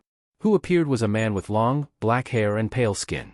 In fact, his skin mirrored the skin of a dead man. His eyes reminded Naruto of a snake's eyes. Smirking evilly, his abnormally long tongue stuck out of his mouth. He licked his lips like a maniac. Orochimaru. Orochimaru? Naruto asked, does this Orochimaru come from this past or that past? He's from that past Naruto, Kurama informed. Great, just what I need right now, Naruto thought. He couldn't feel any life came from that man, but he was moving with a lifeless eyes but still held a really sadistic smirk. Based on the zombie's expression and movement, someone was controlling him, Naruto deduced. The snake guy unhinged his mouth much like a snake and released a torrent of snakes after everyone. Issei thought he was going to throw up after seeing such a perturbing sight. Naruto's hand shot out, grabbing the boy's collar. He jumped, with Issei in tow, as the snakes shot out from the ground where they stood before. Shit, we have to do this fast, Rias-chan, Naruto cursed aloud, bringing up his hand. The crimson-haired girl immediately understood his intention and held her palm out near Naruto's. The snakes were suddenly frozen in midair. Gasper, who stood near Akino, who in return stood in front to the boy protectively, had his eyes glowing. The familiar black Rasengan with a crimson aura appeared in Naruto's and Rias' palm. Issei, punch it like your dragon shot, Naruto called out when he passed the snakes. You got it, senpai, Issei nodded, and Naruto threw him in the air a little. Issei hovered above them for a millisecond before falling down. He punched the Rasengan as hard as he could, releasing all his power just like with his dragon shot. The orb changed slightly and grew a lot bigger. Being engulfed in a reddish aura, the Rasengan was shot into the ground. Boom! The combined Rasengan flew to the ground and exploded, created a powerful wave of power of destruction. Everything came into contact with it immediately disappeared into nothingness. All the snakes which had been frozen in the air had all disappeared when they touched the ground. Wow, senpai, Issei said with excitement in his voice, I never thought it could work like that. You're a genius, senpai. Well, Naruto scratched his chin in deep thought, I thought it was going to explode when your hand touched it, but it looks like your dragon shot works with the Rasengan. You mean? A horrified expression appeared on his face, you didn't know how it was going to work. Nonetheless, even if it was going to work at all. Issei had seen the power from the combined Rasengan, firsthand. The thought of that exploding near him was something he paled at. Pretty much, Naruto nodded his head before his eyes turned sharp. He quickly created a clone who wrapped his arm around Rias' waist the moment of the clone's, creation. What were you doing? Rias asked in confusion. Reality warped around her until she saw herself standing next to Grafia. Boss wanted you to stay out of this battle, Rias-chan, the clone informed. Issei-kun has a fight waitin' for him, he said before disappearing in a puff of smoke. Back with Naruto, he stood with Issei beside him. They stood off against Orochimaru and Vali. The Hakuryuku hovered above the ground, keeping his distance from the undead puppet. Ready, Issei-kun? 2 on 2, Naruto smirked and cracked his knuckles, show Vali that are worthy of being his rival. Got it, senpai, Issei said, readying his sacred gear. Welsh Dragon Overbooster. Go! Naruto said. They both charged at the enemy. Naruto brought out his kunai, strength by his energy, and slash at Orochimaru. He cleanly sliced off Orochimaru's arm before a pair of snakes shot out and connected the arm to his body. Naruto, using his senjutsu, punched Orochimaru in the face. What happened next shocked him. Orochimaru's neck flew out of his body. No, actually his neck had stretched out like tensile rope. As the body fought Naruto, the head struck the side of a nearby building. That is the most disputing enemy I have ever seen, he heard Seraphall comment. Naruto held back a chuckle, the guy sure was a freak. The head whipped back from the wall and wrapped itself around Naruto. He smirked. Bad move, his entire body sparked with electricity, loosing the constrictor-like grip around his neck. Enough for Naruto to jump out and slammed his foot into the pale man's abdomen, sending the man fly away, but not before slinging the head along with the body into a building. Looking over at Issei, Naruto saw that the boy was having trouble fighting Vali, but sure knew how to hold his ground against the one who could be called the strongest Hakuryuku. Before Naruto could help him, Naruto heard a giant hiss as 9 massive snake heads shot out from the building. Oh dear, Naruto muttered, looking at the giant snake with 9 heads. The 5th head opened its mouth, revealing a crazily laughing Orochimaru holding a sword in his hand. Orochimaru? Michael muttered, Orochi no Yamada. Never would have imagined meeting that beast here, even though it came from a crazy snake bastard that could vomit wave of snakes. Azazel smirked while holding his right arm, but didn't Susanoo kill it before? That thing, Rias said, has something to do with Naruto-kun's past. He recognized the figure immediately. Naruto jumped out of the way as the head crashed into the ground near him. His eyes bled red into his Sharingan before morphing into the Manjikyu Sharingan. A purple flame erupted from around Naruto and ribs materialized from blank space. The bones, flesh and the upper body of a warrior complete with a cloak formed around Naruto. The giant figure rivaled the nine-headed snake. What is that technique again? Surzex asked with an eyebrow raised, doesn't Naruto call it Susanoo? Well, history repeats itself, Azazel muttered, Susanoo versus Orochi no Yamada. The Susanoo formed an ethereal sword, in its hand, and began its vicious onslaught on the gigantic snake. The demonic warrior, covered in purple flames, lobbed off head after head of the snake beast. The beast tried to crush the demonic warrior by constricting it, but Naruto punched it off him. Finally at last only the fifth head remained. Naruto thrust forward with his sword piercing the body of Orochimaru, killing him instantly if he was still alive. That was.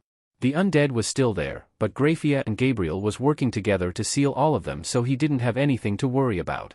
Naruto deactivated his Susanoo and turned back to Issei. He saw that both rivals had fallen to their knees breathing hard. One of Issei's arms had transformed into the white gauntlet of divine dividing. Both of their helmets had been shattered. That is, for Asia's breasts, you asshole, Issei breathed in and out hard while gasping. He tried to stand up but failed. A hand tugged on his collar prompting the boy to stand. Issei saw the smiling face of Naruto. Good job Issei-kun. It's time for our counterattack, don't you think? Naruto asked with a smile. Hi, senpai, Issei said steadying himself. Although, before either one of them could do anything, a voice echoing through the air caught their attention. Vali, I've come for you. With the moon floating in the night sky in the background, a Sinsul hoot swapped down to their location. It swiftly interposed between Vali and the duo, Naruto and Issei. The man wore an armor like was comparable to one worn by a military commodore of the Romance of the Three Kingdoms. Naruto sweat dropped. Talk about a dramatic and cool entrance. So it's you, Biko. What have you come for? Vali stood up while wiping away the blood from his mouth. Isn't that cruel? I made a long journey and came all the way to this island country, because my partner is in a pinch, you know? The other guys were making a fuss at headquarters, you know? Because we're joining together to fight the northern country gods. You were supposed to flee and return right away if the mission failed, right? Katlia failed to assassinate Michael, Azazel, and Lucifer, right? In that case, your observation role is also over. Come back with me. I see, so it's already time. Who are you? Issei pointed his hand to the newcomer and asked with a scold on his face. He's the descendant of the victory's fighting Buddha. Azazel appeared beside them and answered Issei's question. Let me say it with a name you can grasp. In Othet words, Son Goku. The famous damn monkey from the journey to the west. Damn. Son Goku, the four-tailed monkey inside Naruto roared in indignation, making Naruto chuckle. Son Goku. Issei was so shocked that all his anger till now was blown away. Not Son Goku from Dragon Ball. Naruto shook his head. Oh, okay. To say it correctly, he is a person that has inherited the power of Son Goku. However, it really is the end of the world if you have joined the Gikao's brigade. Know you the Son Goku to the vanishing dragon. You're also well matched. I'm different from the first generation that became a Buddha. I just live doing as I like. My name is Biko. Nice to meet you, Sekiryu. He casually greeted him and then turned his head to Naruto. Damn, nice to meet you too, Black Flash, I'm a huge fan of yours. Okay, Naruto sweat dropped, but how do you know I'm the Black Flash anyhow? Instead of answering that Kustio, Biko spun around a can that had appeared in his hand, and then stabbed it into the ground. Instantly, a black darkness spread over the ground. It seized Vali and Biko, and they began to sink into the murkiness. Wadi! Issei called out, but Naruto stopped him with his hand and shook his head. As the Hakuryuku was occupied by the blood relative of the old Mao. The enemy isn't just angels, fallen angels and devils. Eventually we'll fight again, but at that time it will be even more intense. We'll each get stronger, Vali said to Issei before turning his sights to Naruto. We will meet again, Naruto-san, I hope to fight you as well. Vali bowed to Naruto before both he and Son Goku vanished into the darkness. Naruto sighed and laid his head back onto his comfy bed. It was a tiring night and he wanted a nice rest. After healing their wounds and sealed all the undead away, each group returned to their domain while the rest returned to their homes. The enemy had been brought to light. It was the Cows Brigade led by the Ouroboros dragon, Ophis. It sure was an eventful night and Naruto wanted to rest now. Everything after the battle was a blur to him as he wanted nothing more than to go home and sleep to forget what transpired tonight. And spend some time with his favorite girl if it was possible. He wanted to be with her at the moment more than anything else. Rias, after everything, had known he was sent to reap her life. Yet, still accepted him with open arms. Screw the gasp between their ranks. Naruto wanted nothing more than hold her in his arms now. Can I come in, Naruto-kun? Rias knocked on the door a few times before stepping into the room. The crimson-haired girl saw Naruto, lying on the bed, staring blankly at the buoy ding deep in thought. As the saying goes, speak of the devil. She quietly sat down next to him just before Naruto sat up himself, taking the spot next to her. They both stayed like that for a moment before Rias broke the ice. Naruto-kun, what you said to Katlia. Rias spoke quietly. Those words truly brought happiness to her heart and mind. Is that true that I am everything to you? Naruto turned his head to the girl that he secretly loved, giving her a small smile. Does it matter now? Naruto asked, surprising Rias greatly. He took her hand in his. After finding out that I was sent out justo to kill you, you still accept me as your friend Rias. That is all that matters to me right now. Rias stammered and turned her head to look at Naruto. Her face was red, and she knew it. She quickly turned away so Naruto couldn't see her embarrassment, but a gentle hand stopped her. Her eyes widened when she felt Naruto gently cup her cheeks, and slowly turned her head to him. She could feel his breath right next to her. Slowly, the gap between them shortened as Naruto's lips brushed against her own, sending shivers down her spine. This was the first time Naruto had kissed her willingly like this. When he kissed her in the bathroom, she knew he wasn't in right of mind at that time. But right now, the kiss was soft and gentle. Naruto kissed Rias softly on her lips, enjoying the feeling of her lips on his. The lips of the girl who saved his life from the slumber of his childhood. A few seconds later, Naruto pulled back with a soft smile on his face. Rias' face was red, but she was happy. Sorry about that, Naruto smiled nervously. You don't have to worry, Naruto-kun. Rias smiled and climbed onto his lap. She wrapped her slender arms around his neck, because I want it. Naruto's eyes widened momentarily. The blonde took a deep, calming breath and made up his mind. He wasn't going to wait any longer. Rias-chan, Naruto called her name, will you go out with me? Instead of answering Naruto's question, a tear formed at the corner of her eye. She lowered her head down and kissed him softly on the lips. The crimson-haired heiress, inside of her mind, cheered loudly. She had waited so long to hear those words coming from Naruto. And finally, after so much waiting, she could finally become his girlfriend. Rias pulled back and wiped the stray tear away with her hand. Yes, Naruto-kun, she smiled brightly at him as she lay her head on his chest. Naruto wrapped his arms around her waist and pulled her closer to him, resting his head on hers. A happy expression was planted on his face. He finally had asked the girl, who he loved for so long, to be his girlfriend. Hey Rias-chan, but first he had a few things to say to Rias, about Revel-chan, and you know that I also like Grafia, right? I don't mind as long as I am with you, Naruto-kun, she smiled. Was she jealous? Of course, she was jealous knowing she wasn't the only girl in his heart, but she would have to learn to accept that many women wanted Naruto to be a part of their lives as much as her. Most of them were her friends, her family. Currently, she knew that only Grafia had shown real affection toward Naruto, while Revel will be his legal fiancé soon in the future. She still had plenty of time to assert her dominance as the alpha girl in Naruto's heart. And there is one more thing, Naruto laughed nervously, scratching his cheek with his index finger. Rias would blow up when she heard this. Grafia and I, kinda sorta already had sex you. Before Naruto could finish that sentence, Rias' body straightened, rigid, and she looked at him, eyes widened, as her mouth unhinged in pure shock. A crack appeared on her head as she comically began to break down. When? She asked shortly with an innocent smile on her face. The aura of destruction appeared around her body. It wasn't my idea, I swear, Naruto said quickly. She said she would tie me up and rape me until I begged her for mercy if I didn't. Naruto tried to reason, but Rias was already trembling in anger. I didn't really have much of a choice, you know. She is stronger than me and... Why didn't you use Hiration to teleport to me? She asked sweetly, tracing her finger slowly around his groin. Naruto felt her gathering up her power of destruction around her fingertip. He gulped dryly. One wrong move and he would be left without the ability to father children. I didn't want to disturb your family moment, Naruto said as Rias continued to smile sweetly. Was it good? To ravage her body I mean. Rias, eyes narrowed, stared dangerously right into his eyes. I would be a liar if I said it wasn't good, Naruto said truthfully. Speaking the truth was the best option for him right now. Hey Rias-chan? What are you doing? He nearly cried out in shock when her fingertip released a spark of her destructive power. Then she began cutting a hole in his pants. The fabric where her finger touched disappeared, letting his soft rod fall out of the gap in front of her. And she placed her finger on his length, slowly tracing her finger up and down his junior. Rias' eyes suddenly hardened. Naruto knew he had to act quickly. Planting his hand on the bed, he jumped backwards until his back hit the wall. Luckily, he avoided the small sphere formed with the power of destruction aimed at his crotch. Naruto was sweating bullets.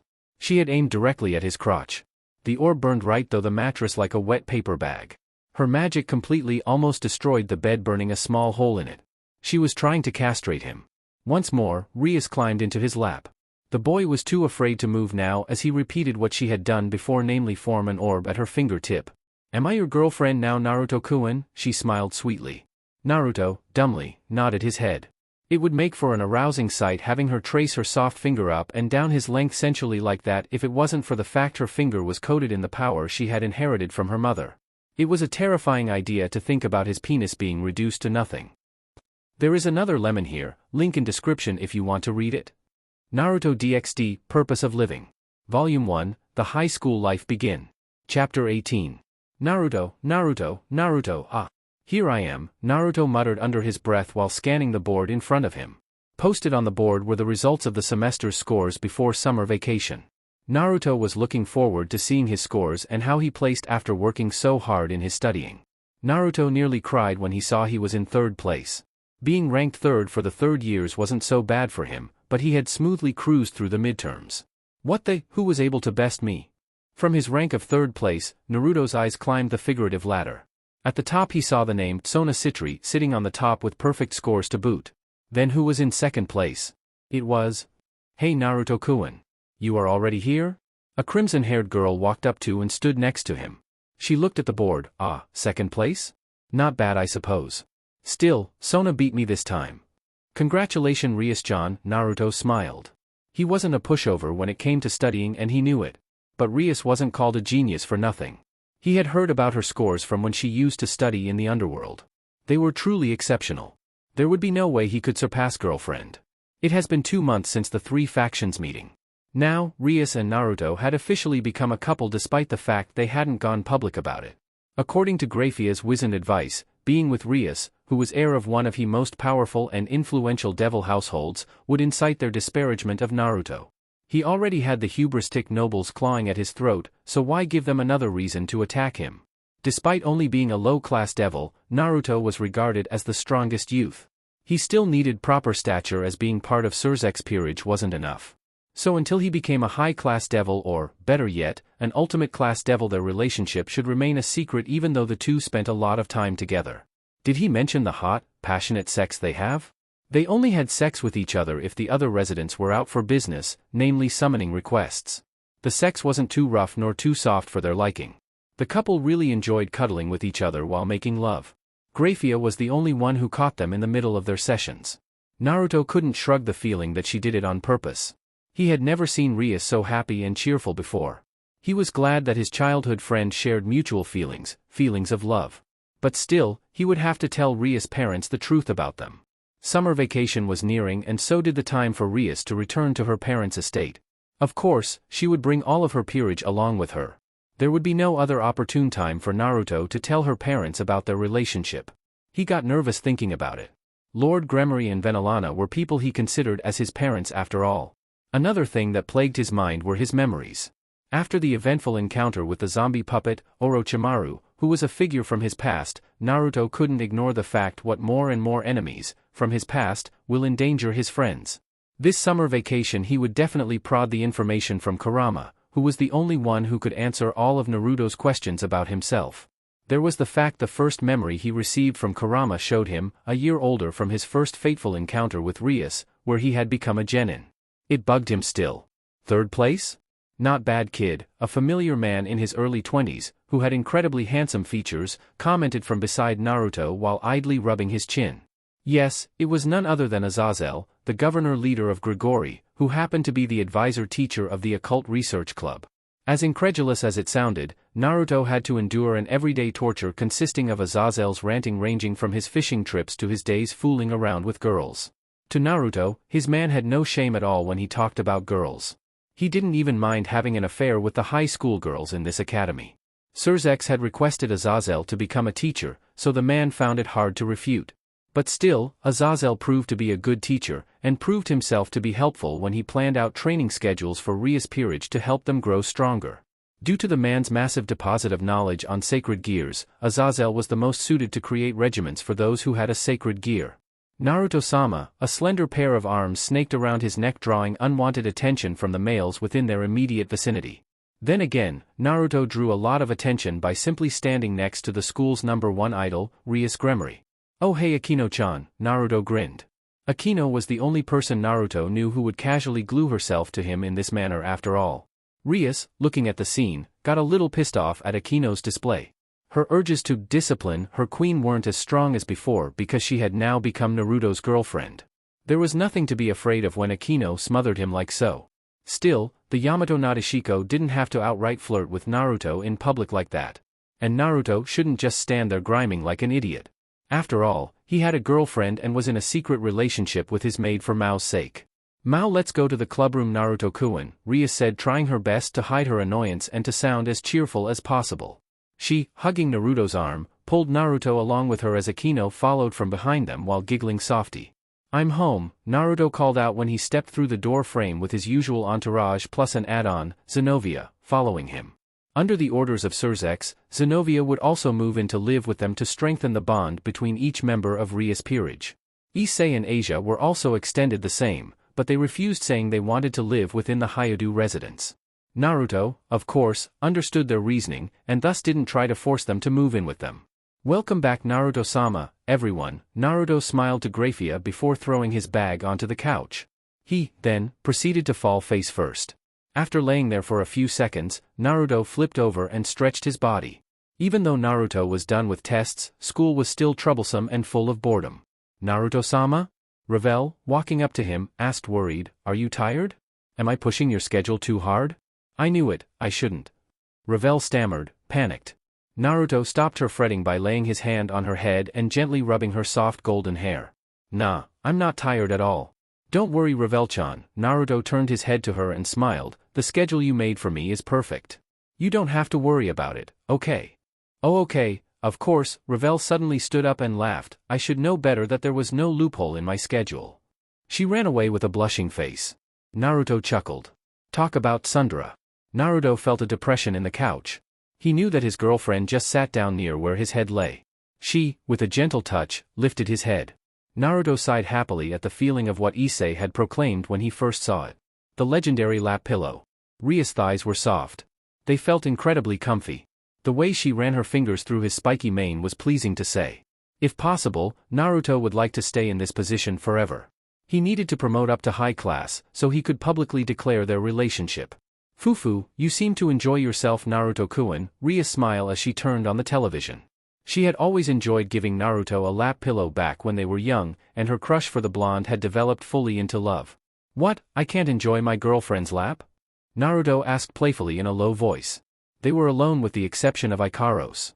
Everyone had went to the kitchen, whereas Zenovia decided to get things settled into her room. "Era?" Rias asked in mock surprise, "So you enjoy my lap over me? What a shame." "Hey, it's not my fault," Naruto chuckled. "Don't you know that you and every part of your body is already perfect?" Naruto said, running his hand up her high. He earned a slap on his backhand from the crimson-haired girl when his fingertips brushed past what was under her skirt. "Bad boy," Rias glared playfully, "control your hormones, will you?" "Anyway, Rias-chan," Naruto began, "tomorrow are you going to use the normal method of transportation or are we just going to teleport everyone there?" "I think it will be for the best if we let everyone experience it the normal way first," Rias answered. The blonde nodded his head. Tomorrow was going to be a long day for him and everyone. Waking up early in the morning, Naruto yawned, still sleep-addled. Well, at least he had gotten used to waking up early. He walked with the group to the nearest station. His girlfriend, who was hugging his arm lovingly, hummed a soft, jaunty tune. He was afraid that she had spent too much time with Grafia, who waited for them at the station. Why did he think so? Rias had acquired a bit of a sadistic streak. While nowhere near Akino's level, she liked to tease him whenever they made out with each other. She would stroke his cock directly with her hand through his pants. He feared he would end up with a case of epididymal hypertension, or in layman's term, blue balls. Naruto had incredible self-restraint, but her teasing was getting more daring by the day. Without doubt, Rias was either learning from Grafia, watching porn movies or reading smutty novels. For example, he woke up to the feeling of Rias' fingers around his cock, jerking him off. It was pleasurable, but it didn't satisfy him. He would need to do something about that. Naruto didn't want his relationship with Rias and Grafia was just locked at hours and hours of passionate sex. Sighing, Naruto dropped Hinata for now. He had summer vacation to deal with this after all. When he thought about it, Naruto couldn't believe that he already had so many things planned for this summer. But to look at the bright side, Naruto finally had a lot of time to spend with the girls in his peerage. He would try to make up for all the time he had been staying in the human world and only visiting them on weekends.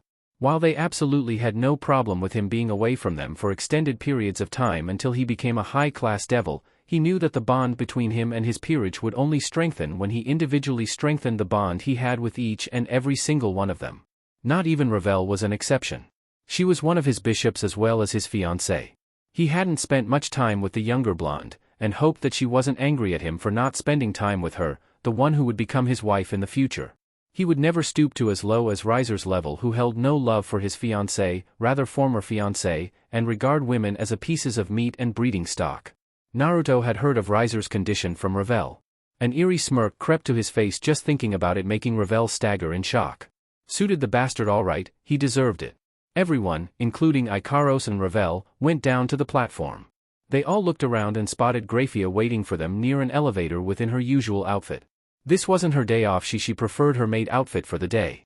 Whereas, everyone else wore the standard cool summer uniform. Ikaros wore her usual outfit with a blue coat covering her small wings. "Welcome Naruto-sama, Rias-sama, everyone," Grafia greeted the part with a cordial bow. "Okay, because the elevator can only hold 6 people, we will split into 2 groups," she turned around to face everyone.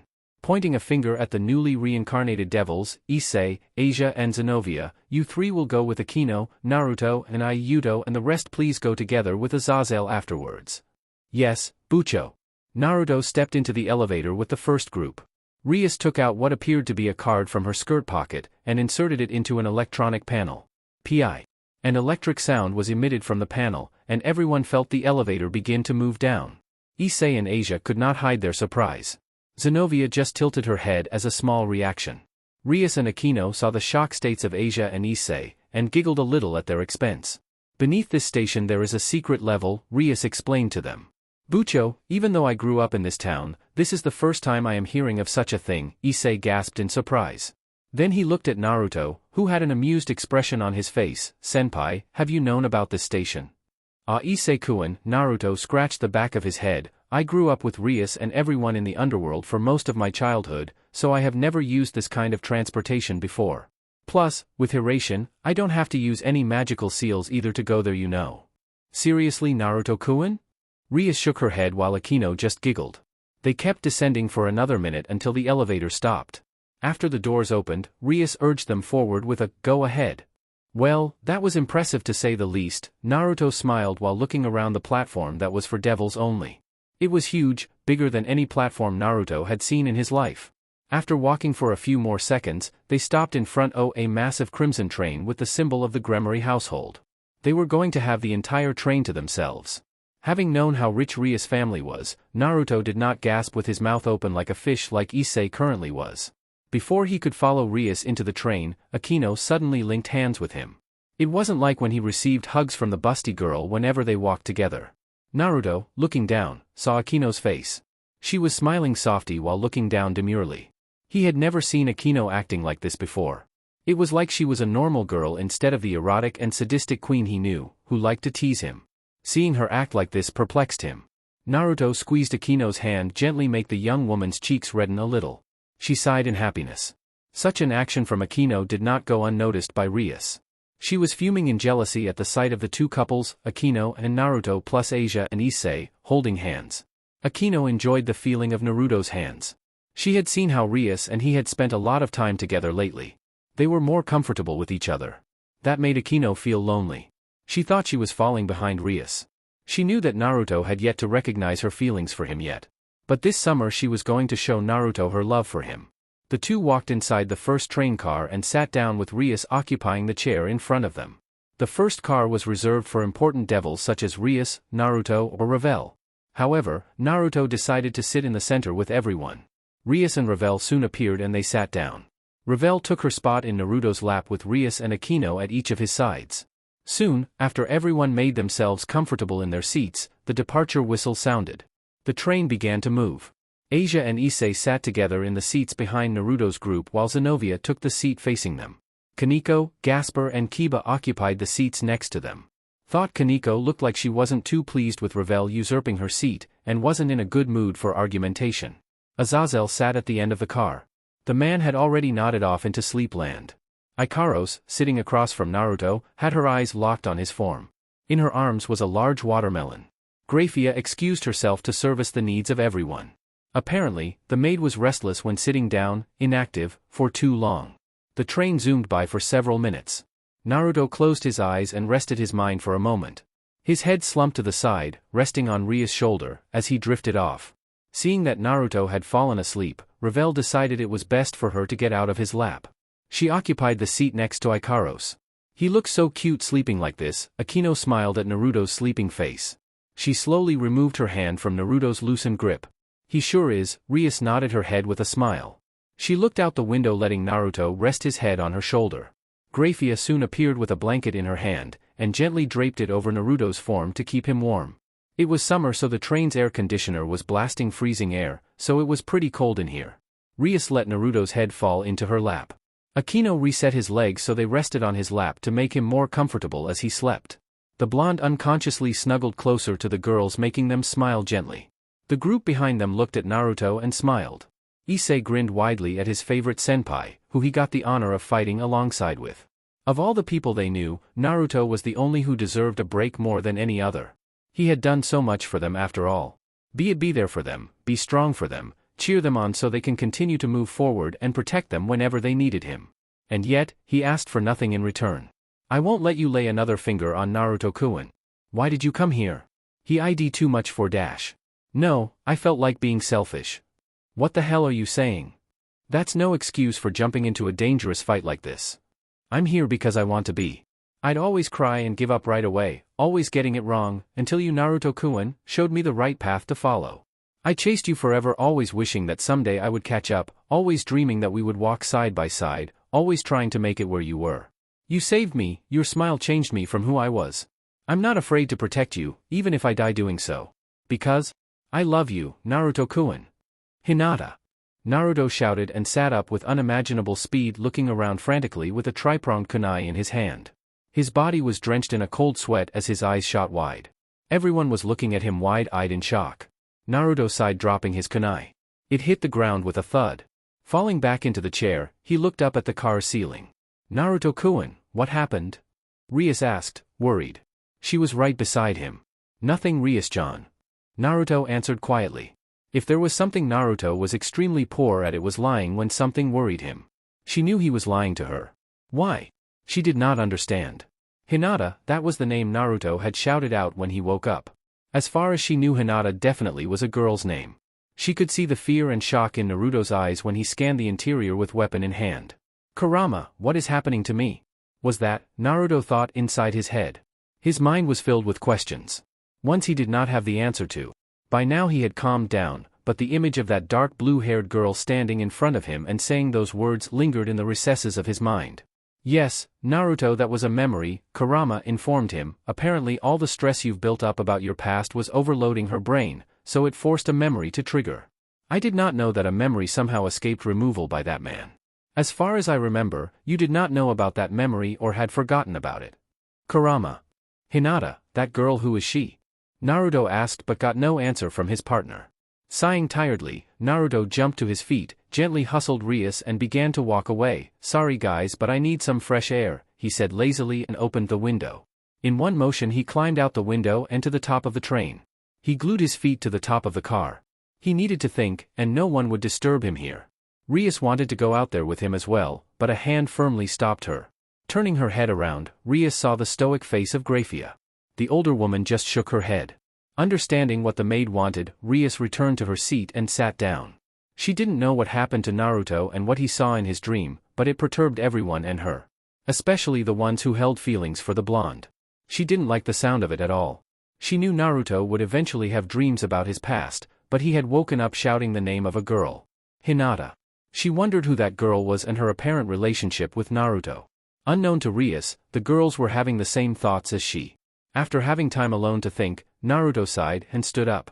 He shook his head to clear all the thoughts in his head. Damn Kurama and the other Bijou. They didn't have any useful advice for him in this situation. He would ask Kurama about his past later. For now, he should return to the car and act normal. He had worried everyone, especially Rias, enough. In a flash of yellow, Naruto appeared in the chair next to Rias with his arms folded across his chest. The crimson-haired girl gasped out in surprise with his sudden appearance, but it was short-lived. Naruto-kun, don't do that again, she said. Sorry Rias-chan, he smiled to her and leaned his back against the headrest with his feet on the table. Are you alright Naruto-sama? Ravel, worried, asked. She was sitting in the chair opposite from him. It is nothing Ravel-chan, just a dream. Naruto shook his head. Ravel nodded her head at the blonde. She didn't detect any negative feelings from her soulmate at all. Maybe he was okay now, but she still wasn't pleased. Naruto, looking around the interior, saw that everyone was looking at him with concern, especially Rias. Sighing, he stood up with a wide grin and shouted out with exuberance. What are you looking at? His sudden proclamation made everyone except for Ikaros and Grafia flinch in surprise. I am perfectly fine. See, he punched and kicked the air like a kickboxer. I am perfectly. Ouch! Naruto held his head with both hands when he felt pain erupt from the back of his head. Turning around with comedic tears in his eyes, Naruto saw Grafia standing with her hand out. Her face and eyes were cold. Cold like a killer. Please calm yourself Naruto-sama. I won't let you act like an idiot in front of so much people like this, she chided sternly. Okay. Geez, chill out Grafia, he nodded his head rapidly. Climbing back into the seat, everyone was looking at him with a smile. Once Naruto saw that everyone's moods had gone up he sighed in relief. He did not want any of them to worry about him. But still, the image of her, Hinata, was still fresh in his mind. Before Naruto could ask Rias about the ride, Akino climbed into his lap wrapping her slender arms around Naruto's neck.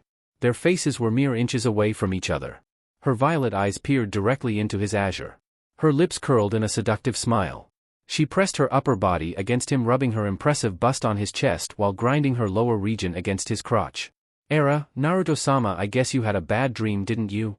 Naruto nodded his head dumbly. Her delicious lips were an inch away. He defiantly resisted the urge to kiss them. His cock began to harden as she ground her lower body. Akino's cheeks flushed at the feeling of his length poking her, so let your servant help you release your stress then. Akino smiled before taking Naruto's hand into her own smaller one. She slowly guided his hand to her high and up her skirt then to her panties. Naruto blushed a deep shade of red. Yes, he had experienced a lot of enjoyable things with Rias lately, but he still could not help his nervousness, and blushed whenever the girls, especially Akino, decided to tease him. But before Akino could push Naruto's urges any further, Rias took his wrist and pulled it away. She glared directly at Akino. Akino, you are my servant not Naruto's, she said with a matter-of-fact way. She tried to hide her transparent jealousy, but Akino wasn't easily fooled. Oh my. Do I detect jealousy in her voice Bucho? Akino smiled before hugging Naruto's head burying him deeply into her massive cleavage. Naruto was having a hard time breathing properly due to the size of her breasts, but it truly felt heavenly to feel such firm, soft and large tits. Ha! I am not jealous. Why should I be jealous? Rias ran a hand through her long crimson tresses while announcing cockily. Naruto was her boyfriend. There was no way she would be jealous, because her queen decided to flirt with him, would she? You sure have been acting strangely lately Bucho, Akino moaned when she felt Naruto move his head around in her large cleavage trying to gain or oxygen or else he would die from suffocation. That was the last thing he wanted. Well, dying between a pair of large tits did not sound so bad actually. Release him Akino, Rias said while trying to separate the sadistic queen from her secret boyfriend, but Akino's grin was vice-like. The lack of air became too much for Naruto. He forcefully pulled his head out of Akino's cleavage by grabbing her shoot from behind and pulling his head up as he pushed Akino's shoulder down. The result was not something he had expected. His lips were touching something soft. He realized they were another pair of lips. Issei immediately spat out the water he was drinking. Asia was looking on with a blushing face. Kaneko dropped her cake onto the table and did not care about it. Kiba smiled nervously, he did not know what to say in the situation. Rias looked like her world just shattered around her. Ravel was close to ears. Zenovia stared at them. Grafia was looking while raising her eyebrows. Ikaros just sat silent with a hand on her chest wondering what was happening to her system. But the two who were shocked the most were Naruto and Akino, who were looking at each other. Their eyes wide with shock and their lips pressed against each other. Naruto was so shocked that he completely frozen, not knowing what to do. Akino's cheeks began to redden. Though she be a sadist, she was still in fact a young girl. A young girl who wanted to give her first kiss to a certain special person. However, she would have never thought Naruto would be the one who kissed her first, even it was an accident. It was like a massive lightning bolt had boomed right into her when their lips touched. Both girl and boy, slowly, pulled back at the same time while still looking at each other. Akino-chan, Naruto muttered. He was the first one to gain his bearings after the accident. However, he did not know the right words to apologize to the black-haired girl. He had thought she would be angry at him, but the look on her face was not of anger. It was something else Naruto could not describe. That was, my first kiss, Akino whispered quietly, but everyone in there could hear her as clear as day, please take responsibility Naruto-sama. She crashed her lips into Naruto once again. Welcome home Rias-sama. Fireworks were set off. Soldiers aimed their guns at the sky and fired. People who looked as if they were from an orchestra band began to play simultaneously. A soldier, who rode on top of a mysterious creature, flew in the sky above waving a flag. There were a lot of butlers and maids present too. When Rias approached them, they simultaneously bowed their heads, but Rias stomped past them with an angry expression on her face. Each step was taken like she was trying to break through the ground with her feet. The maids and butlers looked uncertain, and wondered what had happened to their kind-hearted and beautiful princess. But then, when they saw the second person jump out of the train, they immediately bowed to greet him. The maids blushed having the chance of seeing him as he passed them. Welcome home, Naruto-sama. Rias-chan, wait, will you let me explain? He called out loudly and ran past the greeter, but not before turning around and smiling to them apologetically. Thank you everyone for such a heartwarming welcome. He ran after the crimson-haired princess. Hey Rias-chan, wait. Rias stepped into the extremely elegant carriage prepared for her arrival and slammed the door shut before Naruto could reach her. Stupid Akino, stupid kiss, Rias muttered in a huff, stupid Naruto. She saw a yellow flash right next to her, and knew that Naruto had just teleported into the carriage using her bracelet as the marker again. Hey, I told you it was an accident. Naruto scratched the back of his head while smiling nervously. Rias just huffed and turned her head the other way. The carriage began to move and head to the place where she and Naruto grew up together. The Grafia estate. What about the second kiss? You did not do anything about that. I bet that you enjoyed it very much, didn't you? Rias questioned. Her voice held no emotion in it. I? Naruto spluttered. He would be lying if he said he didn't enjoy it, but this was Akino he was talking about. Wasn't all of that just her teasing? Rias huffed again, folding her arms under her breasts. I knew it, you will never get enough do. Rias was cut off when Naruto put his hand under her chin and gently turned her head to him. As soon as Rias looked at Naruto, his lips touched her own lightly in a soft kiss. Rias' eyes widened slightly, but she closed her eyes in favor of kissing him back. The kiss between them began to get steamy as they opened their mouths to hungrily kiss the other. Rias threw her legs aside, and climbed onto Naruto's lap, making herself comfortable as her cleavage smushed up against his chest. Naruto wrapped his arms around her small waist. Their tongues soon met each other in a battle of dominance and subjugation which Rias lost desperately after trying to overcome Naruto. After a few seconds, she pulled back and looked at him. A strand of saliva lingered in a bridge between their lips. There won't be a next time, got that Naruto-kun? Rias glared at him. Alright, Rias-sama, Naruto smiled and pulled her to him. Rias and Naruto waited patiently for everyone. When they got there, the group began walking together to the Grafia estate. Naruto walked right next to Rias and Ravel as he looked up at the massive castle in front of him. Memories rushed back to his mind when he saw it. This was the place Rias, he and everyone grew up together and strengthened their bonds. He couldn't believe that 6 years had passed by since the first time he arrived here with the little crimson-haired princess who always stuck with him wherever he went. The younger devils, especially Issei and Asia, looked really impressed by the stunning, majestic castle and garden. Beautiful flowers bloomed, water flowed out of a magnificently modeled fountain. Birds of various colors flew about. It was an amazing view even for Naruto, who was familiar with the scene. Rias-sama. Welcome back. A cute-looking boy with the same shade of crimson-colored hair as Rias rushed past the maids and butlers, waiting for them lined up on both sides of the path. Following behind the boy was an absolutely stunning woman who smiled warmly as she looked over everyone in front of her, paying extra attention to Rias and Naruto. "Millie Cass. I'm back. You've gotten big, haven't you?" The boy jumped up and embraced Rias in a tight bear hug. The girl lovingly returned the gesture. Millie Cass released her aunt and looked at Naruto with his eyes sparkling with excitement. He held out his knuckles, which rose a warm chuckle from Naruto before he bumped their fists together. "Yo Milika's-kun, long time no see," Naruto greeted the small boy with a smile. He wrapped his arms around the boy when Millie Cass jumped up to hug him like Rias. "Naruto Nisama, it's so good to see you again," Millie Cass grinned brightly. Nisama about the Black Flash, of course, Millie Cass would know who the identity of the Black Flash. Since the day he was born, Millie Cass had grown close to Naruto. The boy held him in the light of an older brother, someone whom Millie Cass aspired to be like one day. Millie Cass had been the first who uncovered the secret identity of the Black Flash after watching the second episode of Magical Girl Leviathan. Millie Cass may be young, but was extremely smart for his age. "When are you going to unmask yourself? When are you going to beat the undead king that had tried to kill Leviathan, and will you use that badass fox form of yours in the movie? Please, please, I want to know," the boy shouted out with excitement. Naruto's sweat dropped with a nervous smile on his face while everyone behind him didn't know what to feel about the situation Naruto was in. "Please calm down, Millie-kun," Sarah, Milika's mother, smiled at her son. She moved in front of him and bowed with her hands on her lap. "Rias-sama, Naruto-sama, Revel-sama, and everyone, welcome back to the Gremory estate." "Hey there, Serenissima, it is good to see you again." "It's good to see you again," Rias smiled warmly, giving the older woman a hug.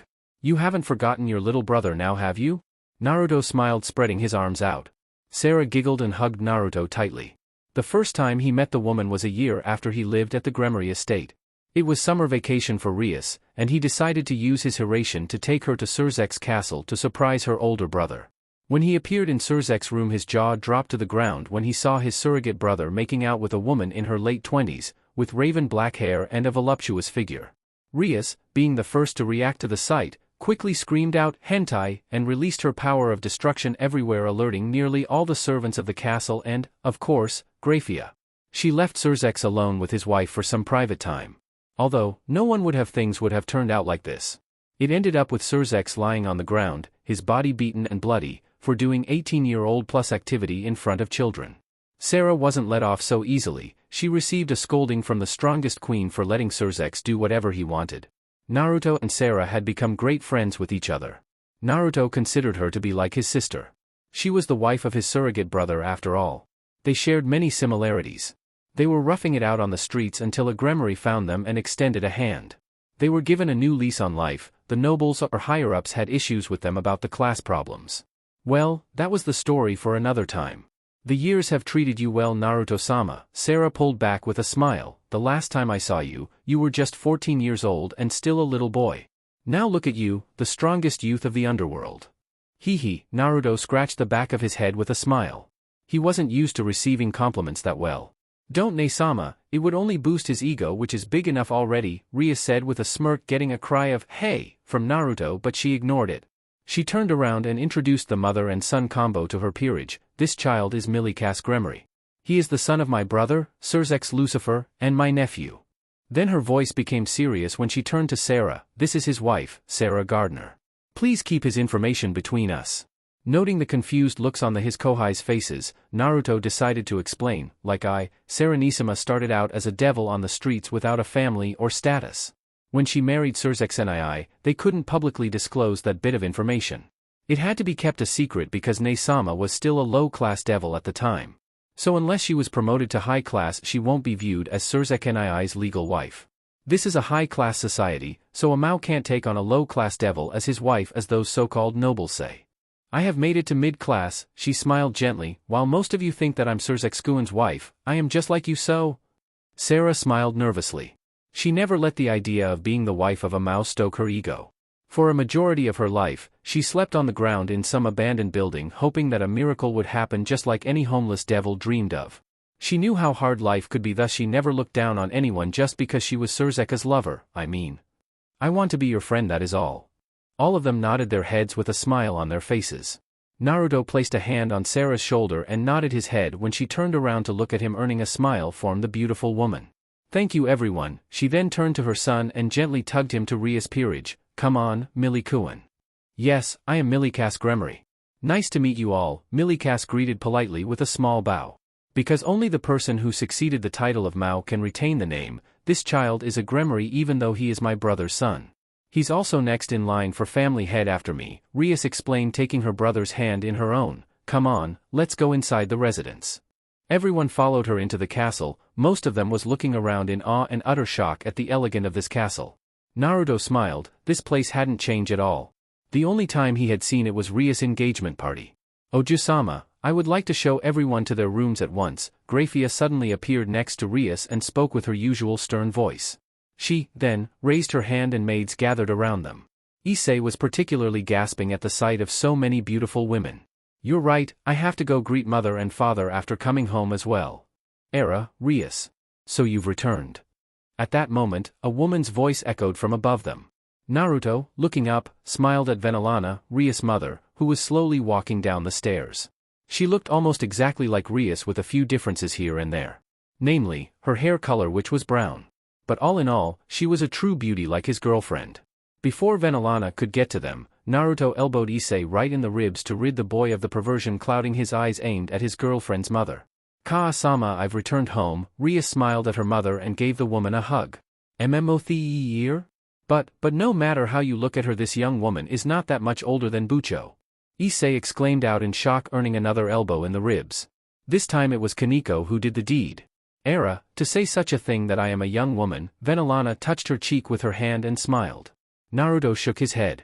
Women, not matter how old they were, enjoyed being complimented on how young they looked. As the years go by, devils can freely change their appearances with magic. My mother always had the appearance of being the same age as me, Rias explained. Please forgive my servant Ka-sama. It is just he was a bit clueless. Don't worry, but I expect he will receive a proper education about us devils soon. She nodded, speaking with a hint of sternness in her voice, making Issei and Rias wince. She then turned to Naruto and her face spread out in a warm smile. What are you waiting for, boy? She joked playfully, opening her arms wide. Naruto chuckled and gave his surrogate mother a big hug. She could be stern and strict at times, but she was a loving mother to him. Having never knew a mother's love before, someone like Venelana was a great gift in his love. He considered everyone in the Gremory household as part as his family. He would love to refer to Lord Gremory and Venelana as his Ka-sama or Tu-sama, though he still didn't believe he deserved it, so he refrained to calling them so. You have grown up so much since the first summer we met you, Naruto, Venelana said when she pulled back. It was thanks to Rias and your care, Venelana-san, Naruto grinned. It was obvious to say that they were his family now. Rias brought him here, or else he would still be living as a street urchin. Who knew what could have happened if he was still under the influence of his mysterious manipulator? But then, immediately Naruto knew he had said something wrong, but he had not a clue what it was. Venelana's eyes sharpened, the warmth disappeared and was replaced with an emotionless face as she slowly turned her head to Rias. Rias, she uttered her daughter's name in a serious tone. What is the meaning of this? My deepest apologies, Okasama, however. Rias tried to explain while throwing Naruto a meaningful look which completely flew over the head of the blonde in question. She knew what her mother was going to say. Even though she and Naruto had been in a relationship for 2 months now, and her parents saw Naruto as their son, she didn't think Naruto would be comfortable just yet with calling them his parents. For you to say, however, you will be taking in the man who will accompany you into our house. So why aren't you doing it more properly? Also, have you decided on the sequential order? At least Ravel-sama and Akino-san are in it, correct? Naruto's eyebrows rose at this. Ravel tried her best to make herself small and a guilty expression appeared on her face for some unknown reason. At least for Naruto. If the man is having problems with that, then it is your role as the heir to manage it. You understand that Ravel-sama is having no problems with it. If it's going to increase even more, you will have to do it properly from now on. It was I who took control of it in the case with your father. It's a common occurrence in the world for a woman to be attracted to men who are both charming and strong. Surzex only has Sarah because he is a Mao, but he isn't aiming to become Mao, correct? Then there isn't a problem, or you still haven't made up your mind on it yet? Oh my, I thought you inherited the pushy attitude from me, but for you to become weak at the last and crucial moment. Once you form a relationship, you can also gain the authority of other women around him. Rias, can you not even make progress in your relationship with him without me getting involved? Or should I say getting Grafia involved in this matter as well? It seemed Rias was embarrassed by her mother's words. She began to talk rapidly, because she felt unsatisfied by something. Naruto knew based on his sensory perception. Rias was looking down with a shameful expression on her face. Her peerage looked unsure and nervous. Grafia glanced between Rias and Venelana with her usual stoic expression. Deep down inside, she understood the situation because she was directly involved in this matter as well.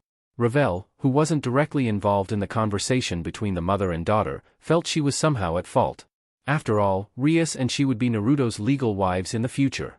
Naruto's protectiveness of Rias, which had grown even stronger than before after becoming her boyfriend, kicked in. He stepped in between Rias and her mother. He held his hand, in front of him, trying to ease the thick tension. Even though somehow, he felt that he was getting in this matter between them as well. Whoa, I don't know what is going on here, Venelana-sama, but don't you think it is a bit harsh? He asked with a frown on his face. Naruto, you are also at fault. Naruto's eyes widened at her words. First of all, you need to know how to address the people of the House of Gremory.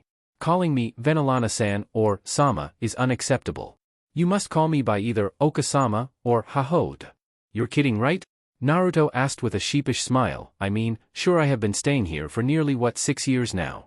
And while I love you and Lord Gremory like my parents, I can't call you to that. I already have those old vultures breathing down my neck. If I accidentally cause trouble, then they will torment me alone, not you guys. Naruto tried to reason. It was the best excuse he had for the moment for her request. No to mention that Rias and he were lovers now. A wrong move and everything would crumble around them. Little did he know that they had accepted him for quite the time. However, as clueless as he was, Naruto was completely oblivious when it came to these kind of situations. Venelana let out a small sigh. She would have to talk to her daughter about this later. Grafia was the one who reported daily about the growth of Naruto's and Rias' relationship. It was no secret that they were boyfriend and girlfriend now. However, as long as Naruto wasn't a high-class devil, he would still have the higher-ups troubling him and his friends. Naruto's power had been growing at an extremely fast pace. It could easily rival a Mao. They still haven't forgotten the paramount day Naruto broke into the castle and nearly killed Rias. They feared that Naruto would someday turn against the underworld, returning to this master of his, who had ordered Naruto to kill the heiress of the Gremory clan. Talk about being paranoid. But that was the reason Naruto would never be free to do anything, especially partake in a romantic relationship with Rias. Ravel and he had been bonded by the sacred bonding, full-blood Phoenix's tears. There was nothing anybody could do about it. The Phoenix clan treasured that bond. Trying to break the bond between Ravel and Naruto would invoke a catastrophe which would lead to the death of many in the underworld. However, his relationship with her daughter was something they could easily involve herself in. That was the last thing she wanted to think about now. Do you like Rias? She asked him, expecting an honest answer from him. Huh? Of course. Why do you ask? Naruto answered, a bit unsure why she had asked him that question. Very well, Venelana found the answer appeasing. Addressing the other devils, nice to meet you all. I'm Rias' mother, Venelana Gremory. While the brown-haired Gremory greeted them, Naruto titled his head to the side, whispering to Rias, who stood beside him, Hey, what was that all about? Are you okay? Yeah, I'm fine, Naruto-kun, Rias plainly replied. She knew was going to have the talk with her mother later. After the conclusion of the introductions, Grafia decided she should show everyone to their rooms. Naruto and Rias were accustomed to cohabitating the same room as children, so they would continue to do so. Naruto walked around the massive living room waiting for every to return, while Rias rested on the sofa reading the latest volume of her favorite manga series. Naruto chuckled when he saw how her eyes sparkled with excitement with each page she read. Naruto never bothered reading more than 2 chapters of that series, because it did not have any fighting in it at all. While he enjoyed watching anime with Rias very much, he tended to drift off during any breaks in the action. Rias wasn't too pleased about his actions. The door was slammed open. Naruto was the first to turn his head to the sound. 2 white and green little blurs crashed into him. They would have tackled him the ground if not for his good balance and preparation. Moments later, 2 familiar twin cat girls, wearing revealing school uniforms, hugged him and rubbed their heads into the crook of his neck lovingly. Naruto-sama, you came, he heard the familiar shouting from the girls who were hugging them. Most of the members of his peerage were entering the room. Rias had been so surprised by the sudden outburst that she threw the book she was reading into the air in shock. Nell, he heard Yubaluna shout while trying to pry the clingy twins off of him. You 4, let go of Naruto-sama now. His queen turned her eyes to him and bowed her head in apology. I am so sorry, Naruto-sama. Don't worry Yubeluna-chan, Naruto just grinned while shaking his head. After the twins were separated from Naruto, his peerage sans Revel organized themselves in a straight line and bowed to their king. Naruto just smiled nervously. He wasn't used to this kind of respectful greeting even though so many people before had greeted him in the same manner. The girls looked pretty much the same, though he saw that Nell and Lee had grown up an inch or so. Other than that most of the girls wore the same outfit, although Shiraya no longer wore that revealing outfit Riser had commanded her to wear, but still there were a lot of skin. It is good to see you Rias-sama, all the girls chorused at the same time greeting Rias. The girls smiled at him. The next hour Naruto just sat there listening to his peerage tell him about their stories, what he had missed during the months he couldn't go to the underworld to pay them a visit because of exams. Most of the girls were really excited to tell him about their missions or how strong they have become using his patented training programs. Naruto would like to personally train them, but the only time he had was when he met them on weekends, so training was really limited. But still, he always tested out their powers by sparring with each of them. He was sure that they had gotten stronger than before. As most of the girls were excited, a few of them kept silent like Maihi. Naruto had to curse Riser for this. The Phoenix had created a peerage with all the members having different personalities. Excluding Revel, Riser had 13 girls with different personalities, hobbies and emotional expressions. When the group returned to the living room, an angry Nell and Lee chased a frantic Issei around the room. It was payback for using dress break on them during the raiding game. Due to Asia's pleas the angry girls withheld themselves from killing Issei. Naruto just smiled saying that the boy needed proper discipline about creating perverted moves that stripped young girls of their clothing. Revel walked up to him slowly with a small blush on her face. She stood in front of Naruto looking like she wanted something to say, but was unsure of how to approach the subject. It definitely was something really important and involved them or else the blonde phoenix would not look so fidgety. What is it Revel-chan? Naruto kindly asked. She gulped dryly before speaking with a hopeful expression on her face. Naruto-sama, next week my family is hosting a party to welcome our return. I guess it will be just like the party a few years ago. Naruto's eyes widened. The party where he had met Revel for the first time was at the engagement party between Gremory and Phoenix clans. If the upcoming party was just like it, then it meant that this party would be about Revel and him. Naruto could understand why they wanted to throw a part like this even though it was going to be between a high-class lady and a lowly devil. It wasn't every day that the underworld could witness the sacred bond of a full-blooded phoenix. A female phoenix was extremely rare in the family. Revel already had 3 older brothers and the bond only worked for a female phoenix. Naruto had done more research about the bond and was surprised to see that the bond described in the book was the bond between Raven Phoenix and Lord Phoenix, Ravel's parents. Oh, then that means. You will. I mean I will be your partner at the party Naruto-sama, Revel said. Naruto knew what she wanted to say. He was supposed to be her partner at the party, not the other way around. After all Revel was a high-class devil. Glancing at Rias, he could see that she was looking at him approvingly. Naruto let out a sigh of relief. He really didn't want his girlfriend to feel sad. It would be a high-class party so the next heir of the Gremory clan would naturally attend. Maybe Naruto could ask Kiba to act as her party for the night. He was her knight, therefore, the most suitable for her. Naruto shuddered when he thought about asking Issei to be Rias' partner. It would be disastrous for their relationship when she found out. Alright, it's not like I have a choice in this. Naruto nodded his head rubbing the shorter blonde's hair to cheer her up. She was looking really nervous. Hey! Revel slapped Naruto's hand off her hair.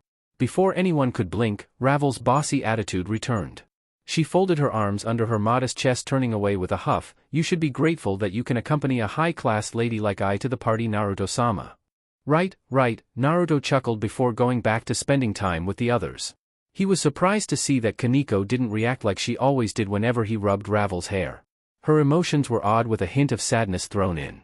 He wondered what happened to her, but decided no to ask the normally quiet girl. After all, he didn't want to trouble her or snoop into anything that was not his business. Naruto sat down in his chair next to Rias waiting for the servants to prepare their meal. Several hours after stopping his pawns from killing Issei, it was finally time for dinner, and everyone gathered around the massive dining room. Rias sat down to his right with Sarah and her son, Milikas, next to her. Yubeluna, his queen, sat to his left followed by the rest of his peerage. Rias' servants sat on the other side of the table. They had to do that or else. The or else being if they let Issei sit with Naruto's peerage the boy would get torn apart. Ikaro sat with Revel opposite of Rias and him. The emotionless angeloid had built the most rapport with Revel. Lord Gremory sat at the head of the table with his wife next to him while eyeing Rias and Naruto with interest. It did not take him that long, like his wife, to figure it out. The change in his daughter's and his unofficial adopted son's relationship from how they were talking with each other. It was part of a father's duty to know what sort of interest his daughter held in boys. Looking at them right now, he could see the love in Rias' eyes for Naruto. From the first step Rias and Naruto took into the house, he could see their love. The blonde boy returned, if not a stronger, love for Rias. He would have to talk with his wife about this later. Maybe they could get grandchildren to spoil sooner than they both had expected. Grafia, who had refused to sit down and eat with all of them, ran around the dining room giving order after order to the servants of the Gremory estate. Being the maid that she ultimately was, she couldn't sit down and enjoy herself while all the other servants, while quite good themselves, potentially mess something up. She would not allow any possibilities if she could prevent it. Dinner began when the servants carried out platter of freshly cooked food and placed them down in front of the diners. Everyone ate their food with class, even someone who was extremely hungry like Issei, who had to behave himself or else his master would lose face in front of so many people, which included two high-class devils, her parents. Naruto being himself, ate casually like he always did, while everyone, even Issei who was trying his best, eating like a true nobles members. Venelana had imparted upon Naruto the proper etiquette befitting a high-class devil a long time ago. However, she was only able to when she used his favorite food, ramen, to teach him. So the brunette Gremory just basically thought her teachings would carry over to all other meals. When she first saw, she had been appalled by the way Naruto vacuumed bowl after bowl of ramen down his gullet with no end in sight. So, she had forbidden him from eating at any high-class place or high-status party other than at the Gremory estate. Glancing at Grafia he grimaced. He knew that she was the one who specifically instructed the chefs not to make any ramen for him. Knowing their fondness of him, they would have cooked ramen for Naruto if he requested so. Naruto would eat ramen like crazy, but she knew that he could handle other food completely fine. He was still sloppy at eating, but at least it wasn't as terrible as with ramen. The entire time Naruto ate his eyes were focused on Kaneko. She hadn't touched her food at all, and was staring blankly at the meal in front of her. Something was wrong with her, and he couldn't ignore it any longer. She looked up and their eyes met for a few seconds before she abruptly turned her head away with the blank expression on her face. Although, her mood had risen a little. The members of Rias group, please think of this place as your home. Having just arrived in the underworld, you are in an environment you don't understand. If there is something you want, please say so to the housemaids without reserve. They will prepare it right away. Lord Gremory cleared his throat and said heartily to Rias group. He turned to Naruto and said with a warm smile on his face, "So Naruto-kun, are you ready for the middle-class promotion test?" Naruto asked with the fork still in his mouth. From the corner of his eyes, he saw Venelana's and Rias' eyebrows twitch, but he ignored the, "Oh yeah, I nearly forgot about that." If the situation allowed, then Rias would have smashed her head through the table. The middle-class promotion test was nearing by the day. It was going to take place next month. Recently, Naruto had accrued quite the accolades, meaning that those arrogant nobles couldn't ignore him anymore. He had completed enough missions, and what he had accomplished recently was enough to let him skip to high class, probably enough ultimate class, but the so-called elders didn't want that, preferring that Naruto stay at his current status. All four Mao had opposed that idea for a long time now, and now they have finally opened the gate for him to promote up to the level of a high-class devil. While the exam was extremely hard, Rias believed that her boyfriend could pass it without breaking a sweat. Having the same education from her mother since Naruto was young made him remember all the advance information of the Devil's Society. It didn't hurt Naruto was smart himself. Not only that, Naruto had Ravel help him study lately. The girl wouldn't let him go to sleep until he had remembered all the information she made him study. But did he have to blurt something out like that? She knew that Naruto wasn't the sit-down and study type of guy. He preferred action and adventure in his daily life. I hope that you will be able to pass that exam, Naruto," Venelana said with a stoic tone, secretly sending him the message, "If you don't then there will be hell to pay." Relax Venelana-san, it's not like something I can't handle, Databeo." Naruto grinned by adding his trademark verbal tick at the end. Rias looked at the boy before sighing. The boy was too carefree sometimes. "By the way Naruto-kun," Lord Gremory said in a somewhat serious tone, "have you heard about the gathering of young devils that will be hosted at Lilith tomorrow?" "Yeah," Naruto nodded his head, turning it to Rias. "You are going to be there as well, aren't you, Rias-chan?" he asked with a smile. She nodded her head in response. "Well, I can't say that I'm not interested in that meeting." Naruto couldn't wait to meet Serorg Bale, Rias' cousin, again. Aside from a few high-class devils like Rias or Ravel, Seraphall was the first guy that was okay in his book. Well, I have heard from Sirzex that you will also participate in the meeting with your peerage Naruto. Naruto's head snapped toward Lord Gremmer's direction, with a surprised face just like everyone around the table. But, I know Naruto-kun, while you are not a high-class devil, you are currently the strongest youth and pawn. In addition, you also have your own peerage. Those two reasons are enough for you to be the seventh devil in the meeting. Naruto nodded his head slowly while Rias' face was slowly losing its color. Then, that means... Rias stammered. Yeah, it's possible that we will face up against each other in a rating game if Sirzex and I decided so. With the current situation, he is most likely to something like that to strengthen the devils of the next generation to fight against the Cow's Brigade. Naruto idly scratched his chin while speaking his thoughts. He saw all the members of Rias' peerage looking at him with horrified expressions. What is wrong? What is wrong? What is wrong? Rias looked at him like he was crazy. There is no way we could beat you in a rating game. The main purpose of the game is to take out the king. Naruto cut her off with a smile. Don't worry, Naruto began. By the time we fight, I think I would have to get serious. He chuckled, plus all of you have gotten stronger, and I believe that I will have a hard time against you guys. In addition, you have better stratagem, and I haven't fought with my peerage yet. Power isn't the only thing that decides a game. Use your tactics, okay? But still Naruto-sama, Akino shook her head. Naruto's training methods were what everyone could call hell, and the power he displayed lately was unimaginable even for some for them. The blonde just shrugged his shoulder while taking a swig from a glass of water. By the way Naruto, there is something I want to ask. Venelana directed her inquiry at Naruto. Do you have a girlfriend? Immediately, Naruto spat all the water in his mouth, nearly choking. Yubaluna gently patted her king's back to help subdue the violent fit. Ria's face turned a bright red while she looked at her mother with eyes widened from shock. What are you talking about, Venelana-san? Naruto asked as soon as he stopped choking, with an eyebrow raised. It is pretty common that a devil may have more than one lover. Ravel-sama and you have been bonded by her tears, and she will be completely loyal to you. However, the same can't be said for you Naruto, Venelana said. So, do you have someone you like? Lord Gremory wanted to stop his wife, but he, too, wanted to hear Naruto's thoughts on this matter. But before Naruto could answer, Ria slammed her hands on the table. She stood up with anger clearly showing on her face. Ka-sama. I've been listening quietly up until now, but what kind of thing are you trying to advance while leaving me out of it? Be silent, Rias. You have already cancelled your engagement with Razor, remember? The fact that we permitted it should be though as of special treatment. How much effort do you think your father and Sirzex had put in order to take care of things with the other high-class devils? Do you know he told one noble, my selfish daughter cancelled her engagement using her childhood friend, who is part of her brother's peerage? You may be the younger sister of a Mao, but there are still limits, Venelana said in a stern voice. Hey, stop right there Venelana-san. It was my decision to break Rias' engagement. Naruto, at one point, stood up. There was blatantly something wrong with these two. They had been at each other's throats since Rias returned. Be quiet Naruto, Venelana glared at him, you are at fault here too. Sirzex also had to explain a lot because one of his servants broke the engagement of his little sister. Oni-sama has nothing to. Are you saying that Sirzex is completely unrelated to anything you do? Officially, that is true. However, everyone sees you as the Mao's younger sister. Right now, when the three great powers formed an alliance, your position is known even by the lower classes of the other powers. You can't behave selfishly as you have in the past. And, above all else, everyone will pay attention to you from now on. Rias, you have been placed into that kind of position you know. There will be no second instance of that kind of selfishness. Do not carry any spoiled thoughts. Understand? Venelana turned to Naruto, who was trying to control his anger. You too Naruto, your actions have caused trouble for both Sirzex and the Gremory clan lately. Attacking an engagement isn't something. Smash.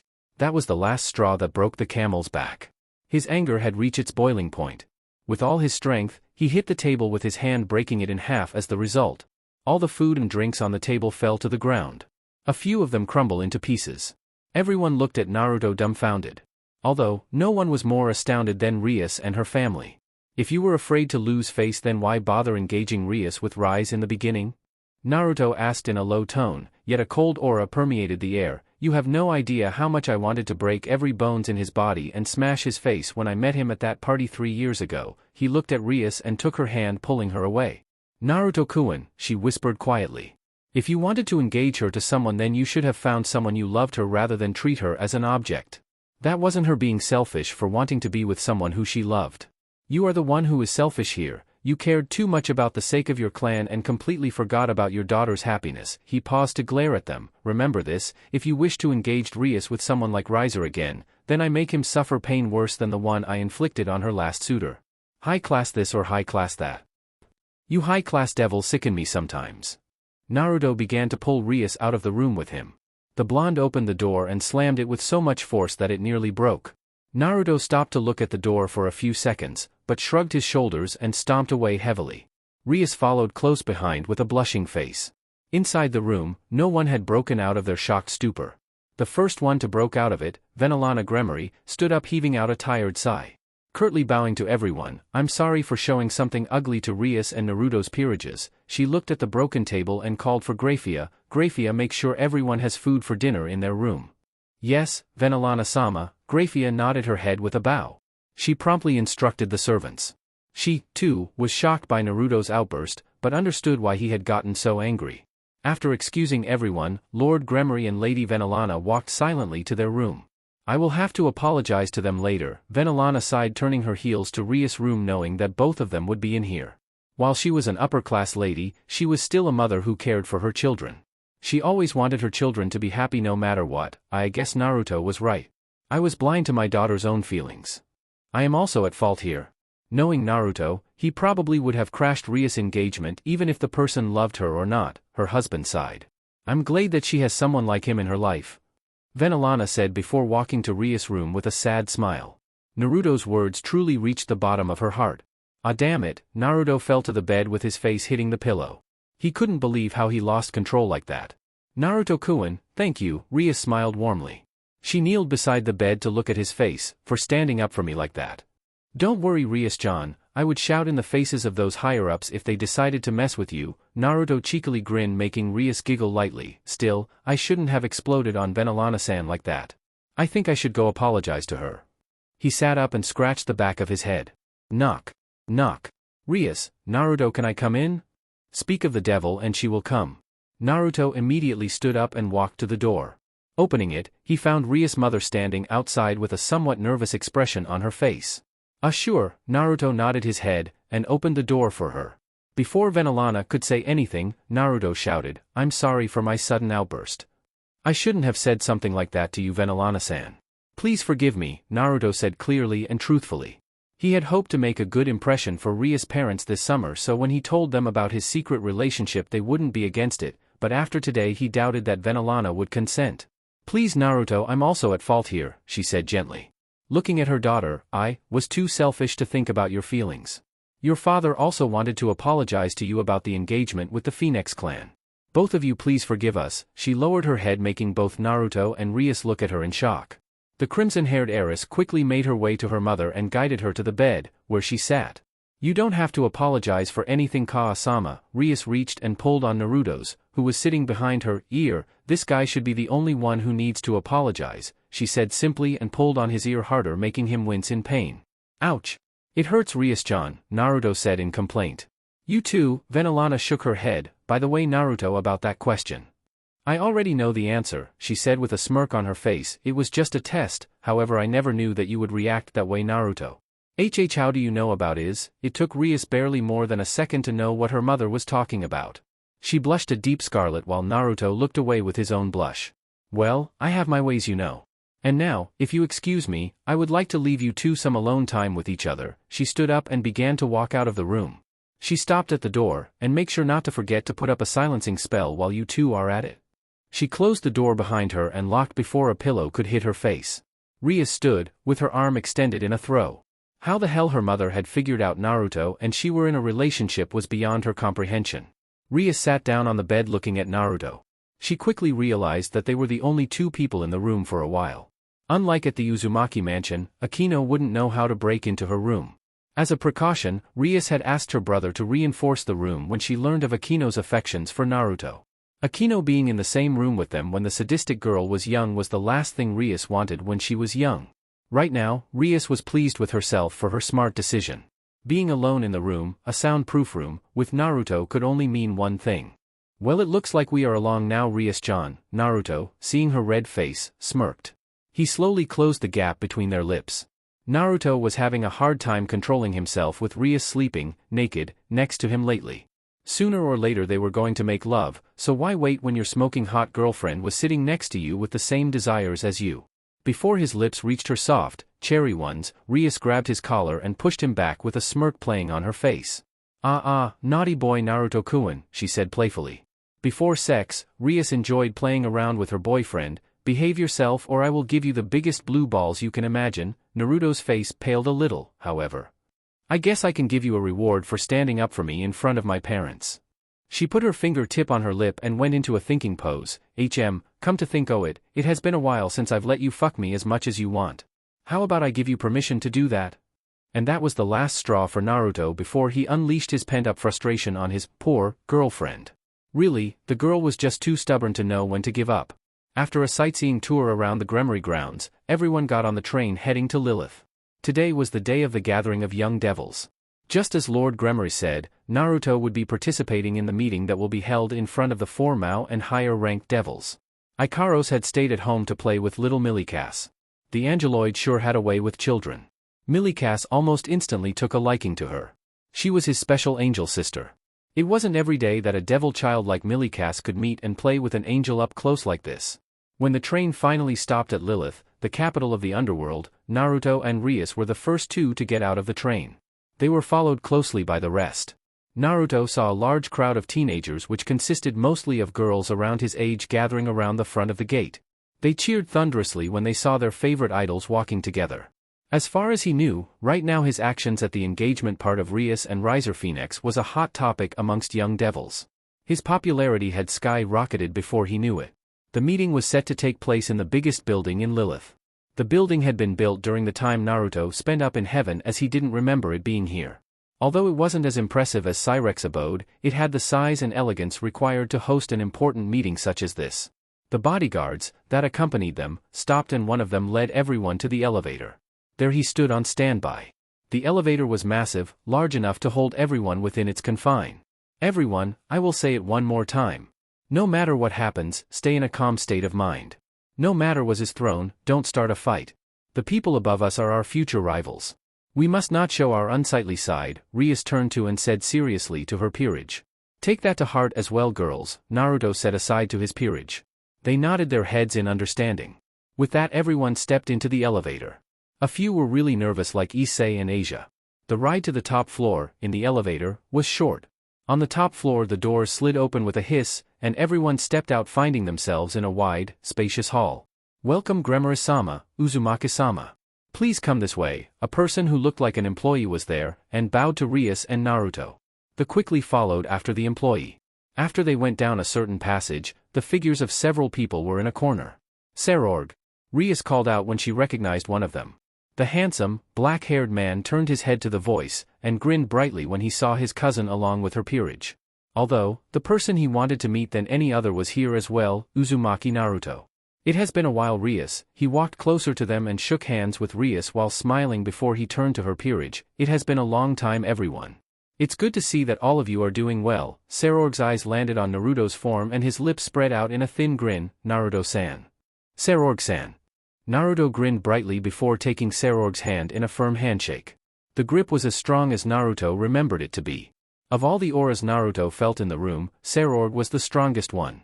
Heh, I never had the change to thank you for saving my cousin from that jerk. Seraphall patted Naruto on his back nearly making the blonde fall forward, so thank you buddy. It was nothing really, Naruto scratched the back of his head. He looked around the room and saw that Seraphall and his peerage were slightly separated from the others. He looked at Seraphall in confusion. So what are you doing in a passage like this? We came out here because it's so idiotic in there. Seraphall shook his head with annoyance in his voice. Agars and Astaroth have already arrived. Zephyrdoll came next. The moment he stepped in, Zephyrdoll and Agars started arguing. Really? Naruto asked, but before he could ask more the building shook greatly. He heard a smashing sound. Naruto felt a large build-up of magical energy within the room, and shook his head. Yeah, I know. Seraphall said sarcastically, geez, this is why I advised not to arrive early before the meeting. Rias appeared to be a little worried by the sound. Without hesitation, she pushed the double doors open revealing an exquisite banquet hall. Or formerly exquisite as everything was all smashed up. Naruto and Seraphall along with their peerages followed the crimson-haired girl into the room. All the devils inside were split up into two opposing sides as they glared heatedly at each other. Weapons were drawn and there was a thick tension in the air. On one side there were evil-looking goblin-like devils. The other side seemed to be made up of relatively ordinary-looking devils. Both sides gave off an aura that was full of cold-killing intent. To the point of being frightening. If I remember right, her name is Sigvera Agars, isn't it? Naruto asked by tilting his head to the beautiful girl. She wore a blue robe that exposed very little skin. She also wore glasses. Her eyes were cold as she glared death at the other devils standing opposite of her. Yeah, Seraphall nodded his head, and here comes Zephyrdoll. Zephyrdoll, can you not instigate a fight at a place like this? Do you want to die? Do you really want to die?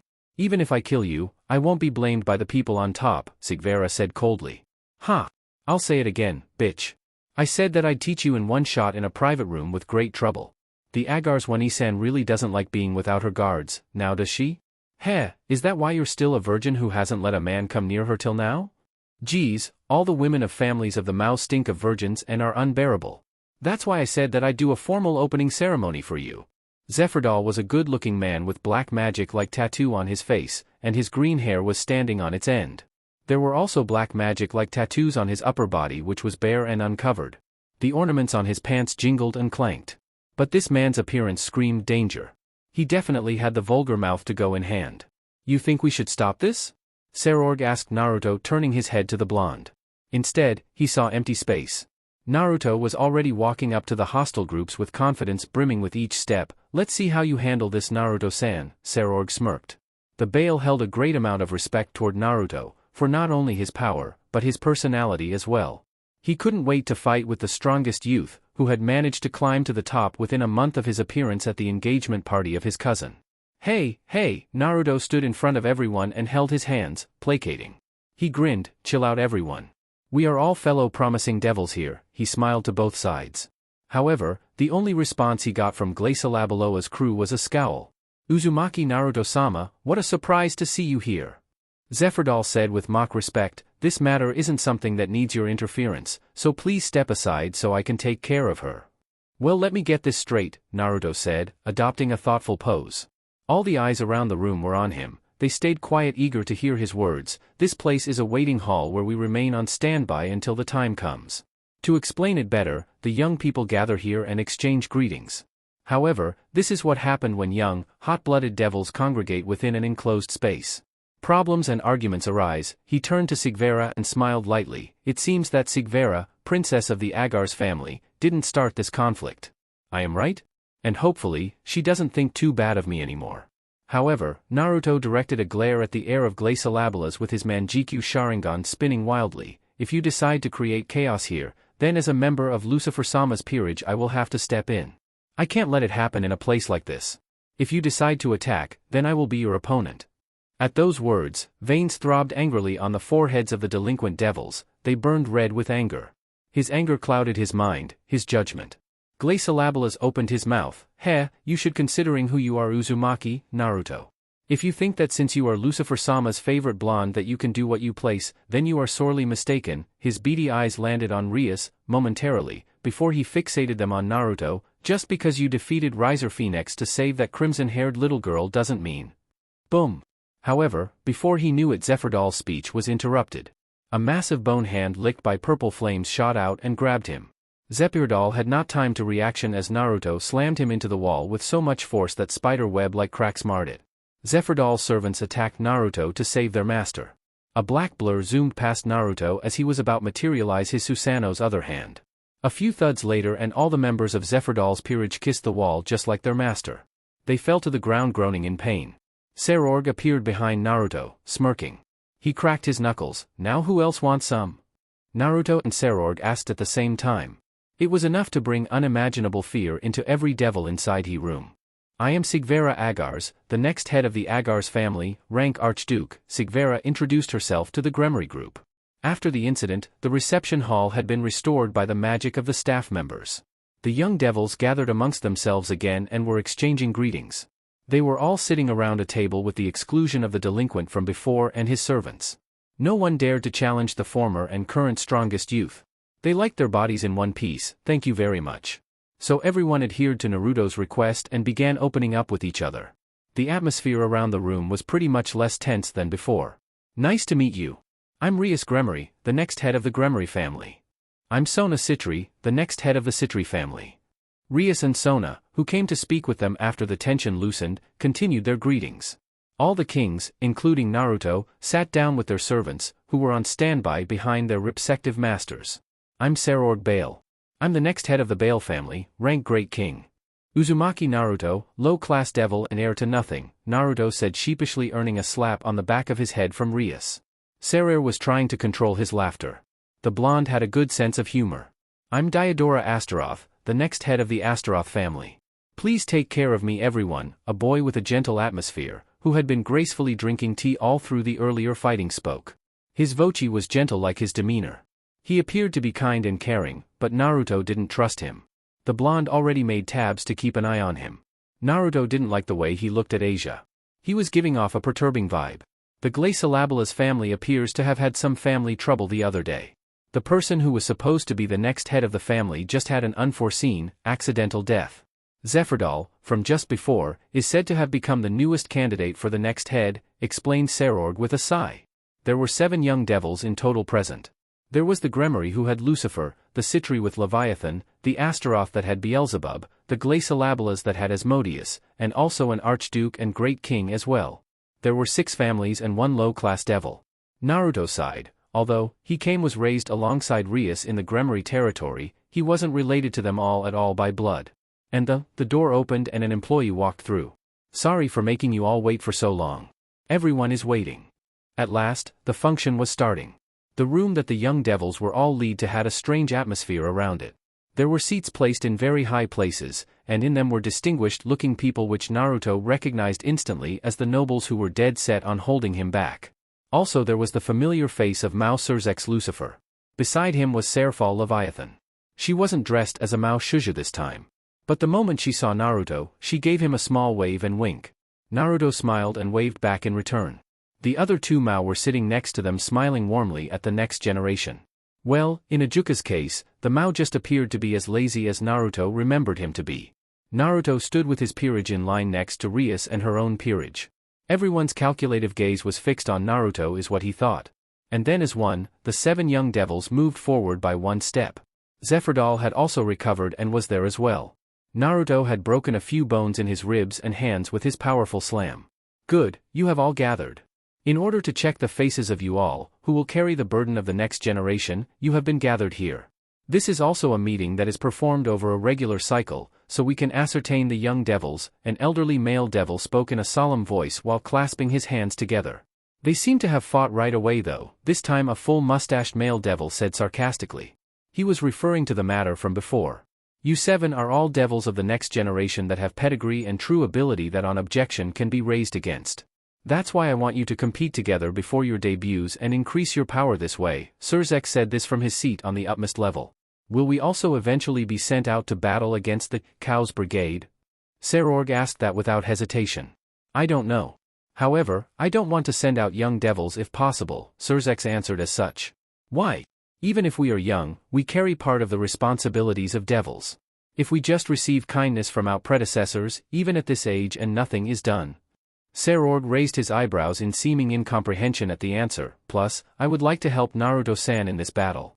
By the look of it you had no problem sending him out to the battlefield, Lucifer-sama. Seraphall, I acknowledge your bravery. However, unlike my pawn you are reckless. Above all, I'd like to avoid sending you all including Naruto-kun as well, who are still in the midst of growing, to the battlefield. Besides, it would be too great a loss if we lost the devils of the next generation. I want you to understand. You are all more of a treasure to us than you think. That's why I want you to experience important things step by step and grow. Seraphall muttered with a nod, I understand, to Surzek's words. Seraphall resigned to them. But, his expression seemed dissatisfied. After that, the difficult talk continued with different things being said by different nobles and about the upcoming Ratten Games from the Maos. Now then, I apologize for keeping you here with his long talk. Well, we all see our dreams and hopes in you young ones. I want you to understand at least that. You are the treasures of the underworld. Everyone took to heart Surzek's words. To finish things, will you let us hear your respective future goals? The first to respond to Surzek's request was Seraphall. My dream is to become Mao. He declared that with a confident voice. Naruto smirked at his dream. Those nobles won't be liking that idea. Ho, as Naruto expected, the higher-ups also let out breaths of wonder at Seraphall's goal, which he had declared up front without hesitation. It's unprecedented for a devil from the great king family to leave it, a male devil higher-up said this. When the people of the underworld feel that there's no choice but for me to become Mao, I will become one, Seraphall declared even further. Naruto was even more impressed with the young man standing next to him. To the blonde, he was an amazing person. My goal for the near future is to become the next Gremory head and to win in each rating game battle, Rias said with confidence matching her cousin. Naruto nodded, typical Rias. His girlfriend wasn't someone who liked to lose a game. After that the other young people also stated their dreams, their goals, until the next was Sona. I wish to build a school for the rating games in the underworld. Naruto was surprised by the idea. He felt there was a deeper meaning behind her goal. If it's learning about rating games, isn't there already one for that? As if checking, a higher-up asked this to Sona. That is just a school where only high-class devils and devils of privileged rank are accepted.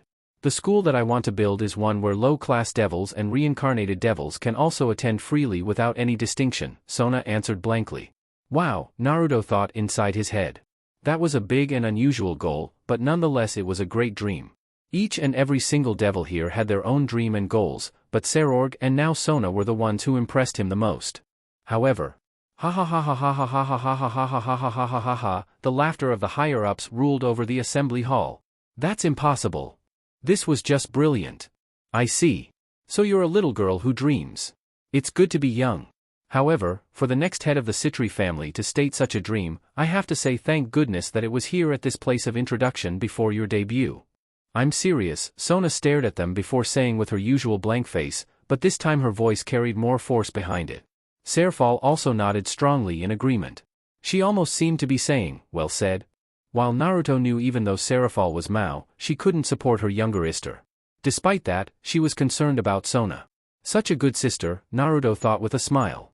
Sona Citri done, low-class devils and reincarnated devils merely work for their high-class devil master. They are only selected for their talent. Wouldn't building such an institute make old families, who value tradition and pride, lose face?